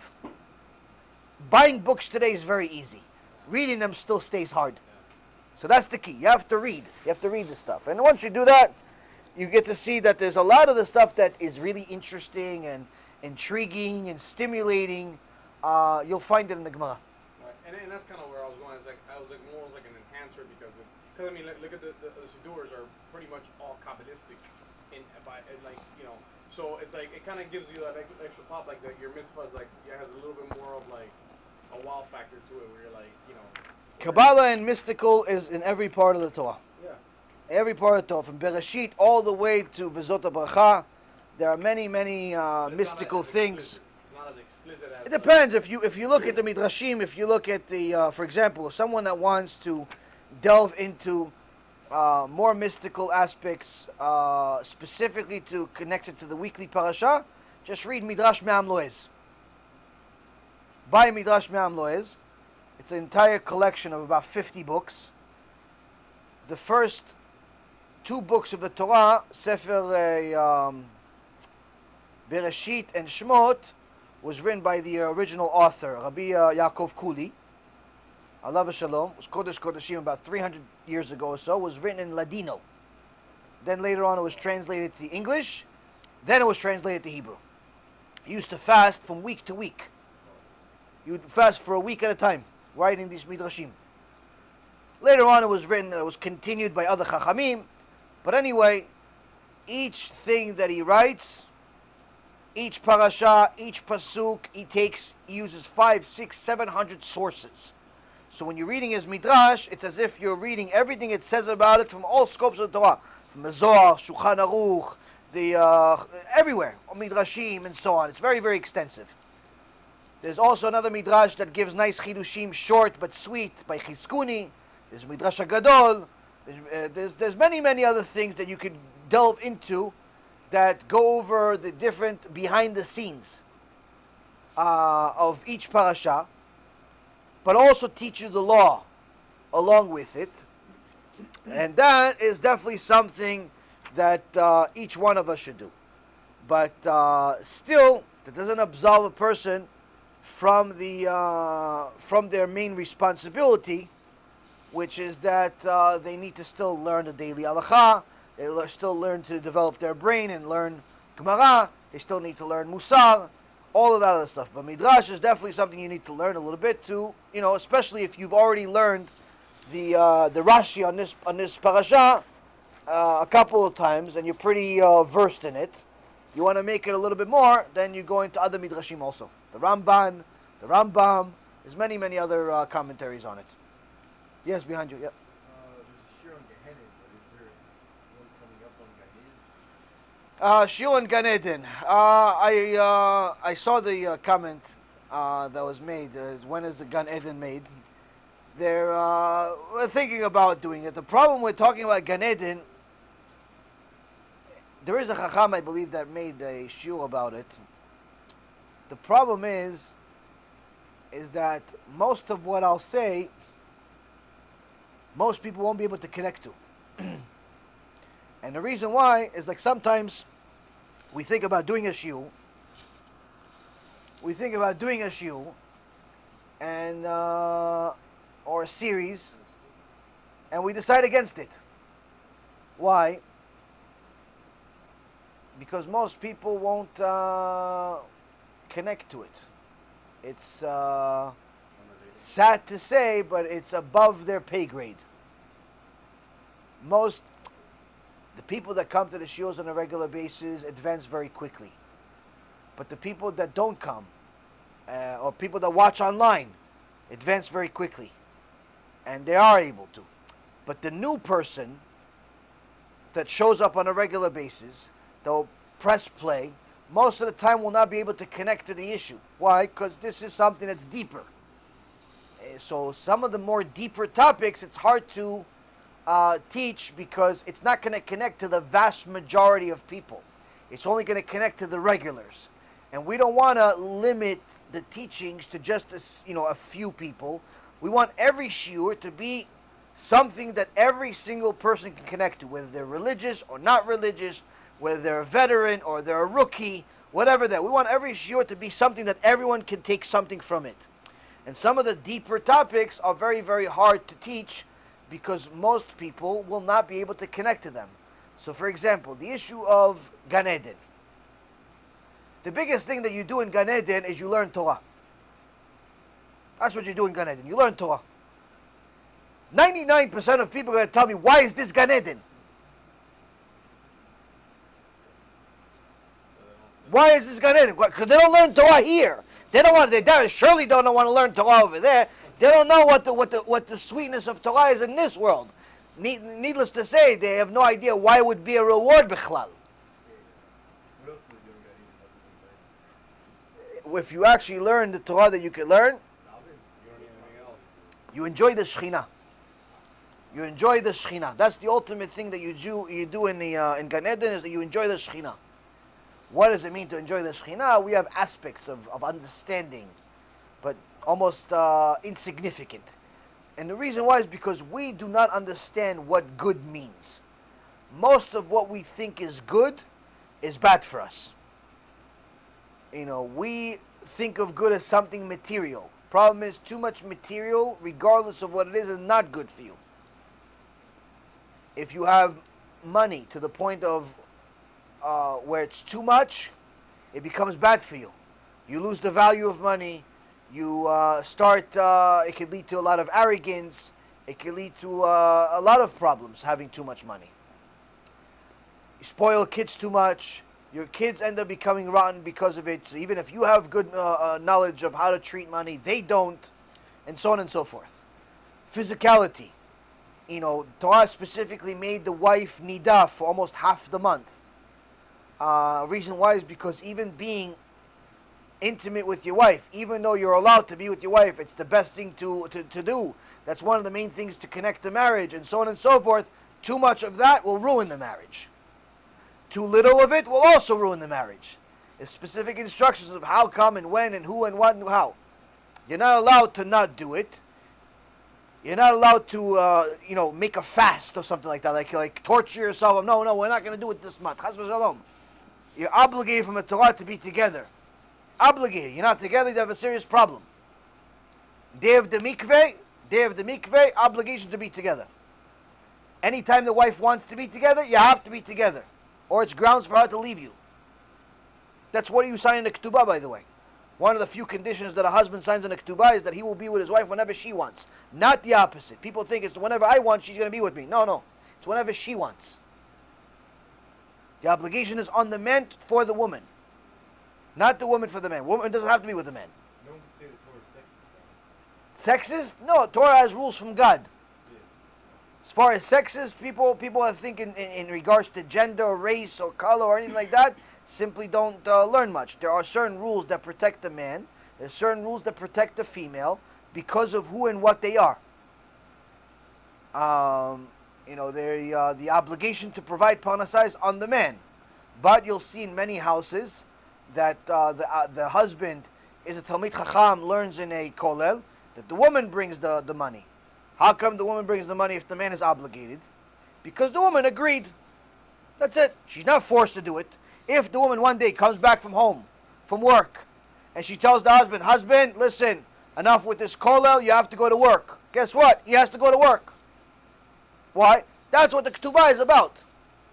Ketubah says the husband is obligated to provide, but if she agrees to go work and he goes study, no problem. She gets Olam Haba for that. So the point is that there are certain rules in the Torah to protect each gender and the kids and the husband and the wife and so on and so forth. So the Torah itself is the guide of how you're going to live, how you're going to do right, how you're going to do wrong, and so on and so forth. But a person that's just going to pick and choose what's good and what's bad for them is bound to make many, many mistakes. And that's why I always tell people, before you decide to take action on something that you've heard from somebody that spoke, whether it's on the internet or in live or whatever it is, double check that what they're saying is right. Like, for example, one of the easiest ways that each one of you can verify that all of these rabbis, regardless of whether I mentioned them or I haven't mentioned them, that say that there's no punishment, that say that HaShem is like your friend, that say that there's no Gehenom, one of the ways that you can verify and have them admit that they're wrong is simply take your machzor of Yom Kippur to them. Take the machzor, but have a translation. Not just the machzor in a language you don't understand. If you don't understand Hebrew like it's your first language, don't take an English version. Don't take a Hebrew version. Take an English version. And tell them, okay, listen, Rabbi, you told me there's no punishment and all that stuff. Okay, so how come in Amidah during Yom Kippur we say that we're going to get punished because we're more guilty than any people, we're ashamed, we're going to be banished, we're heart-stricken, we're going to be destroyed, we're going to be laid to rest. How come we're saying this in every Amidah? That we're sinners, that we sin this sin and that sin and we're going to get punished. How come? How come we say this in all these prayers? If you read the Amidah and actually understand it, you start crying. The service for Yom Kippur starts, and now we are permitting the criminals to pray with us.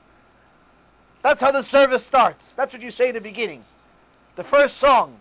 Before they start praying, it says, okay, as a conclusion, now we're allowing all the criminals, meaning all the sinners, to come pray. Why? So everybody's tzaddik and there's no punishment, there's no nothing. How come we're criminals? How come it talks about all these different sins?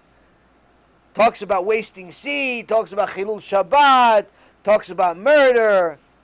Here we go, here. All these sins, here it goes, here. For the sin that we committed before you under compulsion, for sin of ignorance, for sins that we made against you openly, for sins of illicit sexual relations, for deceit, for sinful thoughts. You even get punished for sinful thoughts, for sins of the mouth, for a malevolent intent, even if you intended to hurt somebody. That's also a sin. What do you think? It's nothing, you get free.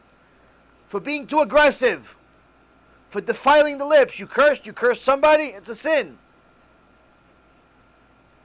Following the evil inclination. Hashem Yachem, how much do we follow evil inclination? All day we're following him. For sinning knowingly and unknowingly. Meaning whether you knew the sin or you didn't know the sin, it's still a sin. You murdered somebody, you still murdered. Even if you said, I'm sorry. It doesn't bring back the guy to life. You're not a Tana. For denial and falsehood, meaning you heard the truth, Mashiach, but you denied it. No. For evil talk, for gazing. Oh, you looked at that cute girl? Okay, gain home.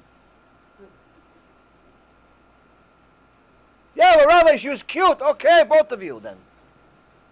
Both of you. Willful transgressions. Usury. You lend people money, charge them too much interest, all these cash advance business. Wow, lecha, wow, what gain are you going to get? Utterance of our lips. Sin secretly. Nobody knew, except the Kadosh Baruch Hu you sin. Ooh, wow, lecha, wow. That's the worst sin, the secret, open sins. Acting in a condescending manner. You think you're better than people? Why? Because you're black, because you're white, because you're green, because you're purple, because you're a woman, because you're feminist, because you're a masculinist, you're gay, you're whatever the hell you are. You think you're better? Okay, that's a sin too. Excessive chatter. You talk too much about nothing? Sin. For striding to do evil. This is in your tefillah. You all read this Yom Kippur. For striding to do evil, meaning it's not even the sin of going to the club. It's just walking there. The fact that you walked from the car to the club already is a sin. Forget about what you did once you entered. Just the walk from the parking lot to the place is a sin.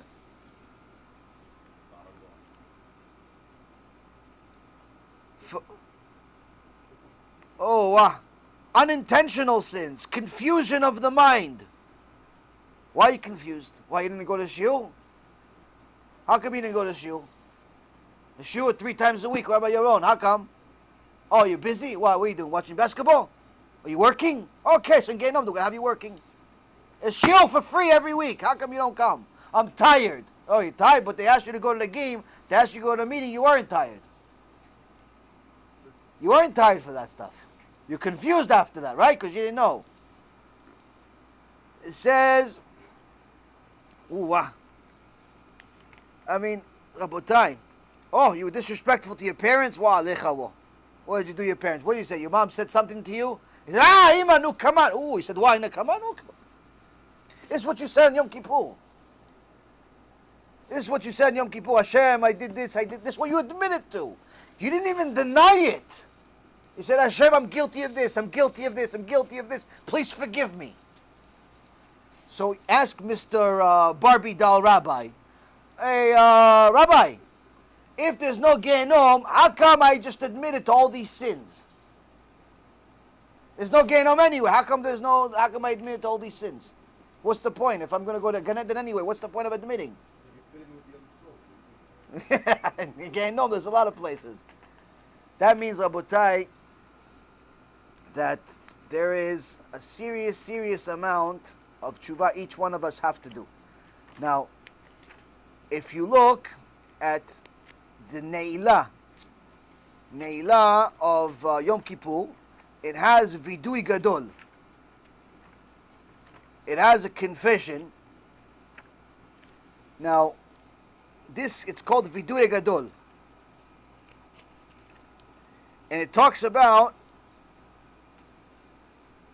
all the sins that we made. And a person says, wait a minute, but I didn't murder anybody. Why am I saying I'm sorry for it?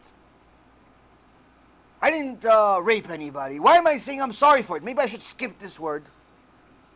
Chachamim say, no. If you are in a generation that has to say it, that means you did it too. Either in this life or the previous life. That's why you have to say everything. But the type of stuff that it says, we're guilty because we robbed, we gossiped, we caused wickedness, we denied the truth, we committed adultery, we were deviant, we caused grief to our parents. Which one of us didn't cause grief to our parents? We committed an abomination. Now again, grief to your parents, that's assuming your parents is not, people that are causing you to sin. Your parents are tzaddikim. If your parents tell you, make me coffee, you have to make coffee. Give me a ride, you have to give them a ride. But if your parents tell you violate Shabbat or go against the Torah, you're not allowed to keep it. Not allowed to listen to them.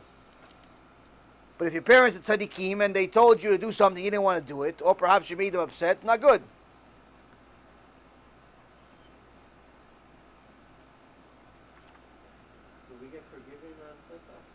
some of the sins you can get forgiven, some of the sins no, but there is a condition. So the Gemara says, who gets forgiven for the sins that we just admitted to? And what I mentioned to you is probably, 25% of what you admitted to. What I admitted to. The sins are much bigger. So, who gets forgiven on Yom Kippur? The Gemara in Masechet Yoma, and also Masechet Ta'anit, and also the Mishnah in Avot, all say the same thing. האומר הכתב והשוב, הכתב והשוב, אין מספיקים בידו לעשות תשובה. ויום כיפור לא מכפר על עוונו. Someone that says, I'm going to sin and then do tshuva, I'm going to sin and then do tshuva, they don't allow him to do tshuva, and even Yom Kippur doesn't help him. Meaning, if a person says, I'm sorry Hashem for stealing, for robbing, for wasting seed, for this, for Chilul Shabbat, for this, for that, but he doesn't change anything. He goes back to doing it again. He's saying, I'm sorry for violating Shabbat, but he already has a vacation planned for next weekend. Or for 3 months from now. He's saying, I'm sorry for, for wasting seed, but he's not planning on breaking up with his girlfriend. He's saying, I'm sorry, Hashem, for dishonest business dealings, but he's not planning on quitting his job. Meaning, his words are meaningless. That person, Yom Kippur, doesn't help him at all. All he did is a diet plan. He fasted for no reason. It helps his diet maybe for a day. He doesn't gain any calories. If he does tshuva, he can wipe out all of his sins. But if he doesn't do tshuva, he doesn't change his actions, he's not planning on changing things, he's planning on continuing to be the same cow that he was last year, he's planning on being the same criminal that he was last year, with no plan of attack, with no intention whatsoever of fixing his life, guess what? Nothing. Yom Kippur does nothing for him. In fact, it becomes the prosecutor against him. What is it like? The Gemara says that there was once a king, strict king. You violated what he said, death penalty. So a bunch of people ended up in a prison, all decreed to get the death penalty. As they're waiting, one of the guys starts messing around, runs into the wall and discovers that the wall is weak and there's a hole that was repaired, and it becomes an entire cave. He goes through the cave and he realizes, whoa, this cave is an escape route out of this jail cell. Let's go, guys. Let's go. He gets out. A bunch of people follow him. By the next morning, the guard comes and sees that all of the people escaped the jail except one. The guard says, what happened? He goes, oh, they all ran away. But I stayed here because I don't want to go and disobey the king. The king wants to punish me. I want to show him that I'm loyal to him. I'm here. Okay. He brings him to the king. This guy that stayed in a jail cell is happy about himself. Why? He stayed in a jail cell. As soon as he sees the king, the guard tells him the story. And the king tells the guard, take the stick and start hitting him until I tell you to stop. Trach, trach, he hits him on the head, he hits him on the back, he hits him on the legs, pa, pa. Now the guy's like, no, why? Come on, what's going on? I'm supposed to get rewarded here. Why am I getting punished? Tach, tach, he's hitting him and hitting him and hitting him. The guy's bleeding everywhere. He's getting wounds everywhere. Eventually, the king says, okay, enough. Do you know why I'm hitting you? He says, Your Highness, I think it's a mistake. I should be rewarded for staying behind.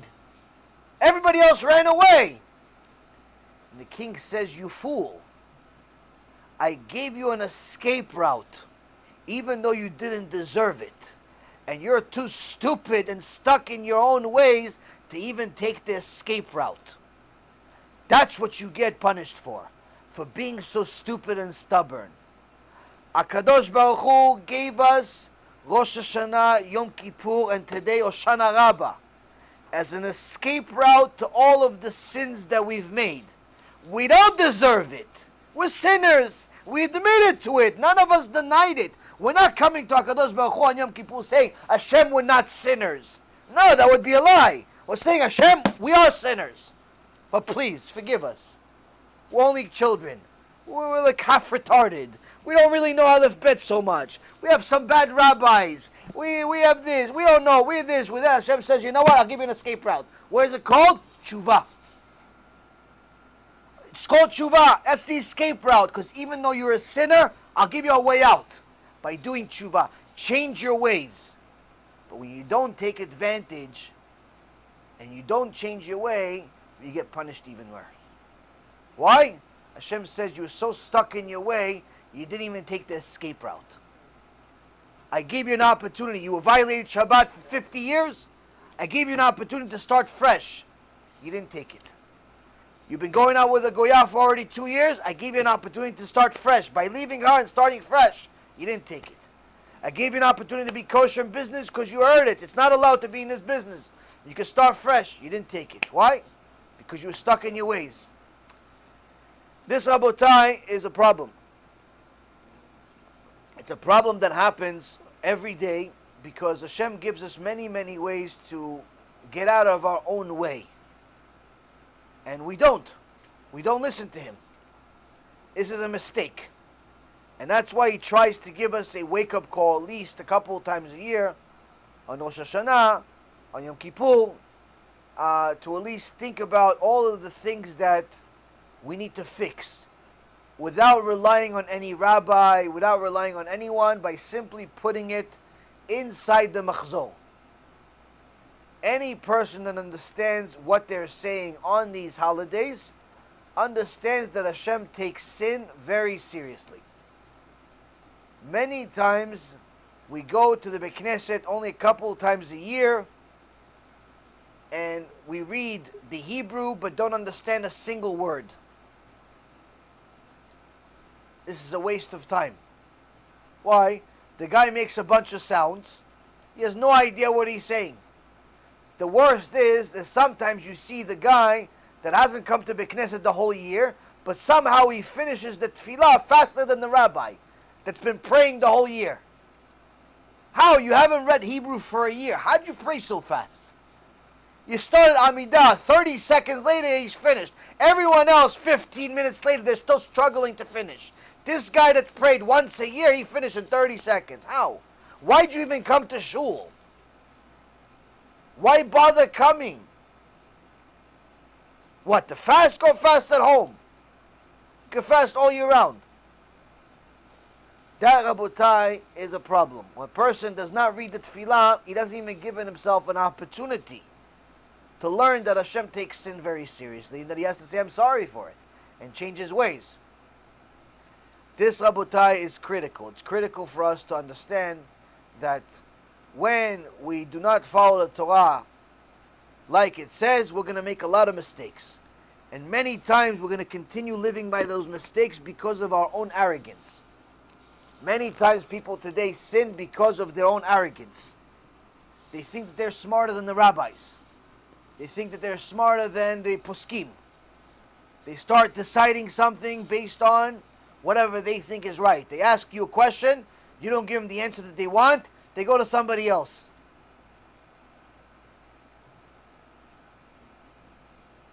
Or they ask two people a question without telling the other person that they asked another person the question. We don't even know how to ask questions. We don't even know how to accept answers. These are all problems. If you don't have emunat chachamim, you're never going to succeed in your life.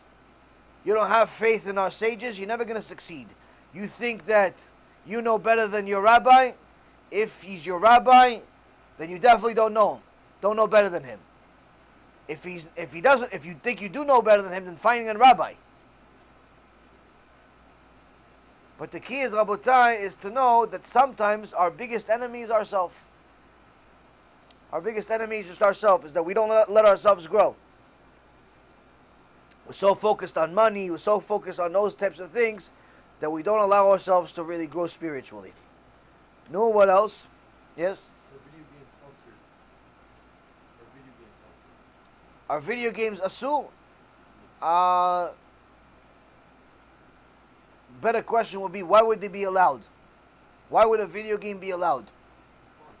For fun. Okay, so let's try to find a way that the video game is fun and allowed. The most common video games today teach people to murder. That's the first shooter position games, where your average game, you're shooting people for fun.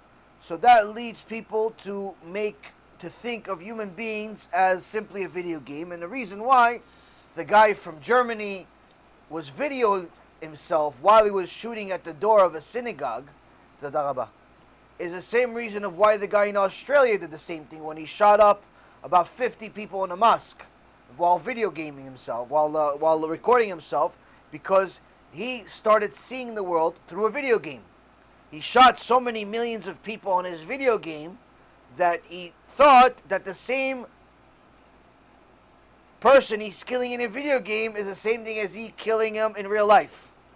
He desensitized people. So those first shooter games, those games of shooting people, are never ever allowed.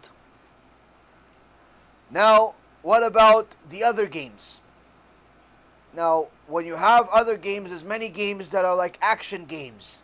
Whether it's the Lara Croft type of game of some immodest woman jumping on mountains and in caves, or other types of games that are, Sin City and all these other games that are full of immodesty, full of pollution of the mind, where they teach you it's okay to be a gangster, it's okay to kill people, it's okay to go to immodest places. Obviously, there's no permission in the Torah to do that either. War in general is not a good thing for people to learn because, again, number one, most likely you're not going to use it in your life. Number two, teaching yourself that murder is okay is not exactly a good thing to teach. Next thing is also when you see even games like Minecraft or other games like sports games, soccer, basketball, football. The bigger problem with these games is that aside from being a minhag hagoyim, where you're thinking that sports is okay for a Jew to spend hours and hours and hours following and playing, you're teaching the Jew to be a Greek. The whole concept of sports came from Sparta. Sparta, the same people that helped destroy the Bet HaMikdash, that's who invented these sports and coliseums. So playing sports under these types of places on a regular basis on a video game is worse than playing them in real life. Because in real life, at least you get some exercise out of it. In a video game, you get nothing out of it other than wasting time. Which leads to the most critical point of all. So aside from destroying your mind and teaching you that it's okay to hurt people, aside from destroying your mind and making you addicted to sports and the like, also the most critical part is that it wastes an enormous amount of time. You can sit in front of a video game for 12, 18, 20 hours straight without a break.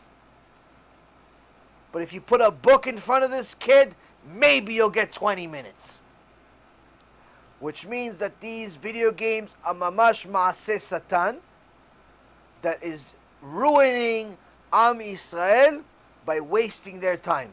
Even if the game is kosher per se, like a game of just building houses and building bridges, you're not going to spend 20 minutes on this game because you only started after 20 minutes. What are you going to do? You're going to spend 2, 3, 4, 5, 6 hours a day on this stupid game. But you tell the guy, why don't you watch a shiur? Nah, it's too long, it's 2 hours. Oh, playing a video game for 5 hours is not too long. But watching a shiur for 2 hours is too long. No, it's not allowed. Who made it not allowed? You. You made it not allowed. By the fact that you're not able to learn at least as much as you play, that means that you are wasting. If you didn't play, you would learn. It's bitul Torah. Bitul Torah is worse than everything else. The Gemara in Masechet Brachot says anyone that has suffering in his life, to check his actions. And if he doesn't find anything, all suffering comes from Bitul Torah. He's sick, he has cancer, Bitul Torah. His wife's leaving him, Bitul Torah. He lost money, Bitul Torah. He doesn't know what's going on, Bitul Torah. He's confused, Bitul Torah. Somebody stole from him, Bitul Torah. Meaning, what's Bitul Torah? You're wasting time and not learning Torah. That's what Bitul Torah means. So, video games are one of the most addictive ways for us to do Bitul Torah sin. Because even if the game itself is kosher, which is almost non-existent, you're still wasting an enormous amount of time. Yes? Which? Chess.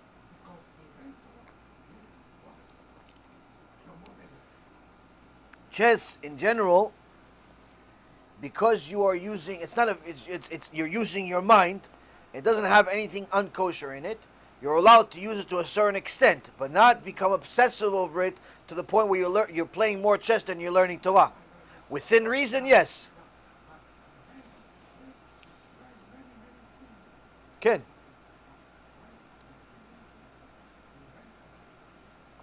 Shlomo HaMelech.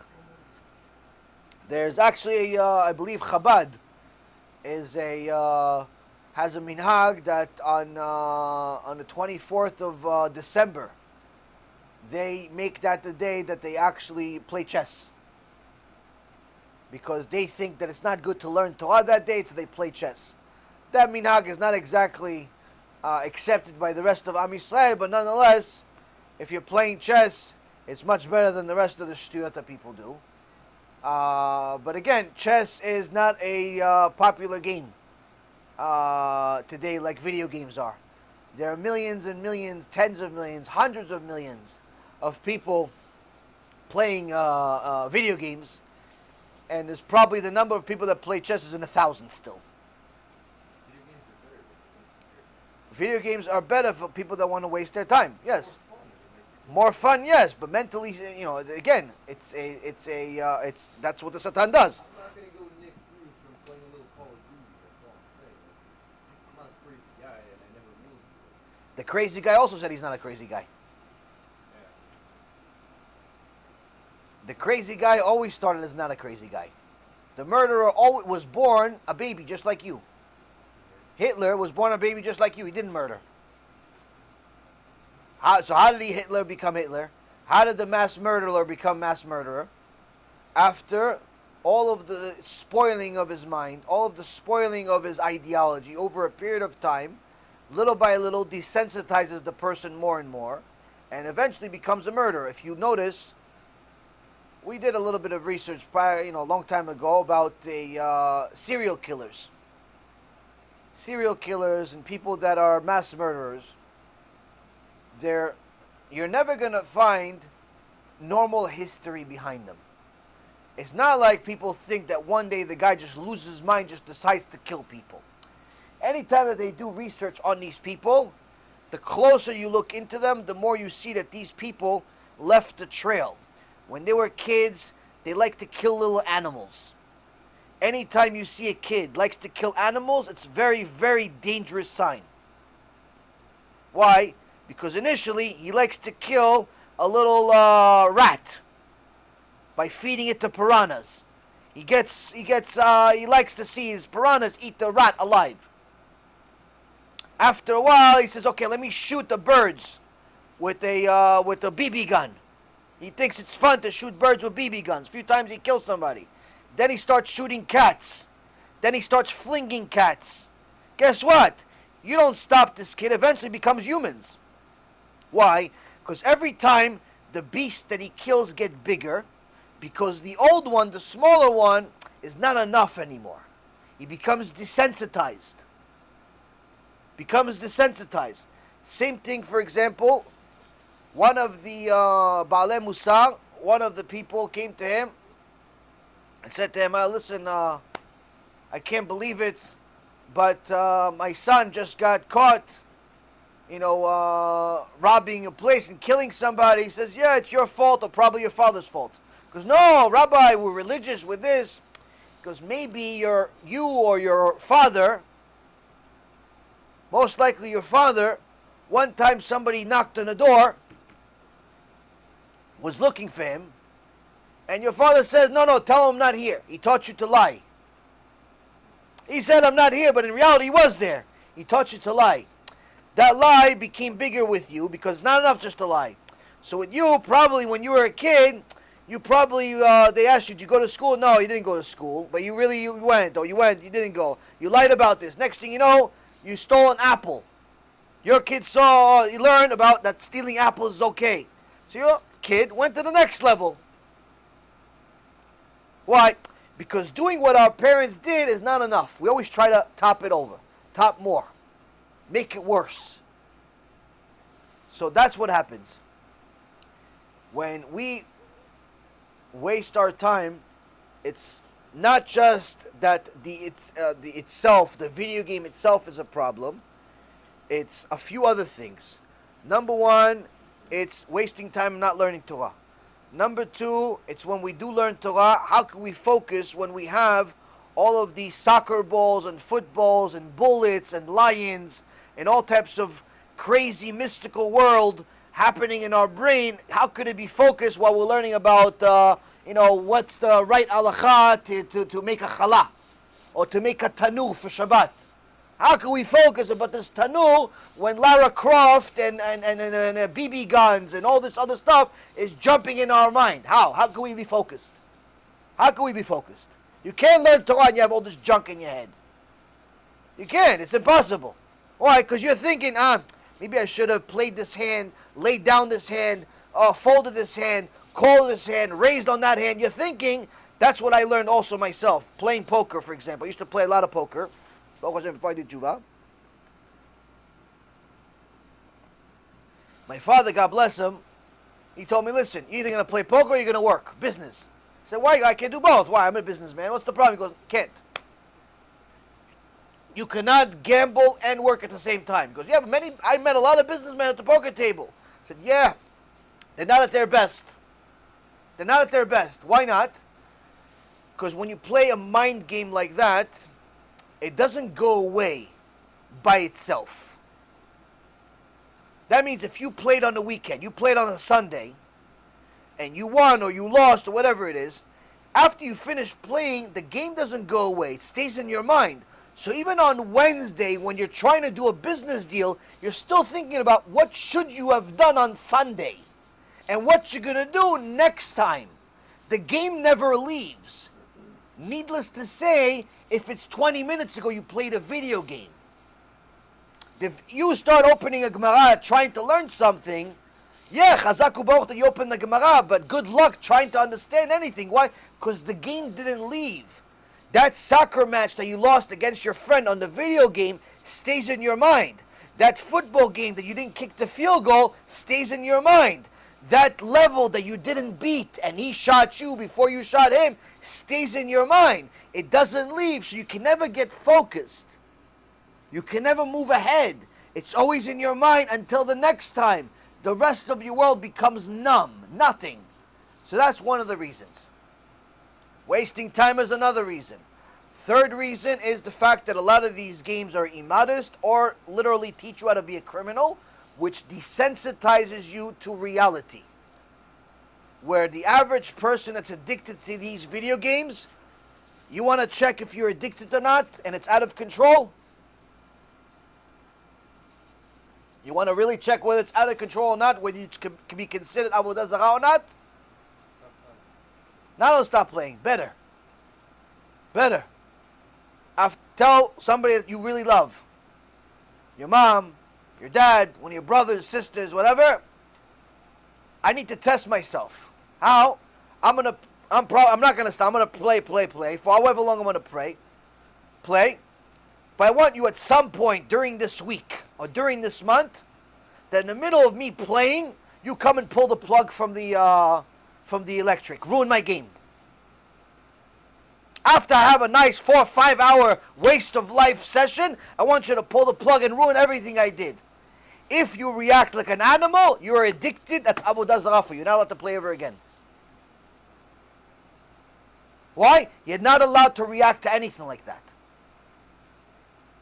If you start crying like one of these psycho kids because the game didn't save or somebody ruined your game or something like that, guess what? It's avodah zarah. You're not allowed to play at all. It's like cocaine. Not allowed. Not even one time. Not even one hit. And every guy that's playing video games is saying right now as he's watching this, ah, man. Why? Because they know they're all like that. You ruined my game. I just played 5 hours. You know how much time I invested in this? Exactly. Exactly the point. That's why it's not allowed. That's why it's the biggest reason. Because it's a way for the Satan to numb your mind. To make it absolutely do nothing productive. Because even if you beat the game and you're the best in the world in this game, who cares? Who cares? Guess what? There's more fun in the Torah. I know, but I can't stag out for a lot of hours right now. Sure you can. Your shoes are like easy for me to cut, but it's like If you're gonna play something, it's better. Even though it's never a recommendation to go become some NBA player, it's better to go shoot a few hoops or run down the street 500 times or exercise a little bit or even kick a ball against the wall 500 times than go play these video games. What about airsoft? What do you mean, the shooting games things? No, not the games. I have like an airsoft. Like a gun to shoot Yeah, people. Like a toy, it's harmless. I mean, listen, if it's really soft, I mean, it's not necessarily soft as air. If you're gonna. if it could hurt somebody, that's not allowed. If it could hurt somebody, that's not allowed. You got goggles on and it's like you signed up for it. Right. Well, that's the thing. It's you have to be. Yeah. If you have equipment, and the risk is lesser, then there is more leniency there. But if it's just if it's something that can hurt somebody, like BB guns and things like that, that can hurt people, then it's more dangerous. You're not supposed to take danger. Plus, it's better to train shooting at other things, not at targets, not at people. Moving targets are more fun. I understand. So a moving target could be digital also. It doesn't necessarily need to be people. But again, if they're wearing equipment and it's under a controlled environment, there's more of a leniency to do that. It's much better to do that than to waste 9 hours a day playing some football game because you want to become the best Madden player. Like quick video games called 13 and I'm not supposed to do. Should you? Yes. Will you? That's up to you. Put it this way. It's not an easy quit. It's not an easy quit because, right, because I agree with you. Every kid your age is addicted to video game, Jew or non-Jew. Video games are very addicted. Hence, the Yetzer Hara worked very hard to make sure that every house, Jew or non-Jew, thinks that it's perfectly fine to have video games. First thing you can do for sure, eliminate all of the non-kosher games that are non-kosher for sure. All the shooting games are not kosher. All of them. But I'm the counter terrorist, right? They what? Counter terrorist. What does that mean, counter terrorist? SWAT team, I'm not the terrorist. You're the SWAT team? I'm using the M4, I ain't using the AK. Yeah, but you're killing people, right? I'm killing terrorists. Killing people. They're enemies, Rabbi. They're Amalek. They're wolves. I like the chidush that you gave that the enemy is Amalek, but I bet you the enemy doesn't feel like he's Amalek. He's a real person. The Amalek is just someone bored like me. Right. It's another person. He doesn't feel like he's Amalek. He feels like he's a person, you're the enemy. You're the enemy and he's your enemy. These are the only video games I like, though. The other games are... I know, hence the reason of why it's worked really hard. A little fruity car, you play them off the other. Nah, you see a movie car, you light them up. I get you. You're asking me what's allowed, what's not allowed. What you can do is up to you. What you should do is up to the Torah. Torah is going to tell you what's allowed, what's not allowed. You're not allowed to make yourself desensitized. You're not allowed to shoot other people. You're not allowed to put yourself in a mindset where you're going to be in front of a screen for a set amount of hours every day in order to kill a bunch of digital people that are really behind other people that are wasting their life. Let's say I cut down on it. Cutting down is also good. But your target already should be from today to eliminate it altogether. Should already be in your mind to eliminate it altogether. When my rabbi told me that it's not good to smoke, I was a smoker for 20 years. So that's a physical addiction, not just a psychological addiction. He told me that it's not good to smoke, it's not good for your health. I had every excuse in the book to tell him that it is good for my health. Why? I was a smoker. So I told him, listen, I'm already sick anyway. What difference does it make? 2, I'm smoking mainly when I'm learning Torah. In those days, I used to learn a lot more Torah. I used to learn for 15, 16, 18 hours straight. So to learn that much, I felt like I needed something in my hand constantly to keep me up. So I told him, it's helping me learn Torah, Rabbi. It's a mitzvah to smoke. Mitzvah. And aside from the smoking, it's a mitzvah to learn Torah. I told him, look, there's a bunch of tzaddikim that smoked. Rav Kaduri, alav shalom. The Stipler Gaon, they smoked cigarettes. Wow, what's the problem? And he says, yeah, it's before they knew, and it was verifiable that it was bad for you. I said, okay, so I still have the first 2 excuses. So in the beginning, I had a lot of excuses of why I should continue smoking. And the real reason was, I didn't want to stop. Well, I like smoking. I knew it was bad for me. I knew it was terrible for other people. Anyone that's a smoker should know that they are a walking stink bomb. They may not be able to smell themselves, not maybe, they cannot smell themselves, but the minute you stop smoking, you realize how bad you smell. Just before Sukkot, I went to go buy a lulav, and I ran into this rabbi, and I smelled him, and I said, oh man, this guy needs to take a shower. What's wrong with him? How do you walk around as a rabbi smelling like this? What did you dip in cow dung? I couldn't believe how bad he smelled. I couldn't believe it. And I'm like, wait a minute. Now I'm thinking this rabbi always smells. Every time I see this rabbi, he smells. Why does he always smell? After we finished the transaction of buying the lulav and etrog, he went outside to smoke a cigarette. I said, so that's what he smells like. I thought, where do I smell this horrible smell from? After he started smoking his cigarette, I'm like, that's how he smells like. He smells like cigarettes. I used to smell like this for 20 years.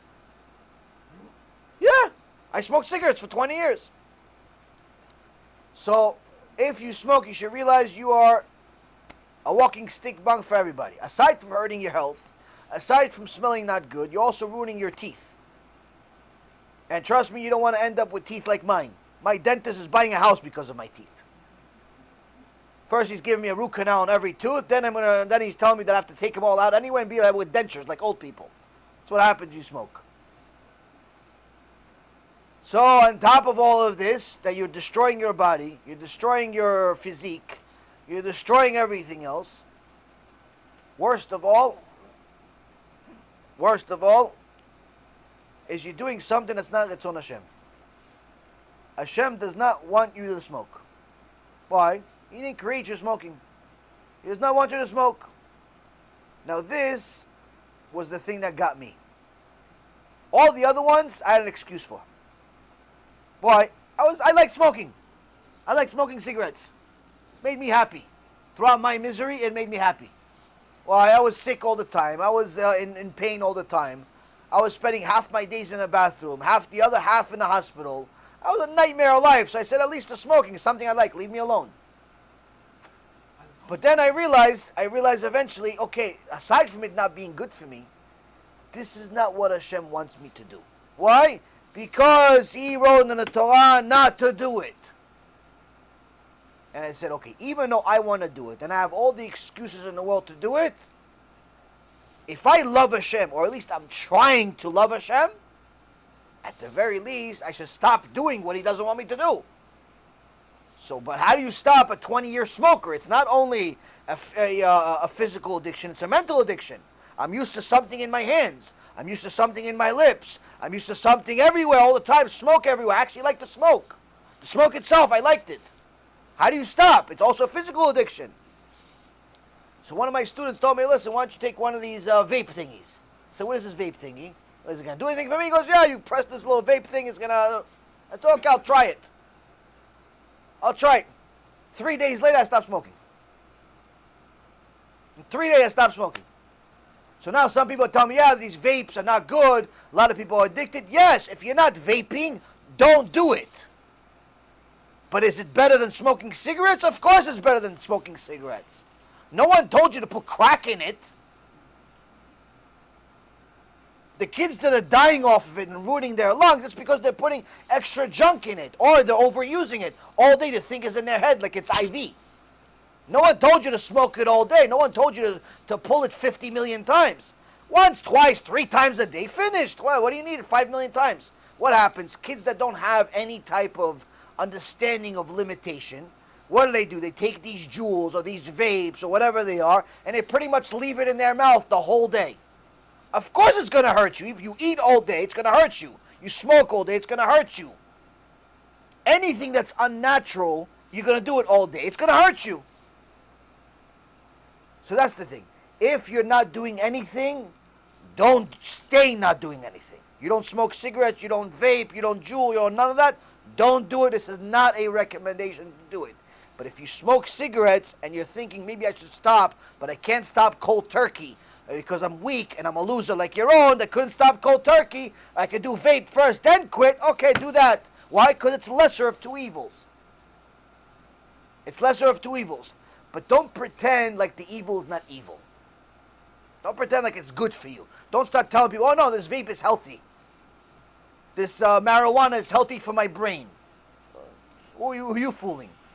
Who are you fooling? Like some people tell me, no, when I smoke marijuana, it's healthy, it's good for my brain. I said, yeah, it's good for your brain to forget everything. That's what it's good for. It's good for you to think that this is good for your brain because you're stupid because you're smoking. So you can't pretend evil is not evil or bad is not bad. If you're not doing anything, stay not doing anything. But if you have one is bad, one is less bad, then obviously go to that with the intention of stopping altogether. But that's the key. So the point is what I'm trying to get to with the video games for everyone.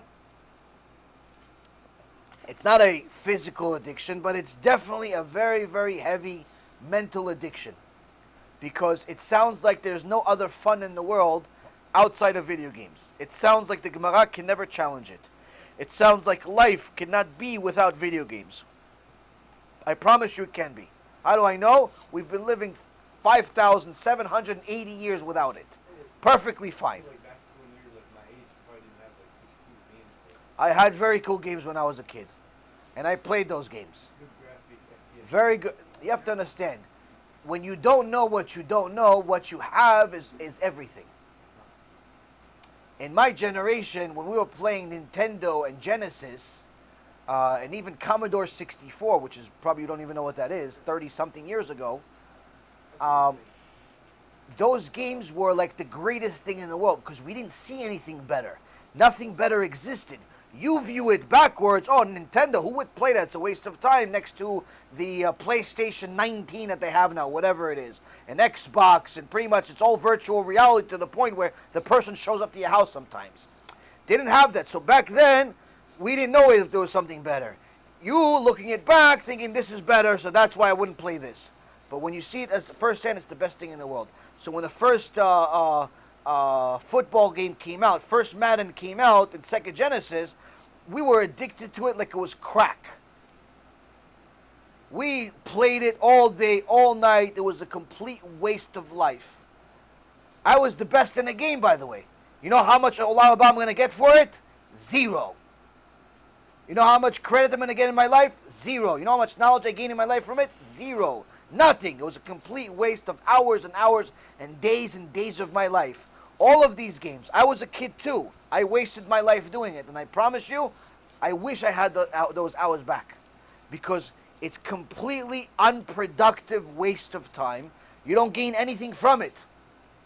And it could easily lead to you ruining your life. Because you waste so much time doing this, you're not able to do some things that are really important. Whether it be learning Torah or even just doing your job. Many people become complete losers with the rest of life because of their addictions to their hobbies and video games and the like. They don't want to work because they want to play the video game. They don't want to date because they want to play the video game. They don't want to do anything in life because they want to do the video game. They ruin their life because of these video games. Many people ruin their lives with these video games than people, many more than people think. So it's not good for you. But I know that many people are too addicted to it to stop cold turkey, even though that's the best way to stop. Most people are not going to do it. So I would say at the very least, eliminate all of the games that are completely asul. Every game that's shooting is asul. Every game that's shooting is asul. First thing in the world. You go home, you break it. Don't sell it. Don't give it. Don't break it. Why? It's asul. It's allowed. It's not allowed. There's no permission from the Torah from you to kill people. Even if that person is digital. No permission. For you to desensitize yourself to the value of life. No permission. You don't need to know how to kill people. You're not a soldier. If you were a soldier, enjoy. You need to know how to kill people. Why? Because you're a soldier. Today, who's going to become a soldier in America? 1 out of every 10,000 people? Who's going to become a soldier? No response. Response of who? Of what? I said there's no response, so how would I be a soldier? Get shot. The point is there's no skill that you're learning from this game that's valuable for your life. There's nothing you can use from this game. All it could do is create bad. The only games I'm addicted to are us games. Okay, so you can stop. Like, it's so hard to turn to. I understand. Like I said, so first thing you should do is you have to understand that the most important difference between you and an animal is that you have free choice. You can choose right and wrong. An animal works on instinct. An animal, if it was addicted to video games, it can't stop. You can. If you cannot stop, that already means that the addiction is worse than we can even talk about. It means it's really bad. Why? Because you've gotten to the point where you can't see yourself outside of this addiction. So that's not good either. You're not allowed to be addicted to anything like that, unless it's a Torah. So that's also another reason why it's not good. But aside from that, a person should eliminate the games that are completely not allowed. And then, since those games are usually the ones that he likes the most, like in your case, that already is going to eliminate much of his or her interest in the machine altogether, which is the goal. The goal is to quit altogether. You cannot go on a diet by eating a burger 3 times a day. You cannot go on a diet by eating steak even once a day. Why? You can't eat a huge meal that's 3 times the servings of a regular person and think it's a diet. Diet has to be less. So that means that you have to make some big strides. You have to make some big strides. This is a necessary part of life. If you see that you can do it, that already is going to give you more chizuk to do it even more next time. If you see that you can't do it, it also teaches you something that shows you how great the problem is. Hence the reason of why you need to do it as soon as possible. But the point is that a person should stop with the ones that are forbidden games absolutely, and then little by little, hopefully quickly, to eliminate the rest of the games. But he needs to replace that time with something else. So he should have some type of good addiction to replace it with. Good addiction could be a combination of learning, a combination of some other kosher game, whether it be chess, like Kvodo said, or it be exercise of some kind in a kosher place. Don't ever go to these, co-ed gyms. They're not kosher. You're not allowed to exercise in such a place. If you're going to go to a gym where it's just one gender. If you're a male, go to a male-only gym. If you're female, female-only gym. Do they have gyms like that too? Yes. It's called kosher. It's something in the Jewish communities, it's called kosher gyms. In non-kosher communities, it's just called just that gym. There's usually the women's gyms are usually, they're more common than male only. But the male only gyms are usually for bodybuilders. They're the most serious gyms. They're the most serious gyms where the most serious guys. The guys that go to the co-ed gyms usually go there for showing off. The guys that go to exercise go to the ones where they focus on what they are, what they're doing, not on meeting girls. Anyway, a person should replace this addiction with something else, something that's more physically and mentally healthy. I mean, like, I would want to get into learning, but it's very hard for me, just like are easy and doing the stuff and it's easy stuff. And then like Gemara is tough. What about halacha? What's else? Why? I don't know. Maybe I'm being lazy. No, it's not. Halacha, you just learn yes, no, yes, no, yes, no. Allowed, not allowed. That should be easy. What about chumash? I never tried it. There you go. So, there you go. Start with Bereshit. Start with Bereshit with commentary. Read, if you have a chumash in your house, you have one of these, make it a law in your house that you have to read the weekly parasha with all the commentary that's on the page every week. That already is going to take some time and is going to open your scope to the Torah world a millionfold. Because you're going to, for the first time in your life, you're going to actually understand the story behind the story, why we're doing what we're doing, what we're trying to emulate, who we're really our grandparents, and it opens up to your whole world. Without knowing the Chumash, a person can never become a Talmid Chacham. You have to know Chumash. So a person needs to know Chumash. That's why it's a law in the Shulchan Aruch that you have to read the Chumash, even if you've read it 1,000 times already. Still, it's halacha that you have to read the Chumash, each parasha, twice with commentary. Even if you read it already, like Rav Kanievsky. Rav Kanievsky completes the entire Talmud Bavli, Yerushalmi, Zohar, all of these major collections of books every year. He, Gdol Ador, Sar Torah, obligated to read the Chumash just like you. Just like you. Every Jew is obligated to do it. Why?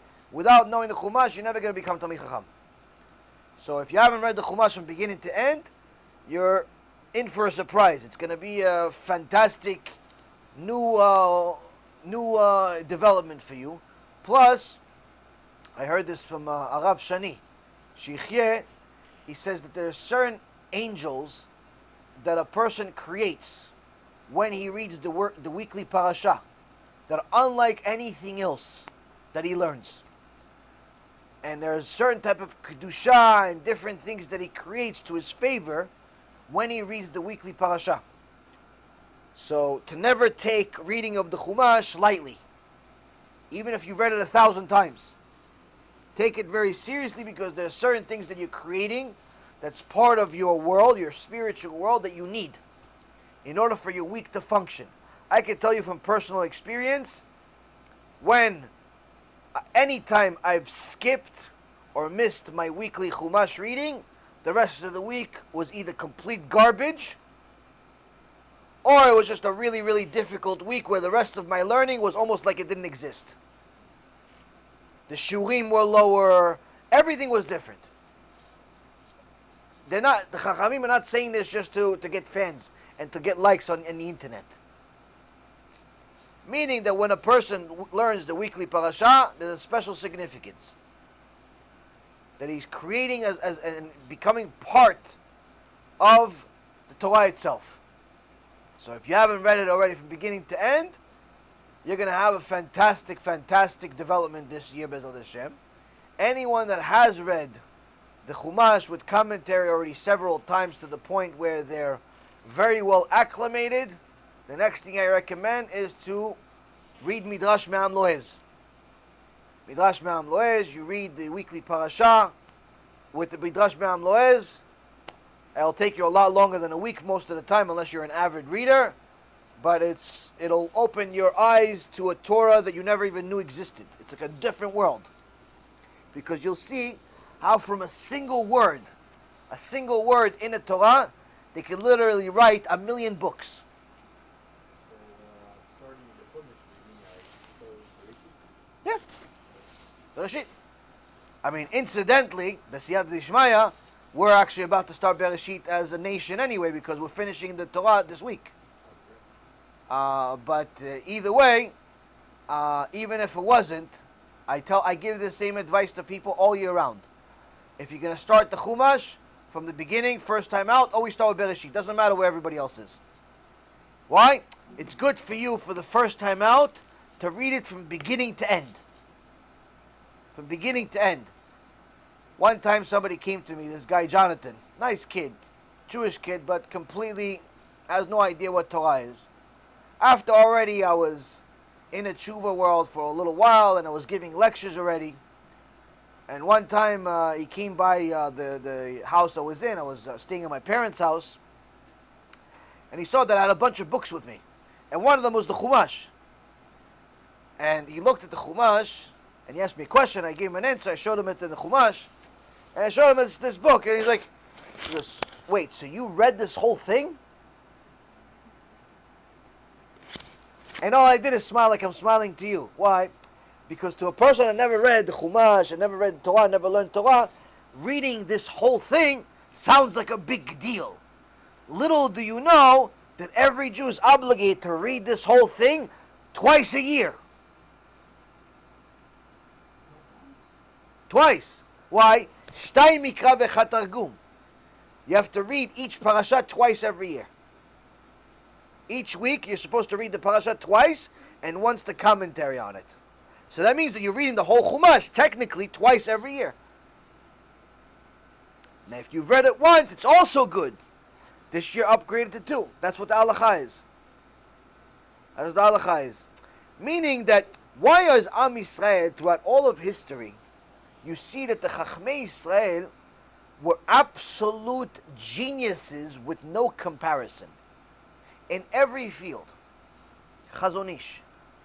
You read this book, from the title, it seems like some modern book that some local rabbi wrote. What's the big deal? Emunah and Bitachon. There's a million books about Emunah and Bitachon.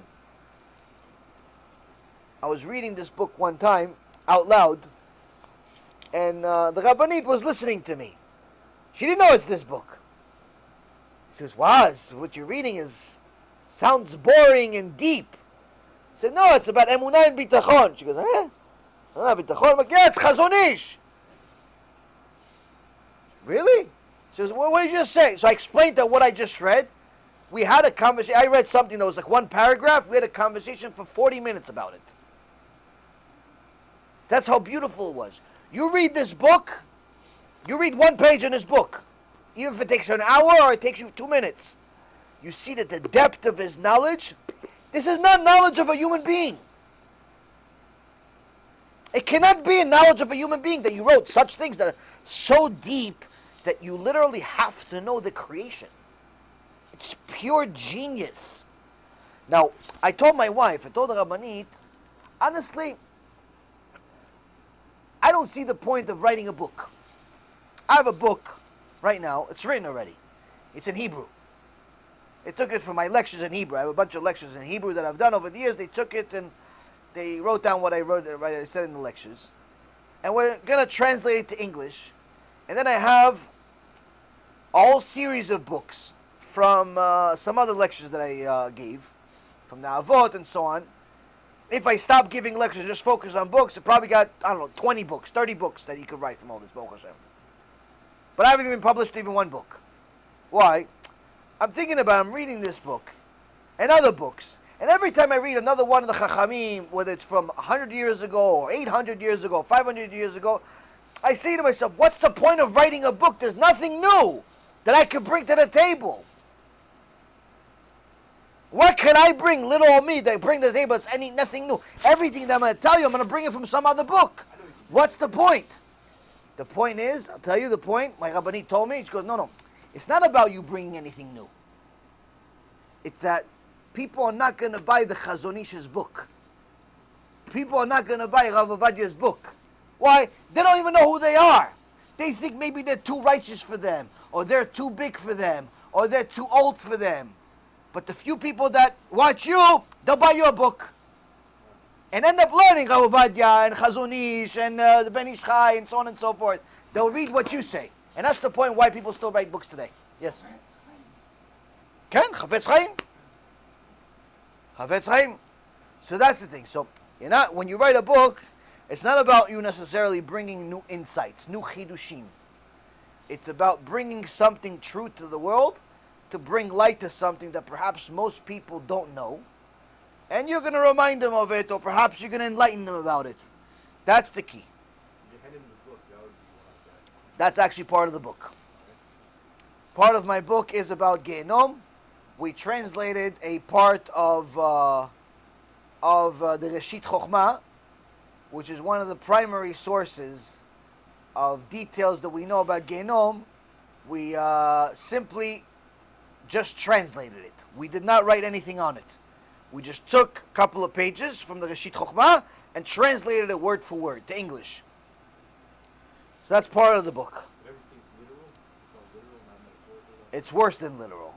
It's meaning it's not only the literal, there's even more to it. Because there's other books that give even more details. Like you see in that book, it talks about, for example, the Chibut HaKever in one section, what happens in the Kiruv in one section. So if you read that section, you think, oh, okay, so you just get beat up by Duma and that's it. No. You go to the other section over here, it tells you, no, it's not just Duma. There's this one, there's that one, there's this, there's one about the other. So you see there's more. It's not just everything on one page. Same thing with teachings about Genom. There's the brief teachings, and then there's the more elaborate teachings. More detailed. More detailed will take entire books. So we took something that was relatively short, a couple of pages, and translated it. And it's needed. It's needed for people to know that this stuff is real. When are we going to publish it? I don't know. B'ezrat Hashem one day. But the key is to understand that when you're writing a book, as long as what you're saying is true, as long as what you're saying has source from the Torah, it's valuable. And if you're going to bring a new insight to the world, that's also valuable, as long as it agrees with the rest of the Chachamim. And doesn't disagree. What else? We have about an hour or so left. Yes?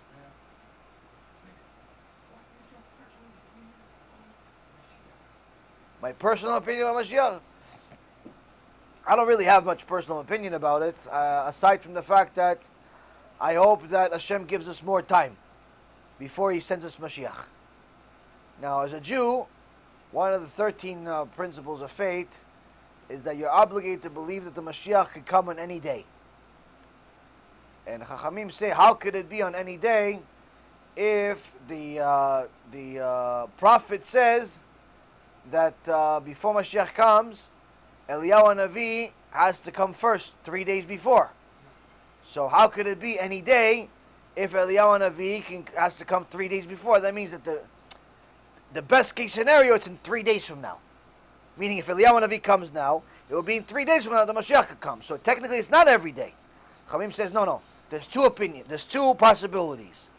Either the Mashiach will come 3 days after Eliyahu Navi, or the Mashiach and Eliyahu Navi will come at the same time.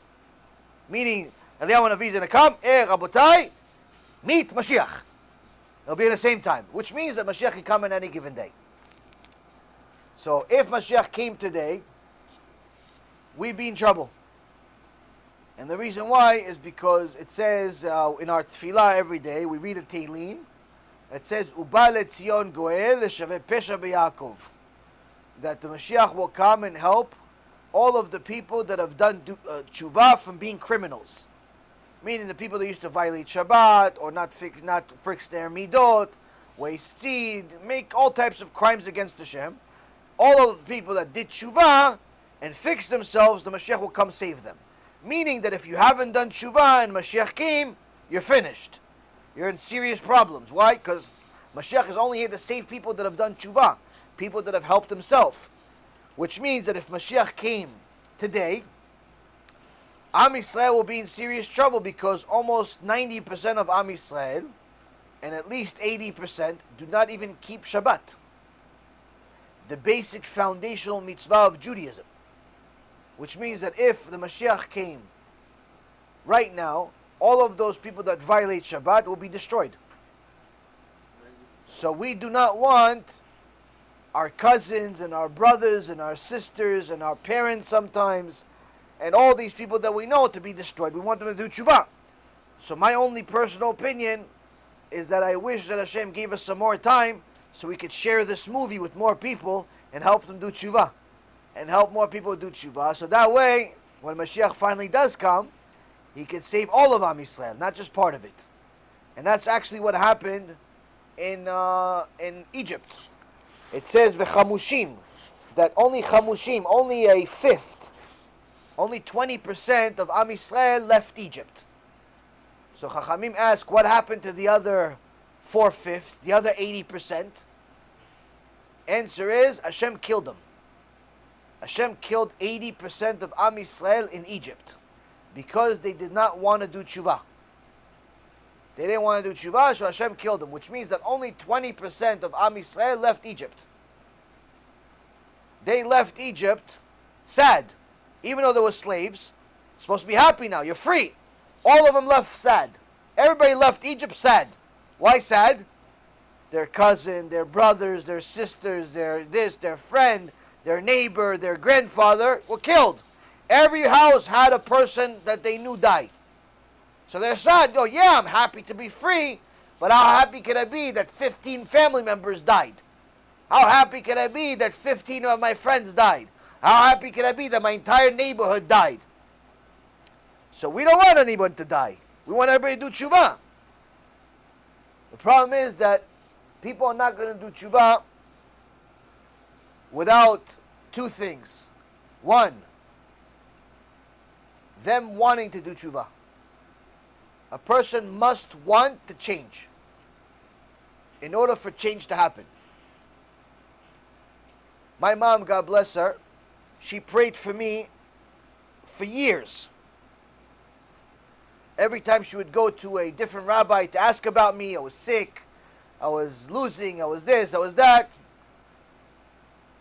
She got similar answers. Yeah, get him to do tshuva, get him to keep mitzvot. Says, what keep mitzvot? He doesn't keep anything. Maybe he comes to shul a couple times a year for Yom Kippur. She goes, so tell him to do it. I can't tell him anything. I was very, very closed. She went to a mekubal in Netanya in Eretz Yisrael one time. One of these mekubalim that doesn't look at women, doesn't meet with women. But she started crying from outside of his house. And he says, your son needs to do tshuva. Then everything will be okay. And she says, he's never going to do it. How is he going to do tshuva? All the people come to his office. All these rabbis come to his office. None of them tell him anything. She went to one of these rabbis. They used to come to my office at least once a week. This Rasha Merusha, French rabbi. And she told him, how come you don't tell him to do tshuva? How come you don't tell him to keep Shabbat? He said to her, it's not my job. She says, what do you mean it's not your job? You're from Chabad, you're Hasidim, you guys keep mitzvot. He goes, yeah, but it's not my job. It's not my job to tell your son to do tshuva. She goes, so what's your job in? Whose job is it to tell my kid to do tshuva? He says, it's not my job. She goes, why, you just collect money? Baby, that's all he did. After I did tshuva, the same Rasha Rabbi contacted me and said, oh, because he saw that I was publicizing things against wigs and things like that. And he says, the biggest mistake you made in your life was making tshuva. You used to be a good person, he says to me. Rasha Merusha.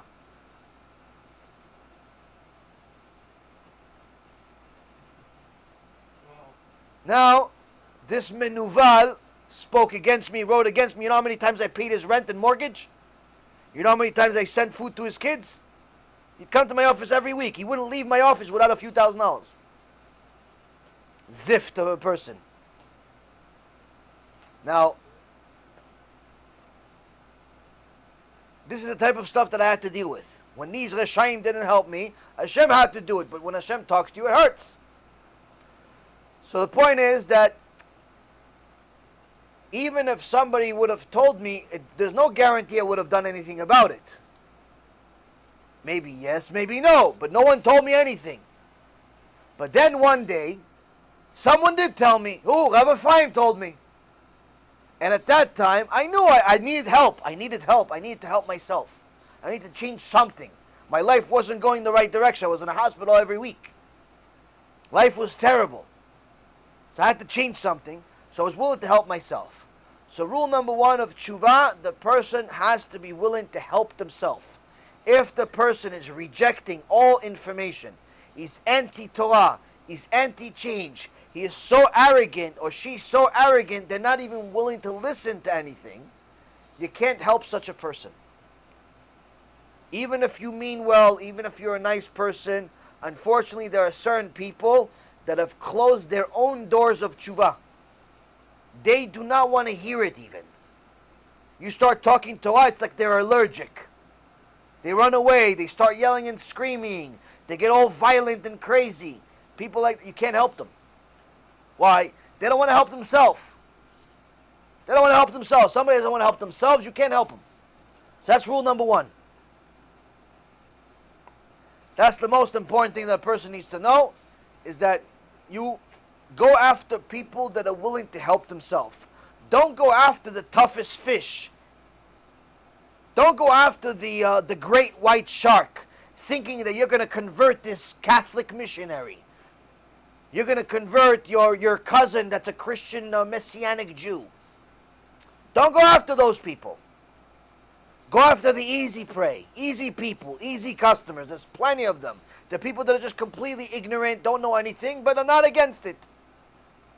Go try to help those people. Why? Because most of those people are not rejecting it. They're not anti. They're willing to help themselves. They're willing to listen to something new. So that's the first thing. So the first thing that will help people do tshuva is you have to be willing to do tshuva. What's the second thing? The Gemara says, Am Yisrael was in Egypt for 210 years before Hashem freed them. And if it wasn't for Moshe Rabbeinu, we would still be in Egypt till this day, 3,300 years later. Why? First of all, why is it that no one came before Moshe Rabbeinu? 210 years, there was plenty of tzaddikim. You had the 12 tribes, all tzaddikim. You had many other people that were tzaddikim. Moshe Rabbeinu's father, Amram, was Kodesh Kodashim, one of 4 people that never sinned. So it's not about righteousness. We had plenty of tzaddikim. So how come nobody came for 210 years? Better yet, another question. How come nobody would have come for another 3,000 years? Till today we'll be in Egypt. Why? No? It doesn't mean literally. It means like you would have still had slave mentality. Said there, but okay, so you could explain the 3,000 years with that. What about the first 200 years? That's the question I can't answer. You can't answer. Okay, so we have half the answer. It's good. What's the other half? Why did nobody come to save Am Yisrael for 210 years? You realize every day in the morning Paro would take 150 Jewish babies, rip them apart, take their blood, make a bath for himself. At night, another 150 babies, rip them apart, take the blood, fill up the pool, another bath. Every day, 150 in the morning, 150 at night. 300 babies per day. He would slaughter just to make baths for himself because he had a skin disease. And his necromancer says that the only cure is Jewish blood. So imagine, you live in a neighborhood that all of your neighbors lost kids to this Rasha. Why don't you do something about it? Why don't you do something about it? No. Who can tell me how come nobody came for 210 years?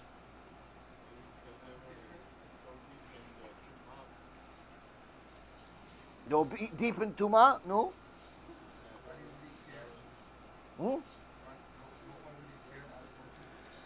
No one really cared. Chazaku Baruch. Thank you. I don't know what sugar. No one really cared. In other words, Baruch Shekivanta. In other words, Chachamim say, oh, we have a battery issue.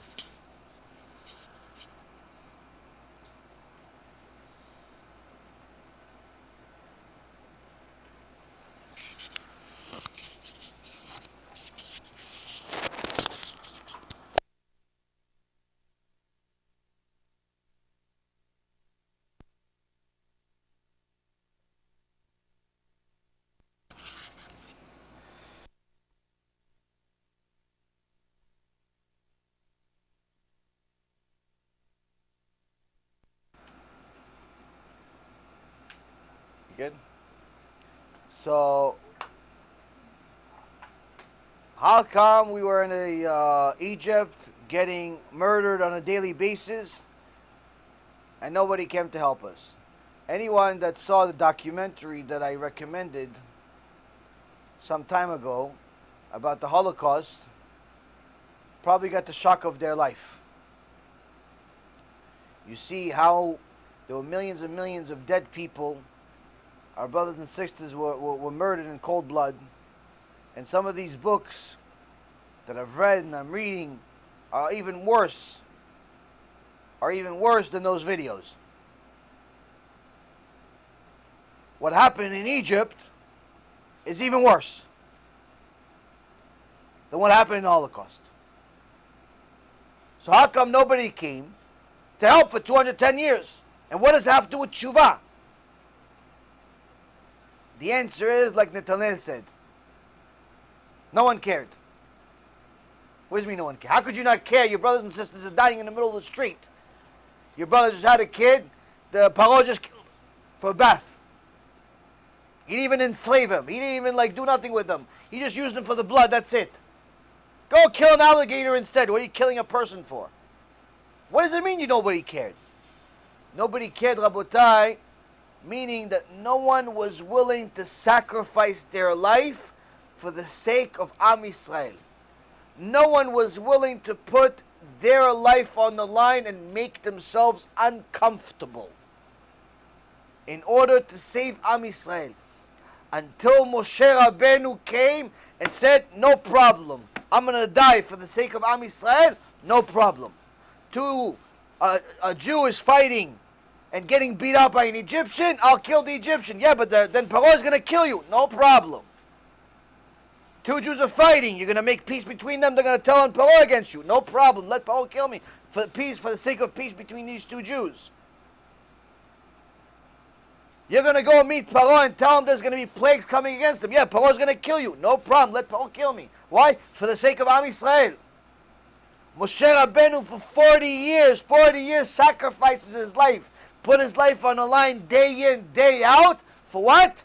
For Am Yisrael, for the sake of a bunch of people that were ungrateful until he died.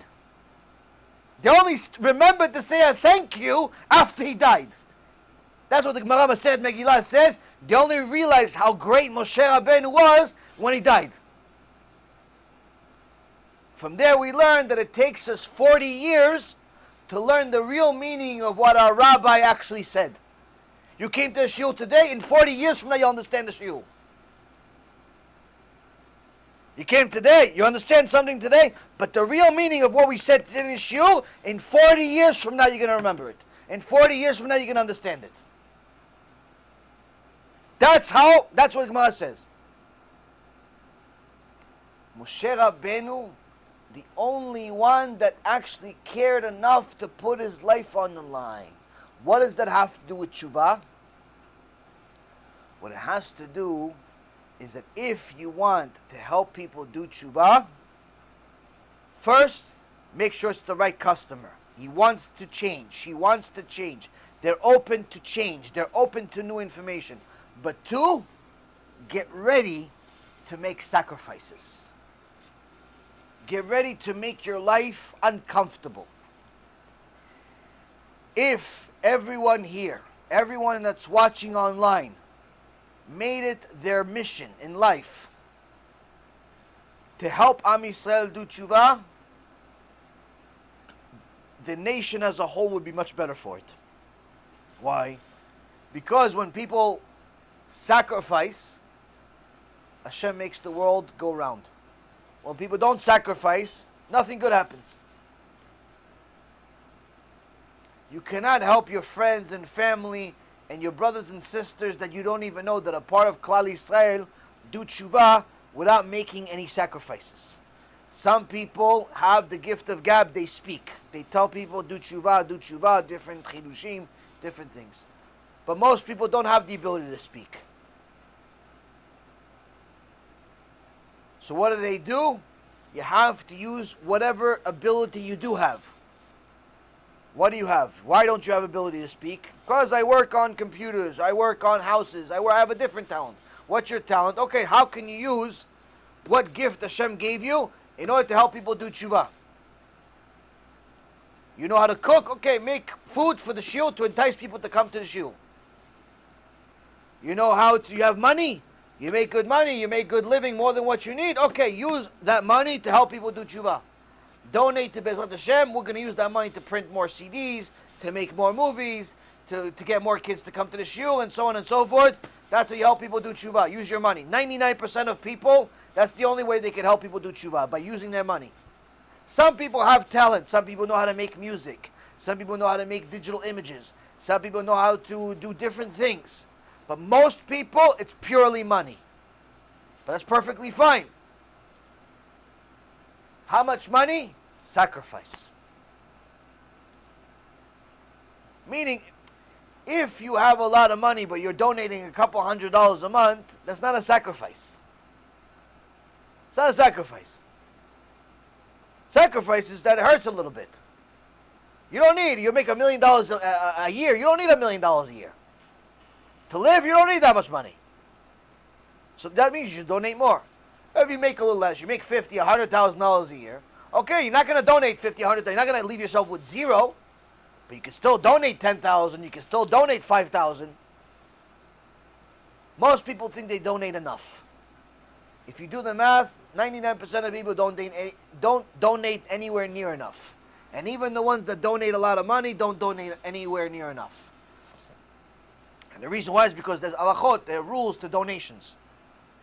How much you're supposed to donate, when to not to donate too much, when to not donate too little, and so on and so forth. But the point being, Rabotai, is that you have to make sure that you are going to use your money effectively. Because for most people, it's the only way they can help Am Yisrael do tshuva. Most people cannot help them any other way. They don't have time to speak. They don't have the ability to speak. So you have to use your money. But either way, a person needs to know that the only way to get people to do tshuva is through sacrifice. If every single person that watches this movie or this lecture, or all the other lectures, decides to take on sacrifice this coming year, guess what? Each person is going to bring another 10, 20, 30, 40 people back to HaKadosh Baruch Hu. If you have 10,000 people that follow the Shurim, each person brings 10 people back to HaKadosh Baruch Hu, either through money or otherwise. You're talking about another 100,000 people did tshuva. It's an enormous number. You do that over 10 years, you can reach millions. Not million, millions. Why? Because not just 100,000 every year and it goes up 100,000 every year. No, it's cumulative. It's 100,000 the first year. But now, since you have 100,000 plus the people, now it's cumulative. It's even more than 100,000 the second year. And it's even more than 100,000 the third year, and so on and so forth. You could literally get all of Am Yisrael to do tshuva that way. But that means that everybody has to care. Everybody has to care seriously to the point of helping Am Yisrael. But they have to care with their money, they have to care with their time. They have to care with their whole life. They have to make it a priority in their life. No, we have about an hour, 45 minutes. For 6:15? כן, בעזרת השם. לא, אתה תהיה חזן. אני דיברתי 6 שעות, אתה רוצה שאני חזן? בסדר, somebody. בעזרת השם, we'll figure it out. We'll figure it out, an hour. בסדר, מה כן נדע? לא, אני צריך ללמוד עוד שעה. יש לימוד עוד שעה. תעשה מה שאתה צריך לעשות. נראה מה יהיה, לא יודע אם יש לנו מניין. יהיה, נראה, אולי יהיה. We'll see in an hour. We'll see in an hour. Who's still standing in an hour? An hour is a lot of time after you've been. We'll see. בעזרת השם. Is there a reason why it's cold where? No, it's the first time it's cold here in months. The air conditioner is working. Enjoying it. No, I actually don't notice that it's cold. For me, it's hot. Because I'm constantly drinking hot coffee, but cold.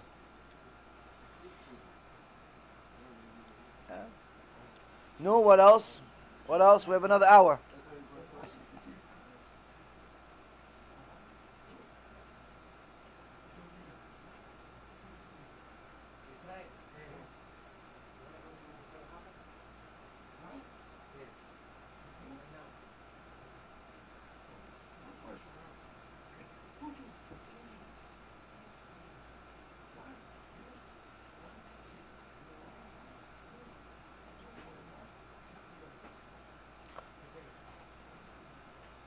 It's another mitzvah.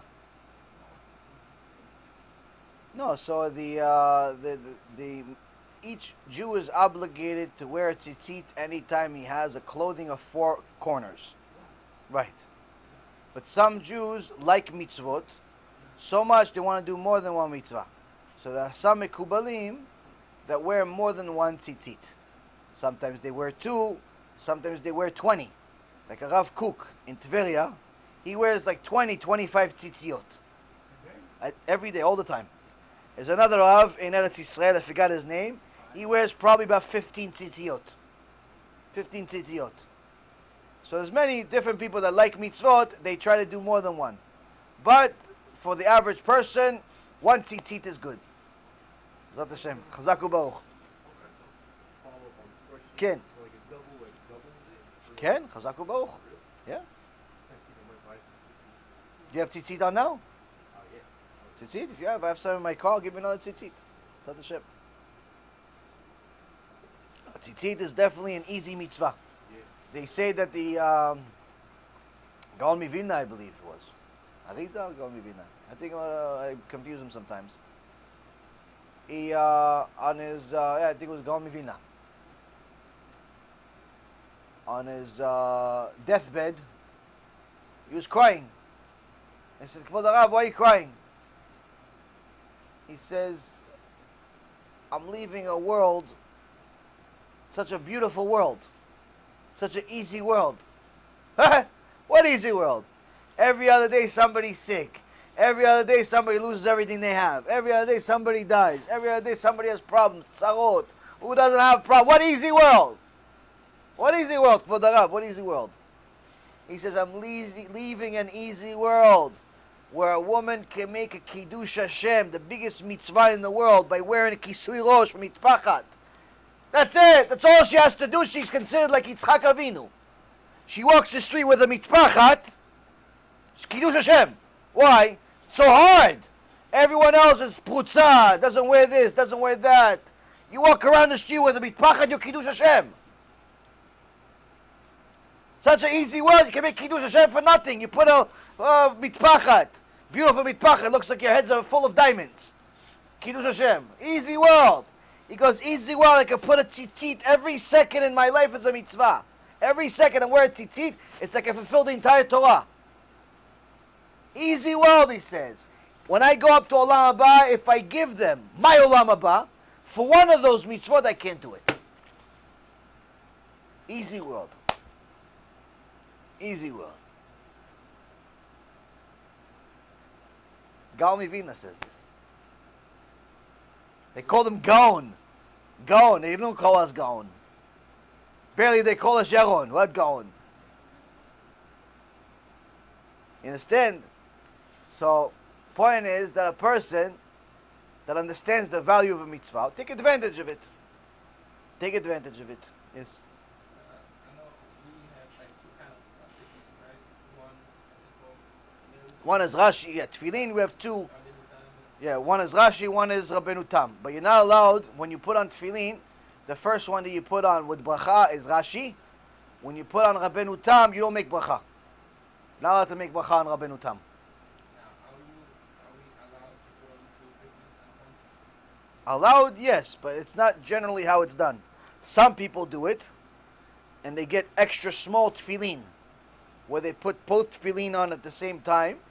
But generally, it's better to just put them separately. That's the way I've learned it from my Rav. That's the way that I do it, and that's the way that many of the Talmidei Chachamim that I've seen do it. I've seen it where people put both tefillin at once, but it's very rare and uncommon. One of the stories that's a famous story about Rabbi Ovadia. He had a gabbai that would give him his tefillin, and one day the gabbai made a mistake because the tefillin look exactly the same on the outside. You can't tell the difference on the outside. Only the difference between Rabbeinu Tam and Rashi is what's inside. And it's not the words are different, it's just the order of the parashot are different. So even inside, it's unless you know what's in this one, you don't even know the difference. But needless to say, on the outside, they look nothing. It's all the same, unless you bought from two different sofrim, two different things. So, anyways, Gabbai made a mistake and gave him the Rabbeinu Tam, which means that Rav Ovadia made a bracha on Rabbeinu Tam. And after he did put on tefillin, he told him, Kvod Harav, I'm so sorry, I made a mistake, I gave you the Rabbeinu Tam instead of the Rashi. So Rav Ovadia says, okay, please, next time be more careful with it. Be more careful with it. And he put on a tefillin and he did it. But then the person that saw this says Rav Ovadia stayed in the shul all day and cried all the way until at night. He did not stop crying for saying Hashem's name in vain. He made a bracha levatala. Why? He made a bracha on Rabbeinu Tam, not to make a bracha on Rabbeinu Tam. He cried for the rest of the day. Because he said Hashem's name when he wasn't supposed to. How many times do we say Hashem's name when we're not supposed to? Why are we not allowed to? Because the halacha is to make it on Rashi. Halacha is to make it on Rashi. That's what Mekubal from Avotenu HaKadoshim. And I said the halacha is to put on Rashi. But because there's a significance to putting on Rabbeinu Tam, you could put it, but because it's not the halacha to follow Rabbeinu Tam, we don't make there. We have to know that there is a difference between the two. Now, there is a midrash about this. They asked Moshe Rabbeinu. Rabbeinu Tam came to Moshe Rabbeinu, brought Moshe Rabbeinu's neshama down. Moshe, what tefillin is accepted in Shamayim? Moshe Rabbeinu said, no, it's Rashi is right. Rabbeinu Tam said to Moshe Rabbeinu, I'm sorry, Moshe Rabbeinu, I'm sorry, you're wrong. We have to bring a Kadosh Baruch Hu. We have to ask Kadosh Baruch Hu himself what's right. Kadosh Baruch Hu says Rabbeinu Tam is right. But since the Chachamim chose Rashi, Rashi is right. The Ma'ala of the Kedoshim from 1,000 years ago, we don't have any idea of what's going on here. What does it mean to bring Moshe Rabbeinu's neshama, talk to HaKadosh Baruch Hu? We barely know how to talk to ourselves and each other.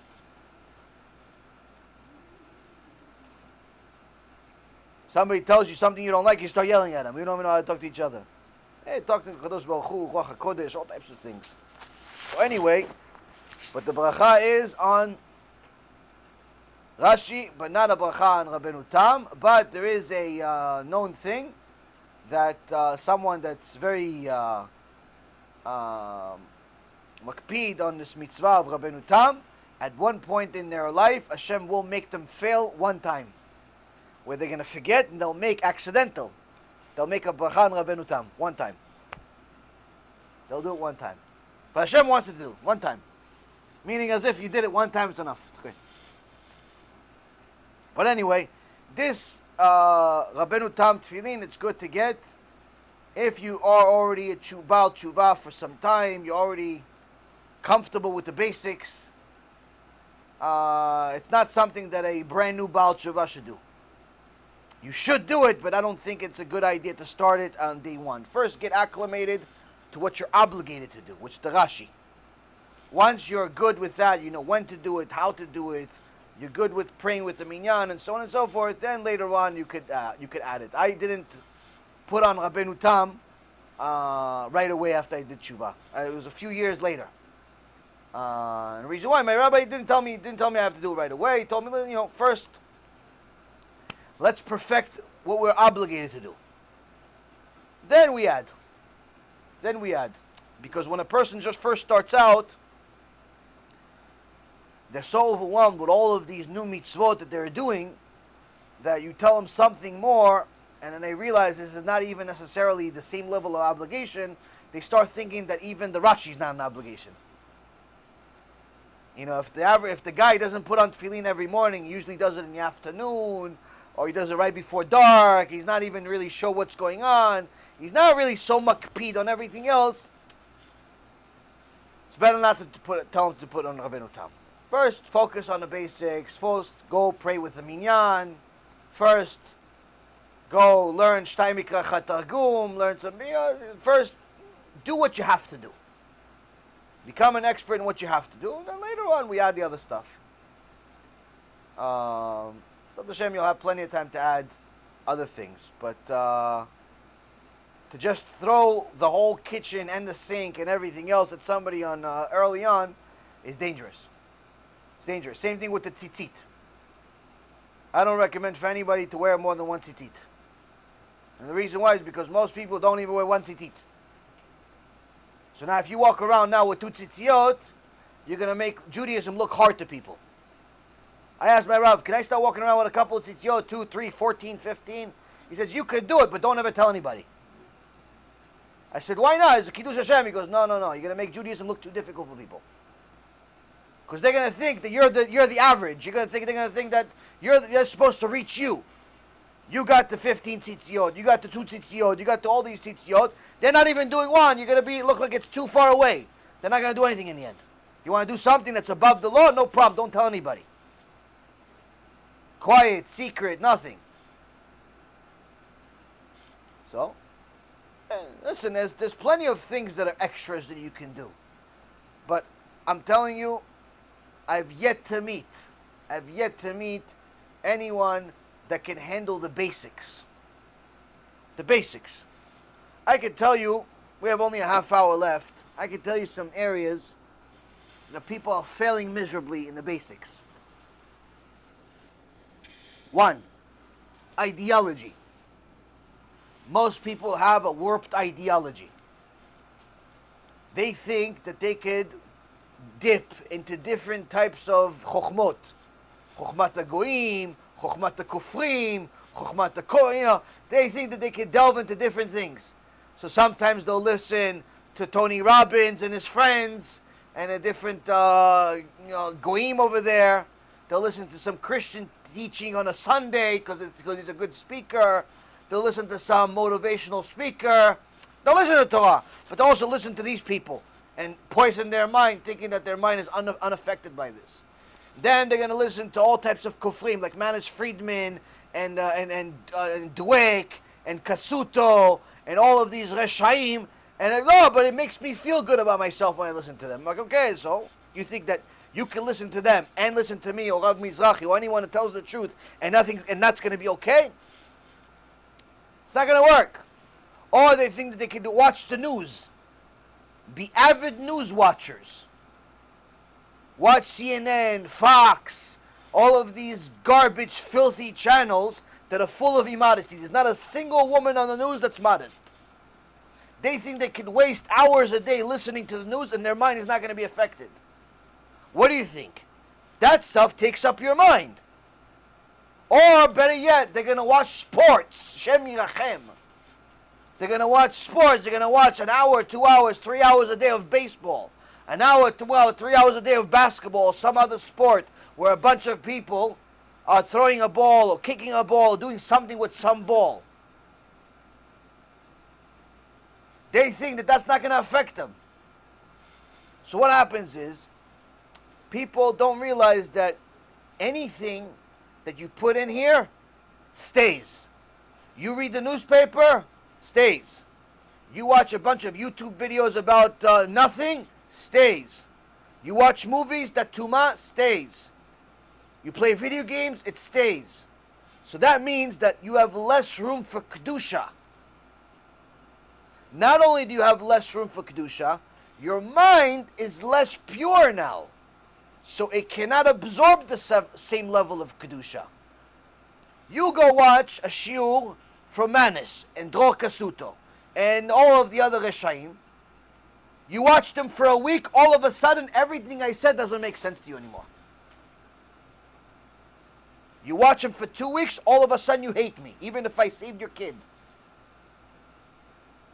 You hate me. You hate everything I'm saying. Why? You watch them for 2 weeks, you hate everything I'm saying. I have proof of this. I had a guy come to the shul 2 years ago, 3 years ago.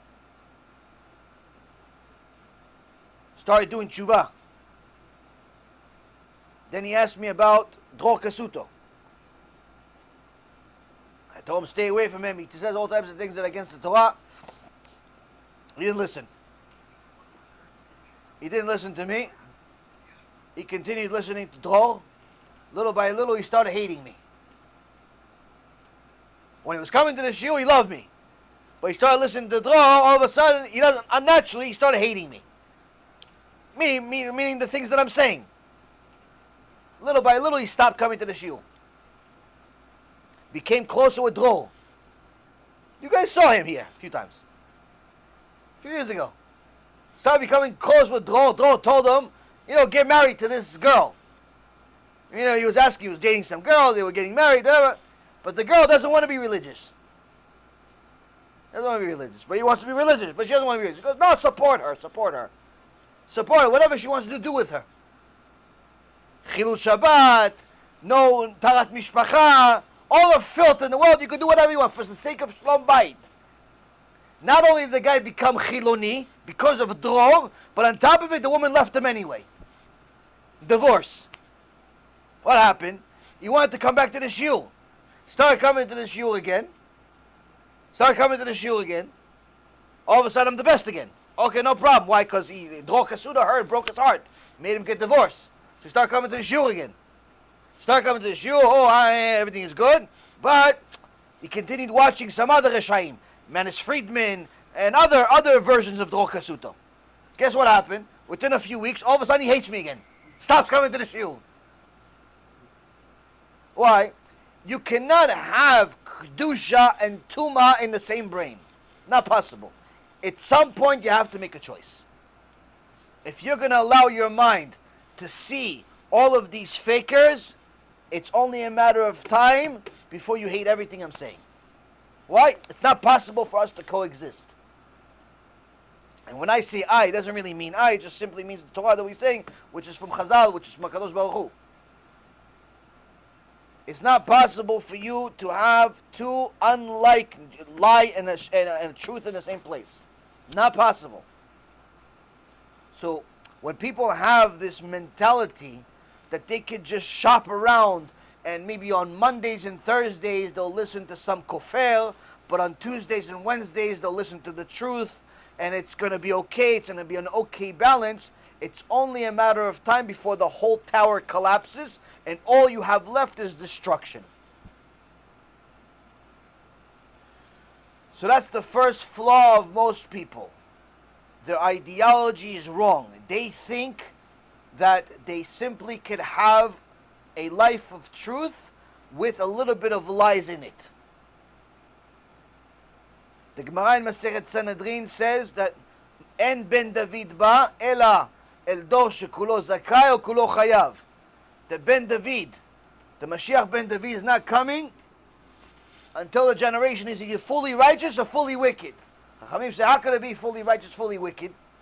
There's always going to be somebody wicked in a fully righteous generation. There's always going to be somebody righteous in a wicked generation. So how could it be? He says, no, not the whole generation. What it means is that when a Mashiach comes, everyone is going to make a choice. Either you're fully righteous or you're fully wicked. There's no one in the middle anymore. Meaning, if you want to survive Mashiach, there's no such thing as a life of truth with a little bit of lies in it. Either you're Charidi, 100% with HaKadosh Baruch Hu, or you're Kofer Gamur.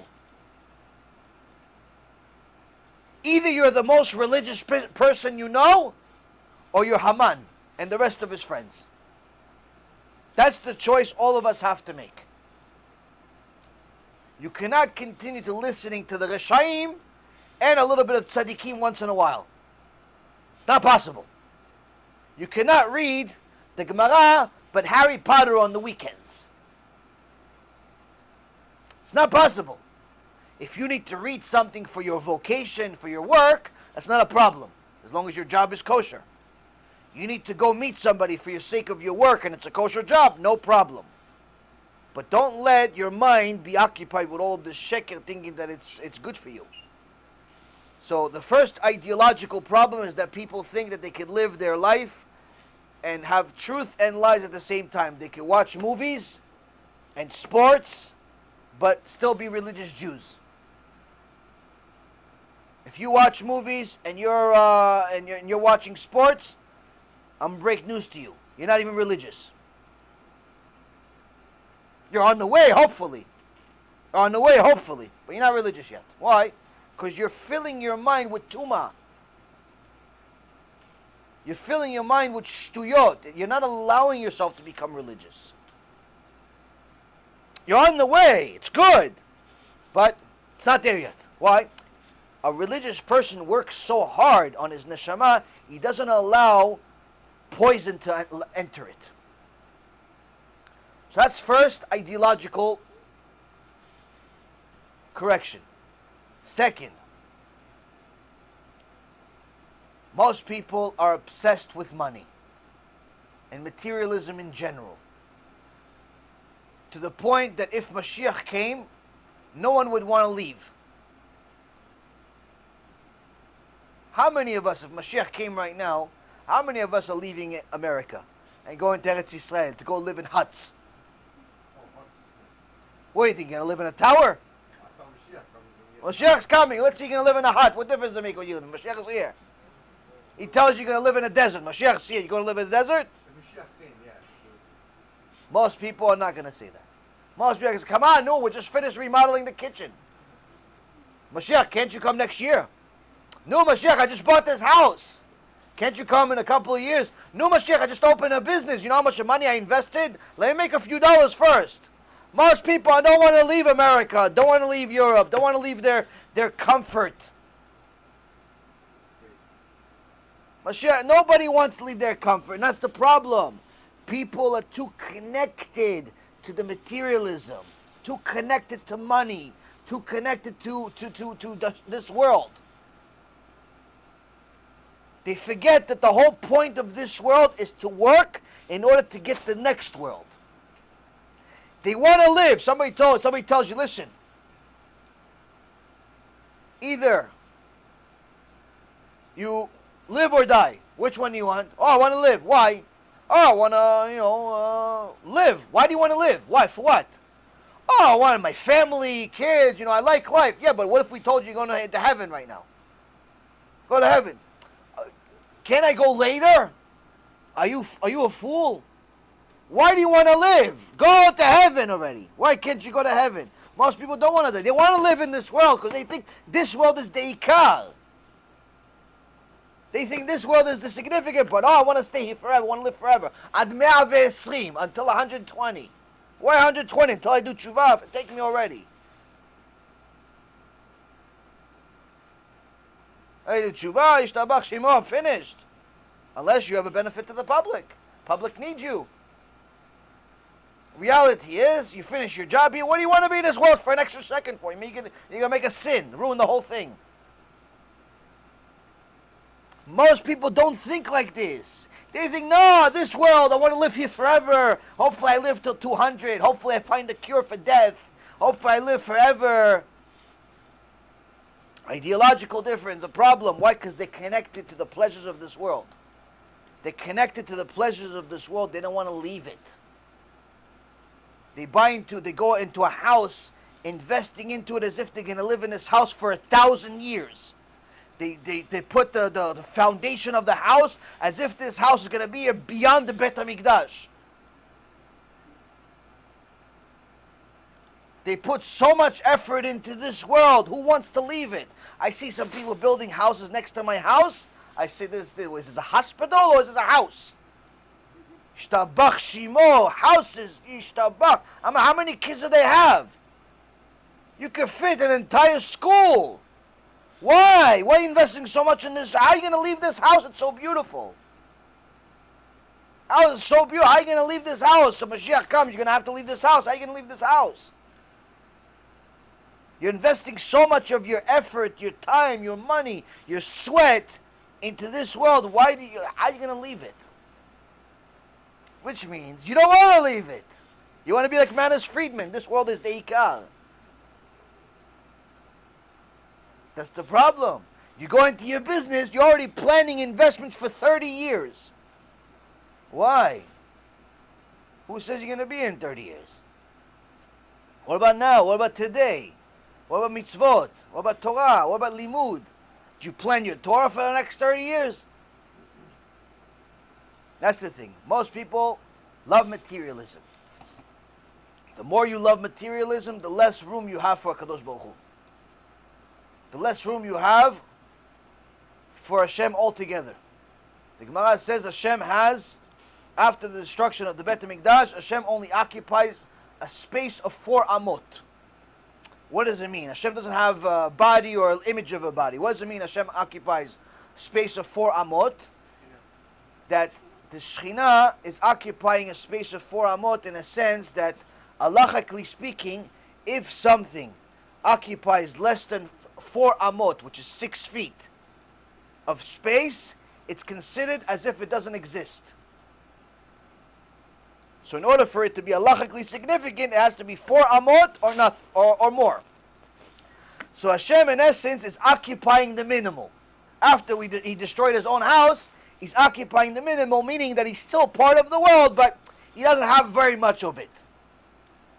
Unless we give him the room in our life. But if our life is full of materialism, full of building houses and offices and businesses and internet and binternet and all the shtuyot in the world, how do we have room for Hashem? Meaning the more we are obsessed with material, the more difficult it is for us to connect to Hashem. So that's the second issue that people have. The minute they have money problems, they forget about Hashem. The minute they have a lot of money, they forget about Hashem. That's why Kadosh Baruch Hu said in Sefer Dvarim, after I bless you and give you everything, don't forget me. What do you mean, Hashem? If you give me everything, I'm going to remember, of course, that you gave it to me. No, Hashem says, after I give you everything, don't forget me. Meaning that it's a natural inclination of a person to get everything, all the blessings from Hashem, and to forget it came from Hashem.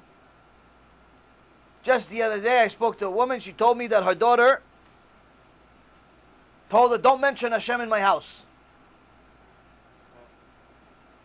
Like an idol worshiper. I said, what kind of education does this kid get? What'd you send it to? She goes, no, she went to the best Bet Yaakov in New York. She went to the best school. She grew up in the best frum school. Best. I said, how could it be? She goes, oh, you should see our house is so big, her and her husband. But they're getting divorced anyway. I'm like, what a miserable life. No Hashem, no nothing. All she has, miskina, is money. What a poor person. She's so poor, all she has is money. She doesn't want Hashem spoken in her house. She says to her mom, don't mention Hashem in my house. The Gemara says, somebody, Eliyahu Navi, saw a little baby. After a lot of people were dying from starvation because they were idol worshippers. So Eliyahu Navi saw this baby and he said, listen, I can help you, I can heal you. Just say Shema Yisrael, Hashem Elokeinu, Hashem Echad. The baby took out his idol, says, don't mention that name. Don't mention that name in front of me. My father taught me only this idol. Only this idol, he says. That moment, Eliyahu Navi, with his zealousness, his kedusha, the kid fell on his face, died on top of his idol. Gemara.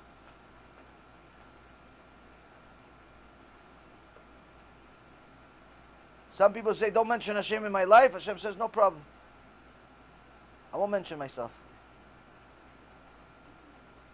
So people have too much connection to materialism. Ideology is warped. Materialism is the second thing.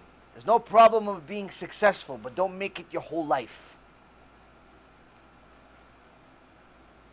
The key of knowing how, whether you're taking your success, your materialism too serious, is based on how much tzedakah you give for the sake of Torah.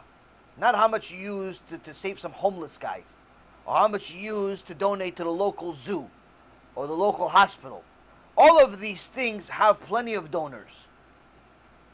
The local hospital has plenty of donors. The local zoo has plenty of donors. Torah does not have plenty of donors. So how connected you are to material is all based on how much money you invest every single month into Torah. If you're giving at least 10% of your money for the sake of publication of Torah, you're doing okay. You're doing okay. But if it's hard for you to give $100, if it's hard for you to give $50, if it's hard for you to give even 1,000, depending on your income, it's hard for you to give for the sake of income, for the sake of Torah, you're in bad shape. You're in very bad shape. Why? What's the purpose of your life? What? To use your money to buy more cars? You think HaShem cares if you have one more car or not? You think you're going to get a better Gan Eden because you have another iPhone, the newest version? Your sneakers are the newest Nikes? You think that's going to help you in Gan Eden? So that's the thing. A lot of people have a very hard time donating money. And until they donate money, mamash, they take out your neshama. I had a few people. Shem Yirachem, what a tikkun, what a kaparat avonot I have with this money situation. It has to be part of my tikkun. I mean, I came from all the money in the world, and now it's like I deal with tzedakah all day. Now, Baruch Hashem, I don't ask anybody for anything, never did, never will. Be'ezrat Hashem. But still, point is, we advertise different things on the internet. You want to donate for the sake of Kiruv, so on and so forth. So sometimes people ask, oh, where do I donate? The website, the this, the that. They ask questions. Now, no problem. You ask questions once or twice, no problem.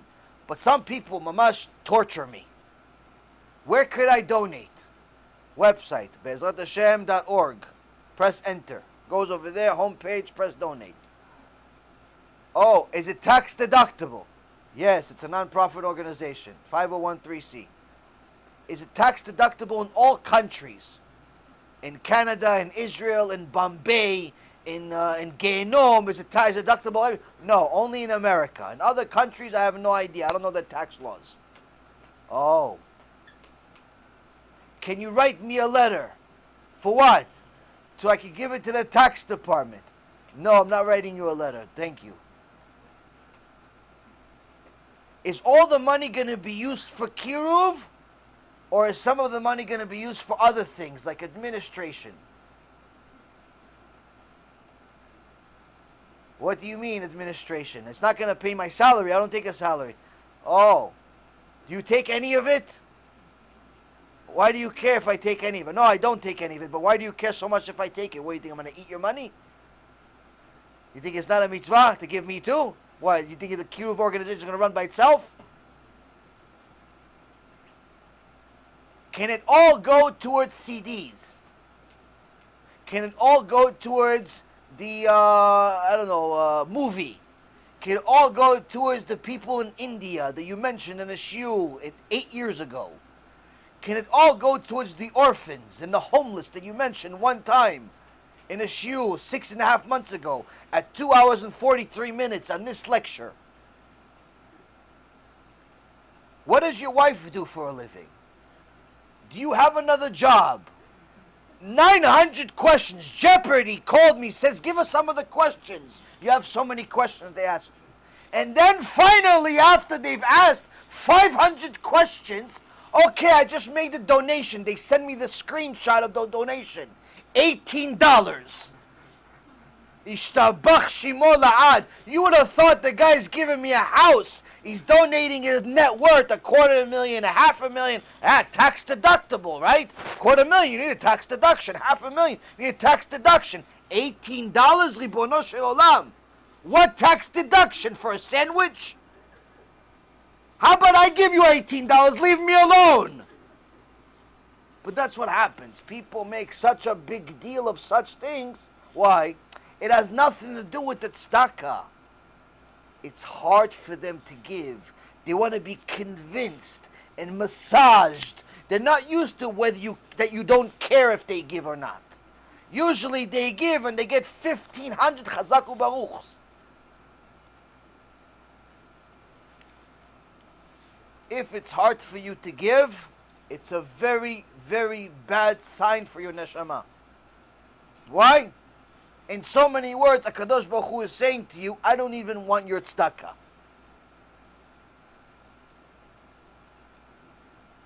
That's not a good place to be. Why? Because you're too connected to materialism. How do you overcome it? Start giving, pushing yourself. Push yourself. It's hard. You got to do it. Last but not least, we're almost done. Last but not least, we have the ideological problems. We have the materialism connection.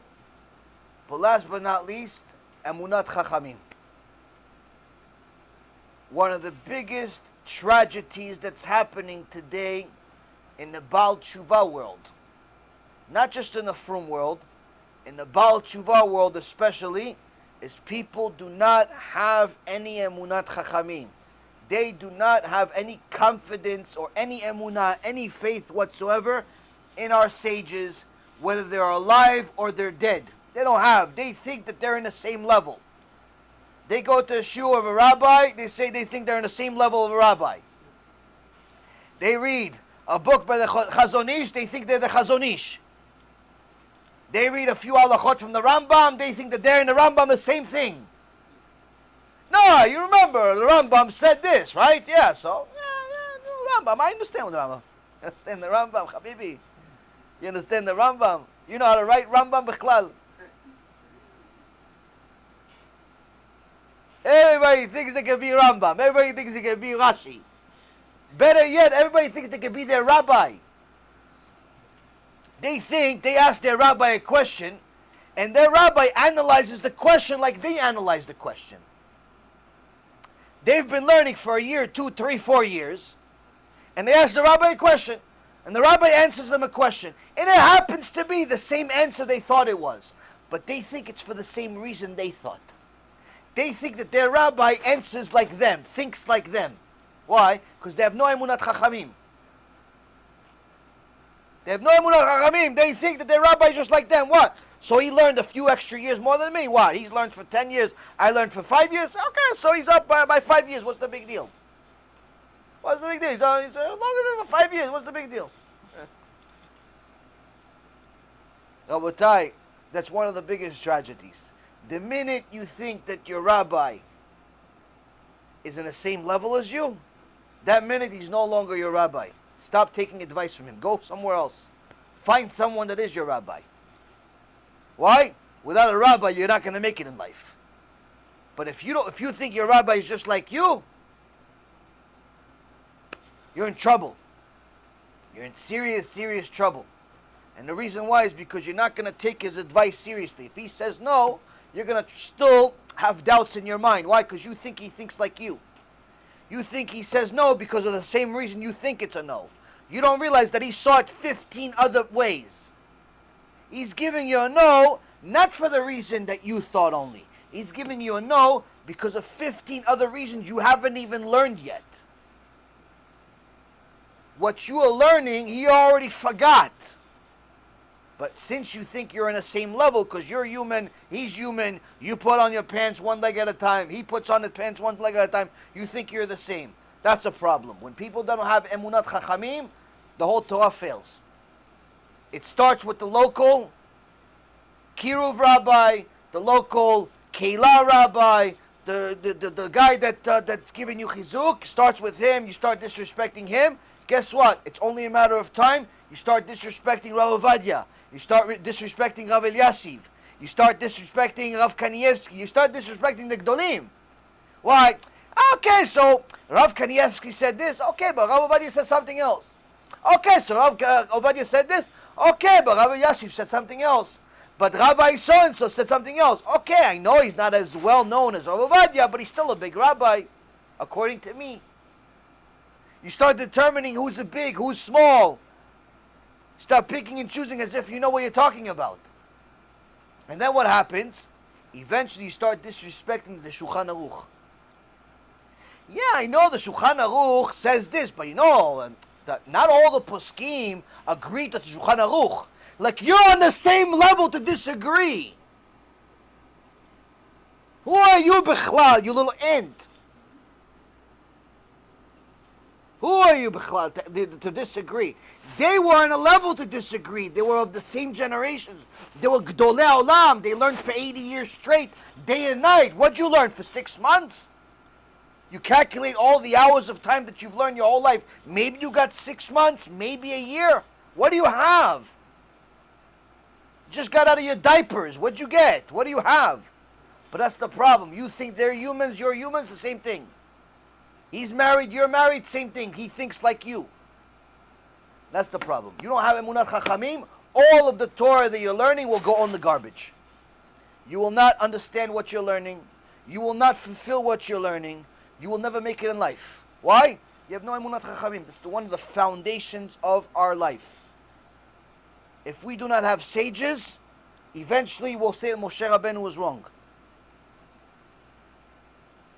If you don't believe in a sages, eventually you're going to say Moshe Rabbeinu was also wrong. One time one kid said in my class, yeah, I think Moshe Rabbeinu, it was very foolish of him to say that. I said, Ribono Shel Olam, people are calling Moshe Rabbeinu a fool, Hashem Yerachem Aleinu. What generation did we get to? Even the people in his generation didn't say such stupid things.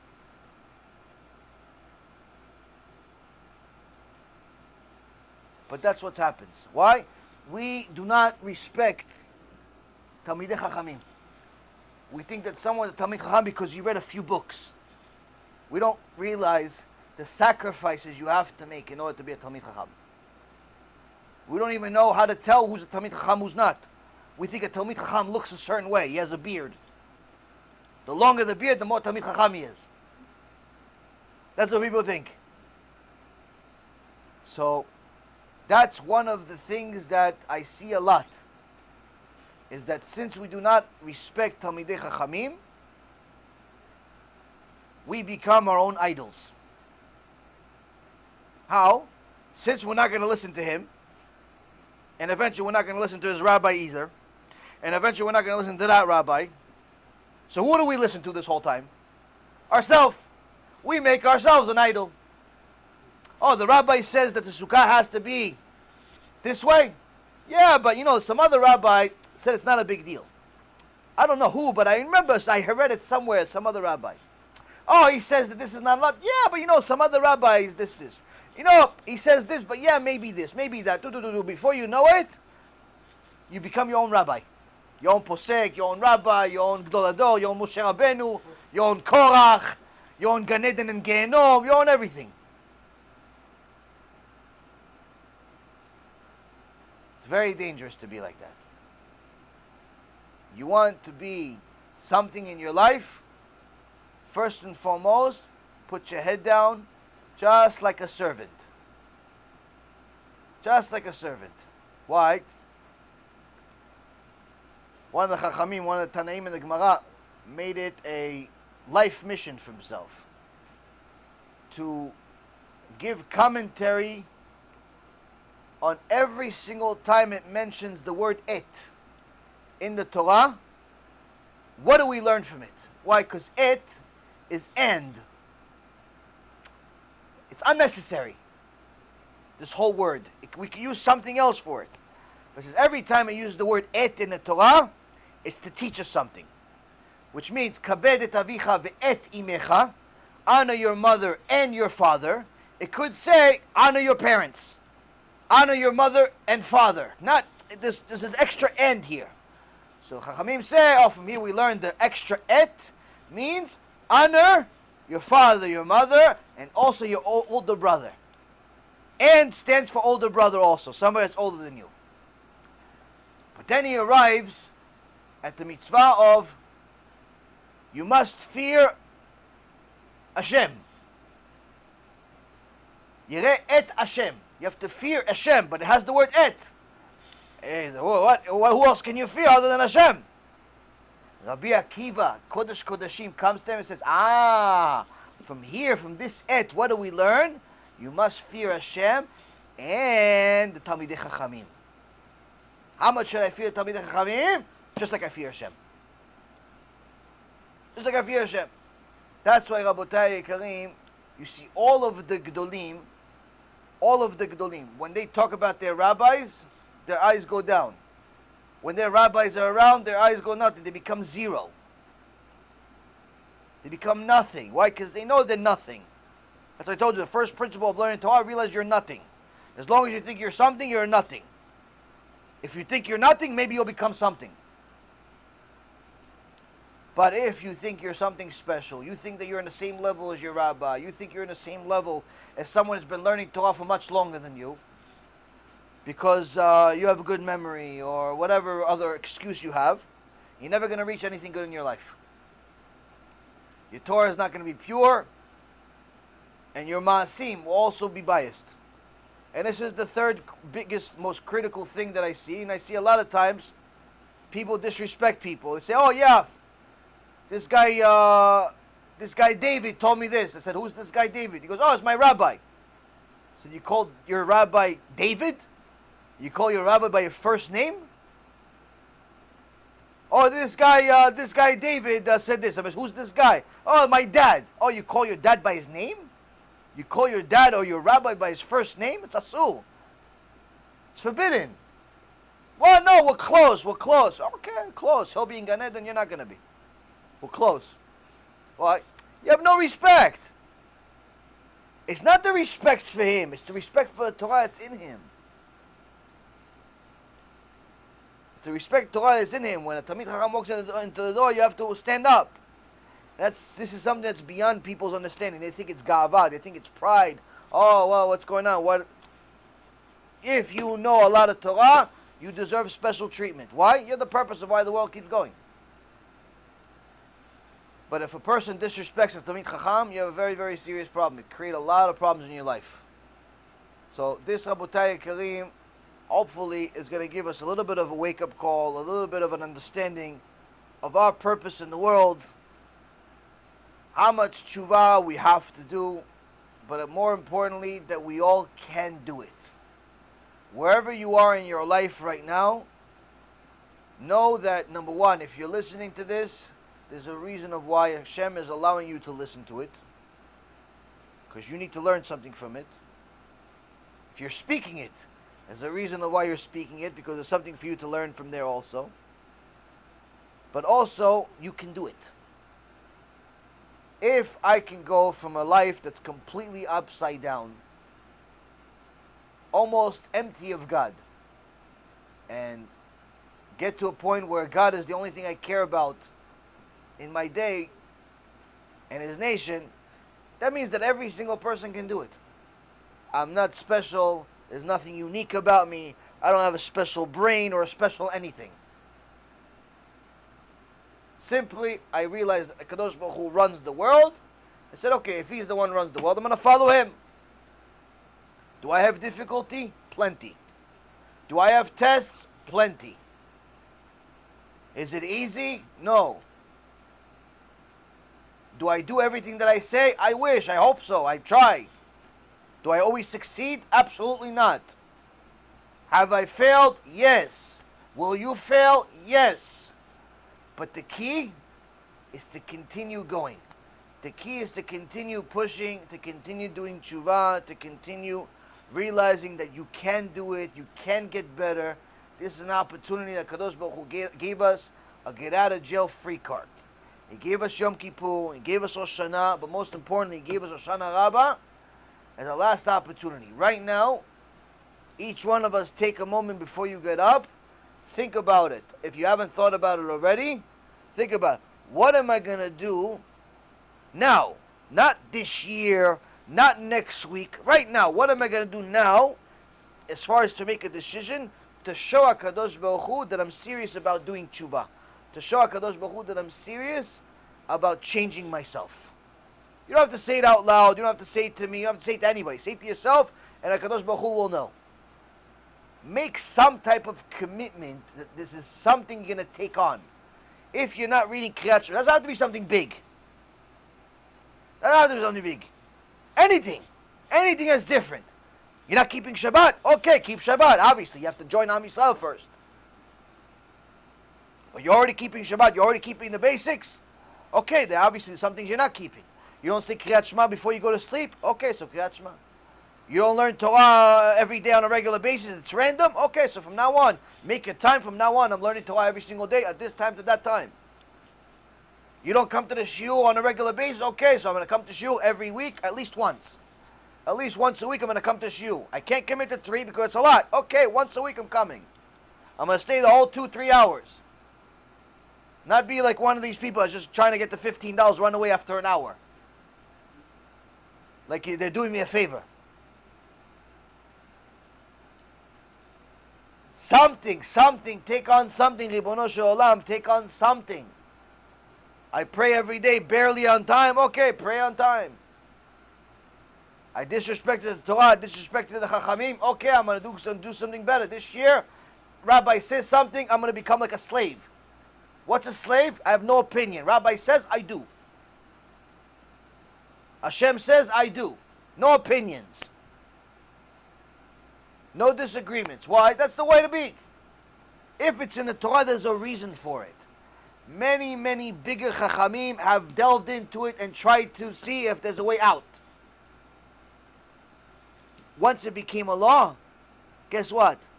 They said there's no way out. You have to do it. You have to fulfill this mitzvah. There's no other way. Kadosh Baruch Hu said it, that's it. If there was a way out of the mitzvah of wasting seed, trust me, I'd be the first one to do a lecture about it. Why? Because I know every single person is failing at it miserably. Either on purpose or not on purpose. Who wouldn't want to absolve an entire generation of the biggest sin? The reality is, there's no etel. There's no leniency at all. You waste seed, you have no share of the world to come. It's just a reality. It's not like my opinion. I mean, waste seed on purpose, not the stuff that happens when you're sleeping. When you're sleeping, B'ezrat Hashem, that will stop eventually too. But you do it on purpose, you're finished. There's nothing that will help you. No rabbi, no mekubah, no one can help you. If I could find a leniency, I'd be the first one to do a whole shiur just about the leniency. But there isn't. There isn't. Same thing with everything else we mentioned in the shiurim. The key is, Rabotai, think about it. We've been learning already, Baruch Hashem, for the last 6, 7, 8 hours, however long it's been. Include the movie, it's been 8 hours or so. At least take on something. Something. From now on, I'm going to do something. From now on, I'm going to say thank you to my Ima and Abba. Why? Because they're my Ima and Abba. That's the reason. Yeah, but they didn't do anything. If you only know. You try be a parent. You try be a parent. The only reason why Hashem made kids cute is so the parents don't kill them. You know how annoying you are when you're a baby? But you're cute, so the parents don't kill you. Wait. You have to say thank you to your parents just for that. They can't sleep, they can't eat, they can't do anything. I look at my kids and say, you're so adorable, you're so lucky. I want to eat your face. I can't eat the food because of the kids, but they're so cute. Shtabach Shimo. Wrecks my whole house, but then he says, I love Abba. I said, Shtabach Shimo. Wreck another house. He draws on the walls, little Vadia. I say, oh, Hashem, what happens to my house? He says, Abba is the best. I say, oh, yeah, of course I'm the best. Yeah, go, draw on the house, draw on my face, draw on everything you want. He breaks something. He says, Shema Yisrael Hashem Elokeinu. I said, okay, Shema Yisrael, okay, fine too. They'll wreck the house, they'll burn it, but then they say something cute. Say, okay, Baruch Hashem, no, what can you do? But guess what? You grow up, you have to say thank you to your Ima and Abba 1.5 million times. 1.5 million times you have to say thank you to them. You have to call them. You have to be in touch with them. Chachamim would actually use themselves. One of the Chachamim, I'm talking about Tana, can revive the dead. He would have his mom climb on him so she could go to her bed. To have the schut of what? Honoring his mom. He could have a chair or a ladder or something for his mother. No, he says, no, Ima, climb on me to climb to your bed. Why? I want to have a schut of honoring my Ima. She didn't ask him to step on him. She said, you're Nasiya Torah, you're the Gdol Ador. You're the biggest rabbi in the world. He goes, I'm nothing, I'm your son. Step on me, go and climb to the bed. So take on learning mitzvah of honoring your parents. The way you treat your parents, the way your kids are gonna treat you. Take that on. Take something on. Something. But again, this all assumes that if your mitzvah has to do with ben adam lechavero, one person to another, it always assumes that the other person is righteous. Like lashon hara. A lot of people are very scared of lashon hara. You're right. Be scared of lashon hara. But if you said lashon hara about a mechalel Shabbat, it's not a problem. Chafetz Chaim writes in Chot lashon hara, lashon hara only is relevant to amitecha, to your nation.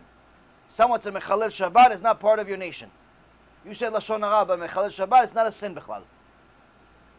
It's not a sin. There's no sin. Should you say lashon hara about them? No. Shouldn't get yourself used to saying lashon hara anyway. But the point is that all of the mitzvot are, when it's relevant to another person, assumes that the other person is part of your nation. If your parents are normal, decent human beings, you have to honor them like you're honoring a king.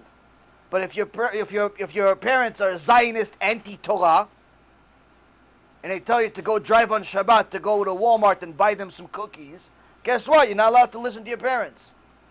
Why? Because HaKadosh Baruch Hu is more important than your parents. If your kids tell you, Abba, Ima, I love you, but you have to take me to the beach on Shabbat, guess what? That kid could go in the garbage. Why? Because HaKadosh Baruch Hu is more important than your kid. It's always Hashem. Hashem is always first, more than everybody else. But if everybody else you have in your life, your parents, your kids, your spouse, your whoever, is complying with Hashem, then you have an obligation to them also. You have an obligation to them also. So, there's a lot of things that we could all take on. I recommend each person take one thing. I could tell you 100. I gave you at least a half a dozen choices just now. Take one thing. Even if it's not part of the list I just gave you. Just one. Why? One you can do. You take 5, most likely you're not going to do anything. One you can do. Or you can do something. So B'ezrat Hashem, we take this shiur seriously. B'ezrat Hashem, we take HaKadosh Baruch Hu seriously. Use this year to get closer and closer to HaKadosh Baruch Hu. And B'ezrat Hashem, get Am Yisrael to join us, to get closer to HaKadosh Baruch Hu, to sanctify HaKadosh Baruch Hu's name. B'ezrat Hashem, and show everyone that if we can get better, they can get better. If they can get better, everyone can get better. B'ezrat Hashem, Mashiach, when he comes, will have somebody to save. B'ezrat Hashem. Baruch Adonai Leolam. Amen ve'amen.